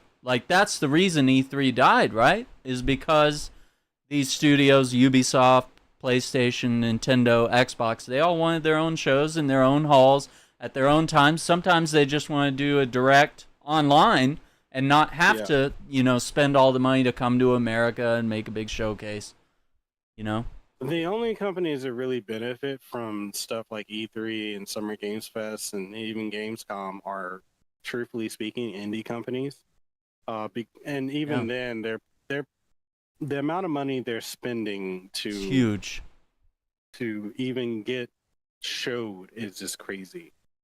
But yeah, I don't, when I talk to my industry friends, they're not fans at all of Jeff Keighley or his stuff, and they don't see a value in what he's doing because it just feels commercialized in a way that E3 never felt. Okay. But yeah, I mean that's kind of just my thoughts on it. I just thought Summer Games Fest was lame. I didn't watch the Ubisoft one. I probably should and probably will at some point. But it's not bad. The Xbox and Nintendo, they just killed it. Yeah, they did. And it's crazy how PlayStation has not had a state of play that good. Yeah, that one really wasn't that great. I mean, they start off with Concord, which looks like Guardians of the Galaxy, and we were, it looked cool. I was like, oh, this is like a banger single-player game that they're going to drop on us with, all these interesting characters. It's Guardians of the Galaxy, and then it ends up being another character shooter, another. And I mean, granted, it looks cool. It's got the gameplay of Destiny meets Overwatch and all these, it could be really cool. I'm not gonna rule it out right away, but I mean, you're automatically going into an oversaturated genre that only certain people like, And it's almost been a decade of the hero shooter genre. I think Overwatch has been around 2015, 2014. So it's oversaturated, and it's if you're it's dying in a way. I mean, Overwatch is in the weakest it's ever been. Other games have tried to compete. Battleborn, What was the one? No, not Battleborn. I know that one was rough, but the one by Cliff. Lawbreakers. Lawbreakers. Yeah. Which is actually Which really was good. It was a good one. It didn't deserve to die. I know it's coming back. They've made some servers. I think it was like a community-based thing where they got together and made some servers, and Cliffy knows about it, and you know, so maybe that leads somewhere someday. But right now, it's in this sort of odd state of acquiring the rights and seeing if it's worth building up more servers or not. It could come back. It could come back and totally kick Overwatch's ass. That'd be crazy. I don't know if it'd be a good thing. And then we have Marvel Rivals coming into the space. I don't know if that's good. How do you... Wait, why are you already... Was that a negative? No? Not a fan? I just wanted to cover it because it's Marvel, but yeah, I'm not a character shooter guy, and you really can't make me like it. I've applied for the beta test. I've applied for the creator program. It's perfectly in my niche. I would love to cover it, but at the same time, it's not in my genre. It's really outside my wheelhouse. I mean, you got that, and you also got the Star Wars hero shooter thingy. No, what was it called? Not Outlaws. Survivors? And it's only on the Switch or something? It's something like that. Yeah. Like, why? Why? Well, why are we doing this? No, I don't know. Like, I think the current thing now is the Souls-like, and even that's getting old. That is getting really oversaturated. Yeah, we saw Wu Chang, we saw Wukong, we saw Phantom Blade Zero. You know, even Rise of the Ronins fresh on our minds. You know, you got the Elden Ring DLC, which everyone's gonna forget about everything else now that that's out. You know, like that's the grand slam that we needed. But yeah, it's a lot of people seeing what Elden Ring and other games have done, and they want to enter the space and grab that bag. You know, crazy. I want to ask you one last thing, because this one kind of relates to you and your hairstyle. Assassin's Creed Shadows. What do you think of that and all the backlash? I know I'm diving into like a 30-minute bit. This could easily be a 30-minute bit. But them bringing Yasuke in there and having Naoe as your Asian character. She's the ninja. He's the shinobi. He doesn't blend in. He can't do social stealth. People were mad about that, but I think it makes sense. Like, if you watch the gameplay trailer, you might have to watch the Ubisoft thing. He's like a 6'2" black guy. Like, he's gonna stick out in feudal Japan. He's a 6-foot black guy in samurai armor, like with dreads. Like, everyone's gonna notice and look at him. He's a strange sight for the time. He'd be a strange sight now if Shaquille O'Neal was walking around Tokyo in the busy streets. Everybody would be like, you know, like. I mean, that's or the controversy of even having an African character in the game. Like, why didn't they cast a Japanese man? You know, it's interesting. It's interesting how there are two different viewpoints. Yeah. On Yasuke and him being in Assassin's Creed, because you talk to people in Japan or in Asia, they're excited about it. They already revere Yasuke, and he's been in countless games. Yeah. He's in Neo. Yeah, he's been in the Basara Sengoku series. He's been in Dynasty Warriors. People there love the character. They love the lore. He's historically someone who served Lord Oda Nobunaga. So it is weird how... Okay. 1 second. I just want to feed into that.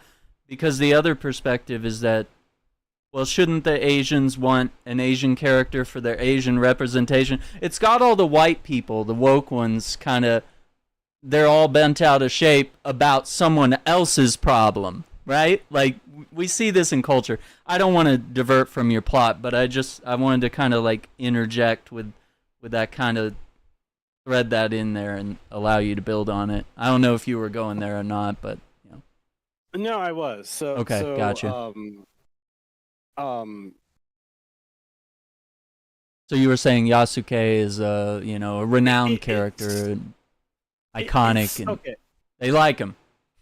It's weird how like people, especially the West, and I guess the woke and the anti-woke crowd, Yeah. They want to dictate and control creativity. They want to force, whether they're left or right, whatever their political orientation and their beliefs are, they want to push their viewpoint, and everybody has to accept it. Yeah. Where they don't, and we saw that with Stellar Blade. Yeah. And they don't understand this about Asian culture, which is so funny because you have so many weebs that are into anime and Asian culture, and yet when they see something, oh, why does this girl have big titties and a small waist and big ass and all this, and why are all these characters light skinned? Where are all this and that? Why are they blonde? Why are they this? And they don't understand what it's like in these countries where all people see is people who look like them. Yeah. And so when they have games and they have anime and they have manga, why is there so many isekai? Why is there so many things where people get to experience adventures? I mean, like, you talk to somebody in Japan. I have a lot of Japanese friends. Okay. They like games, anime, and shows that allow them to go on an adventure because their day-to-day life is shitty. Yeah. Their work conditions are shitty. Yeah. They don't want to deal with that. They don't want to hear that. They just want something that lets them be someone other than themselves. Aww. So a character like Yasuke is considered, one, he's revered there anyway. Two, they just want to experience a story that's creative. Yeah. Whereas in the West, here in America, whether it's, woke or woke or non-woke, either way. Woke, anti-woke, which is also still woke, white folks or black, black and the BLM folks. It's still,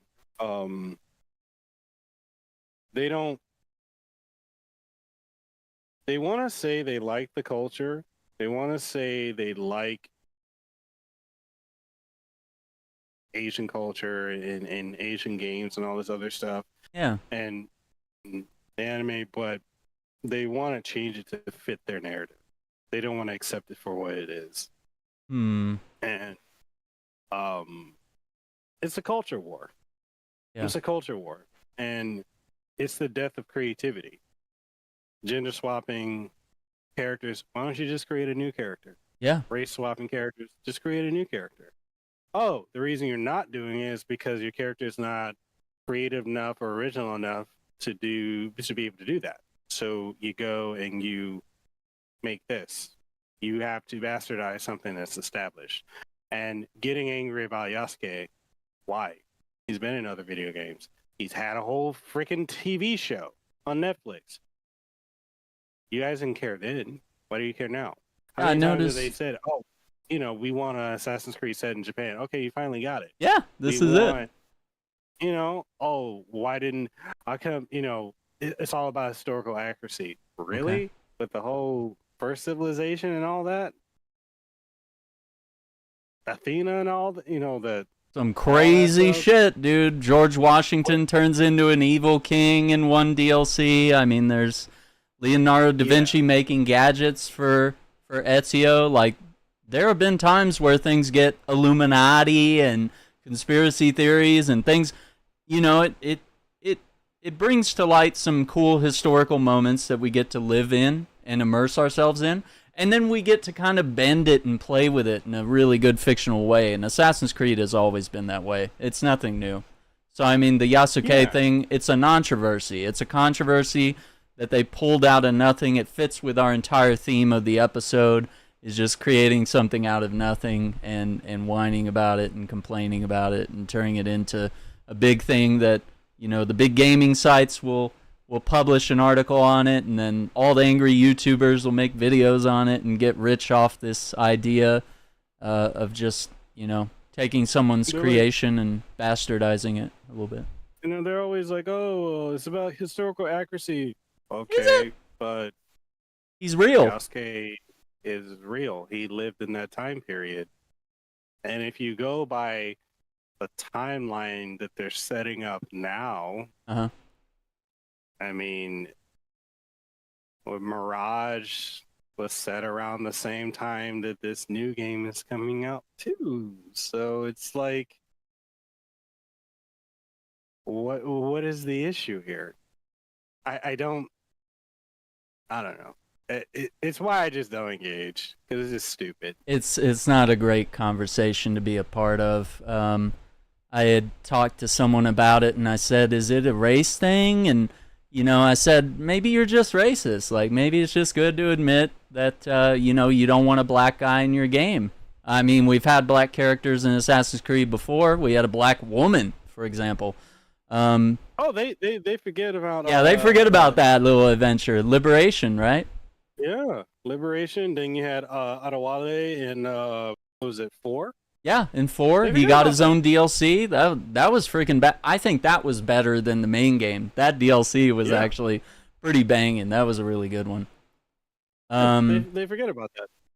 Yeah, it's easy to forget about those little things, and it seems to make all these people uncomfortable. I was looking for the tweet that I had where I kind of talked about my experience, but I mean, I can sum it up a little bit. It was kind of like, first we talked about that. I was like, is it a race thing? And eventually the conversation dwindled down. It was like, he was like, well, I don't think it's a race thing. And I said, okay, well, what else could it be? And he's like, well, it's his hairstyle. Why does he have such a modern hairstyle? And we started talking about the Killmonger cut and why that's in media.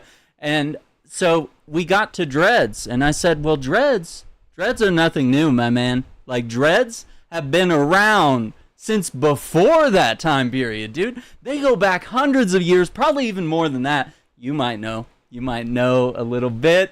I mean, it originated with the Vikings and the Norse. This shit goes back. And people try to attribute dreads to Africans, and no. Yeah, and so that's what became next. And I was like, okay, well, now we've debunked that. So what else could it be? And he said, well, I don't really care about Assassin's Creed. I just wanted to join in the drama and the controversy. So, I mean, it gradually filtered down to like, I'm not a racist, but... And it's like, oh, I don't like those hairstyles. Why does it have to look modern? Why do they have to go with a modern hairstyle? And I was like, well, it's not... I mean, games do it all the time. But have they not seen the statues that are in Japan of Yasuke where he has this exact hairstyle? Oh my god. That's where I'm like, I'm so confused. I'm like, wait. He has that in the statues that were made centuries ago. Yeah. There's real historical context. The exact way I'm wearing mine now. He has and the exact way he's wearing it in the game. You can watch the gameplay demo. It's really worth it. But don't get too wound up about it. But it's I'm just like, what? Dude, I mean, that's where we're at, dude. The state of gaming that we're in right now is that we're debating about which black hairstyle is the most accurate and true to the culture, and what's not allowed and what's not allowed, and why can't you just have regular hair? What does that mean, my man? What does it mean for a black man to have regular hair? That's very interesting. We won't. We don't have to dive too deep into that. But that gets in. Doesn't that get into a lot of stuff that it's like, dude, I think you're mad about more than just little artificial features of this game character when you're bringing up stuff like that. I think your bias and your upbringing might be showing a little bit, you know, what your parents raise you to be, you know, because that stuff it's not born, it's taught. That's stuff that you learn. It's who you hang out with. It's how your parents raise you, your teachers, you know, your wherever you're raised, you know. If you're born in the South, you definitely grow up around people that are pretty flexible with some words and some terminology, and they're oftentimes not shy about their their language, as I would be. Hawaii is very much like that. I mean, I get it all the time. The Samoans and Tongans and Hawaiians, they're like, Mm. yeah, but you're Polo, or that, meaning you're black or Yeah. whatever. But so why do you have that? Well, I'm also this. So why do you have dreads? Well, Because I want it. It's like, and it's mm. the problem. And I guess we can leave on this, but I Yeah. feel like the problem that is so prevalent with uh, the culture war and everyone trying to label something and identify is everyone's trying to put someone in a box, which is completely contradictory of freedom of expression. Let me be me. Let me have my truth. I identify as this or I identify as that. But how do you do that when someone wants to put you in a category? Mm. And then when you are, in the case of me, like, and a lot of people, especially mixed black folks, don't often want to admit this, but we're not accepted. Yeah. In our own culture. And like, I've seen it. I believe you. I've never been accepted. And if I'm out and about and someone sees me with my family and especially my wife, and I get all kinds of dirty looks, especially from the women. Oh, you're too good to be with a sister, blah, blah, blah, blah, blah. I'm like, y'all always call me a lame. Yikes. And it's like, oh, well, how come you have that tribal tattoo? I'm also this. Yeah. Well, you can't be both. Yeah, I can. Oh, beg to differ. Where are you from? You got a southern twang, blah, blah, blah, blah. Well, yeah. I'm from Samoa. But I don't believe that. Okay, believe what you want. No one's stopping. That's crazy. I hate it, man. I hate it. Appreciate you all for coming in, interacting with the stream. I gotta thank Mekel Kasanova for sitting in with us. I literally planned this to be like an hour or two, and then we started talking, and it's all the diversions, all the interesting topics, everything we hit, the full spectrum, dude. I don't think there's anything else we could say at this point. Nothing would be worthy of what has come before here. But I'd love to sit down with you again sometime. I won't make it so far apart. But it was really a joy. Let people know where they can find you and what all you're doing in the space. Oh, yeah. So you guys can find me. I'm on all social media platforms. Just whatever the platform is, just look up Mekel Kasanova. I have uniform branding across the board just to make it easy to find me. I am a white content creator, podcaster, former streamer. I can't do it, man. I can't do it anymore. You gotta do it. Yeah. I host Hawaii's #1 podcast for entertainment and more called the Casanova Podcast. I interview voice actors, the game industry, tech industry, other content creators, and more. Try to give like a peek behind the veil of what the person's like, what they're into beyond the standard of what we may know or what we think we may know. Yeah. Because there's just so many different layers to people. Also co-host on Podcasts Across Worlds with my wife, Lehto. We talk about anime and manga, interview anime voice actors, the script writers, the producers and such. And other than that, I'm working on live projects with the state of Hawaii, with bringing game development and teaching and working with the youth out here to prep the next generation, set them up for success. I'm not that active on a lot of social media platforms outside of YouTube and Instagram and TikTok. Twitter, I'll tweet here and there. I don't really get any traction on there, but it is what it is. Twitter. If I can find time for stuff, I do. If not, I'm not. If I get back to people late, not ignoring y'all. Yeah. It just everything's scheduled out, and I got kids. So my kids, they come first, man. They do. You have to. Up a lot of time. Take up a lot of time. But yeah, man, I definitely had a good time being on here. And anytime you want me back on, just let me know. Anyway, we can make it work. Yeah. I am slowly editing so many podcasts and content and working on things. And hell yeah. It is a process. And then I got to cook. Yeah, you gotta cook, man. I appreciate you and all you do. Thank you for coming on. Gamers, this has been episode 53. I won't make 54 as far apart as this one was. Gotta get back in the routine. So once again, thank you for watching. Take care, be safe, and we'll see you on the next one. Bye.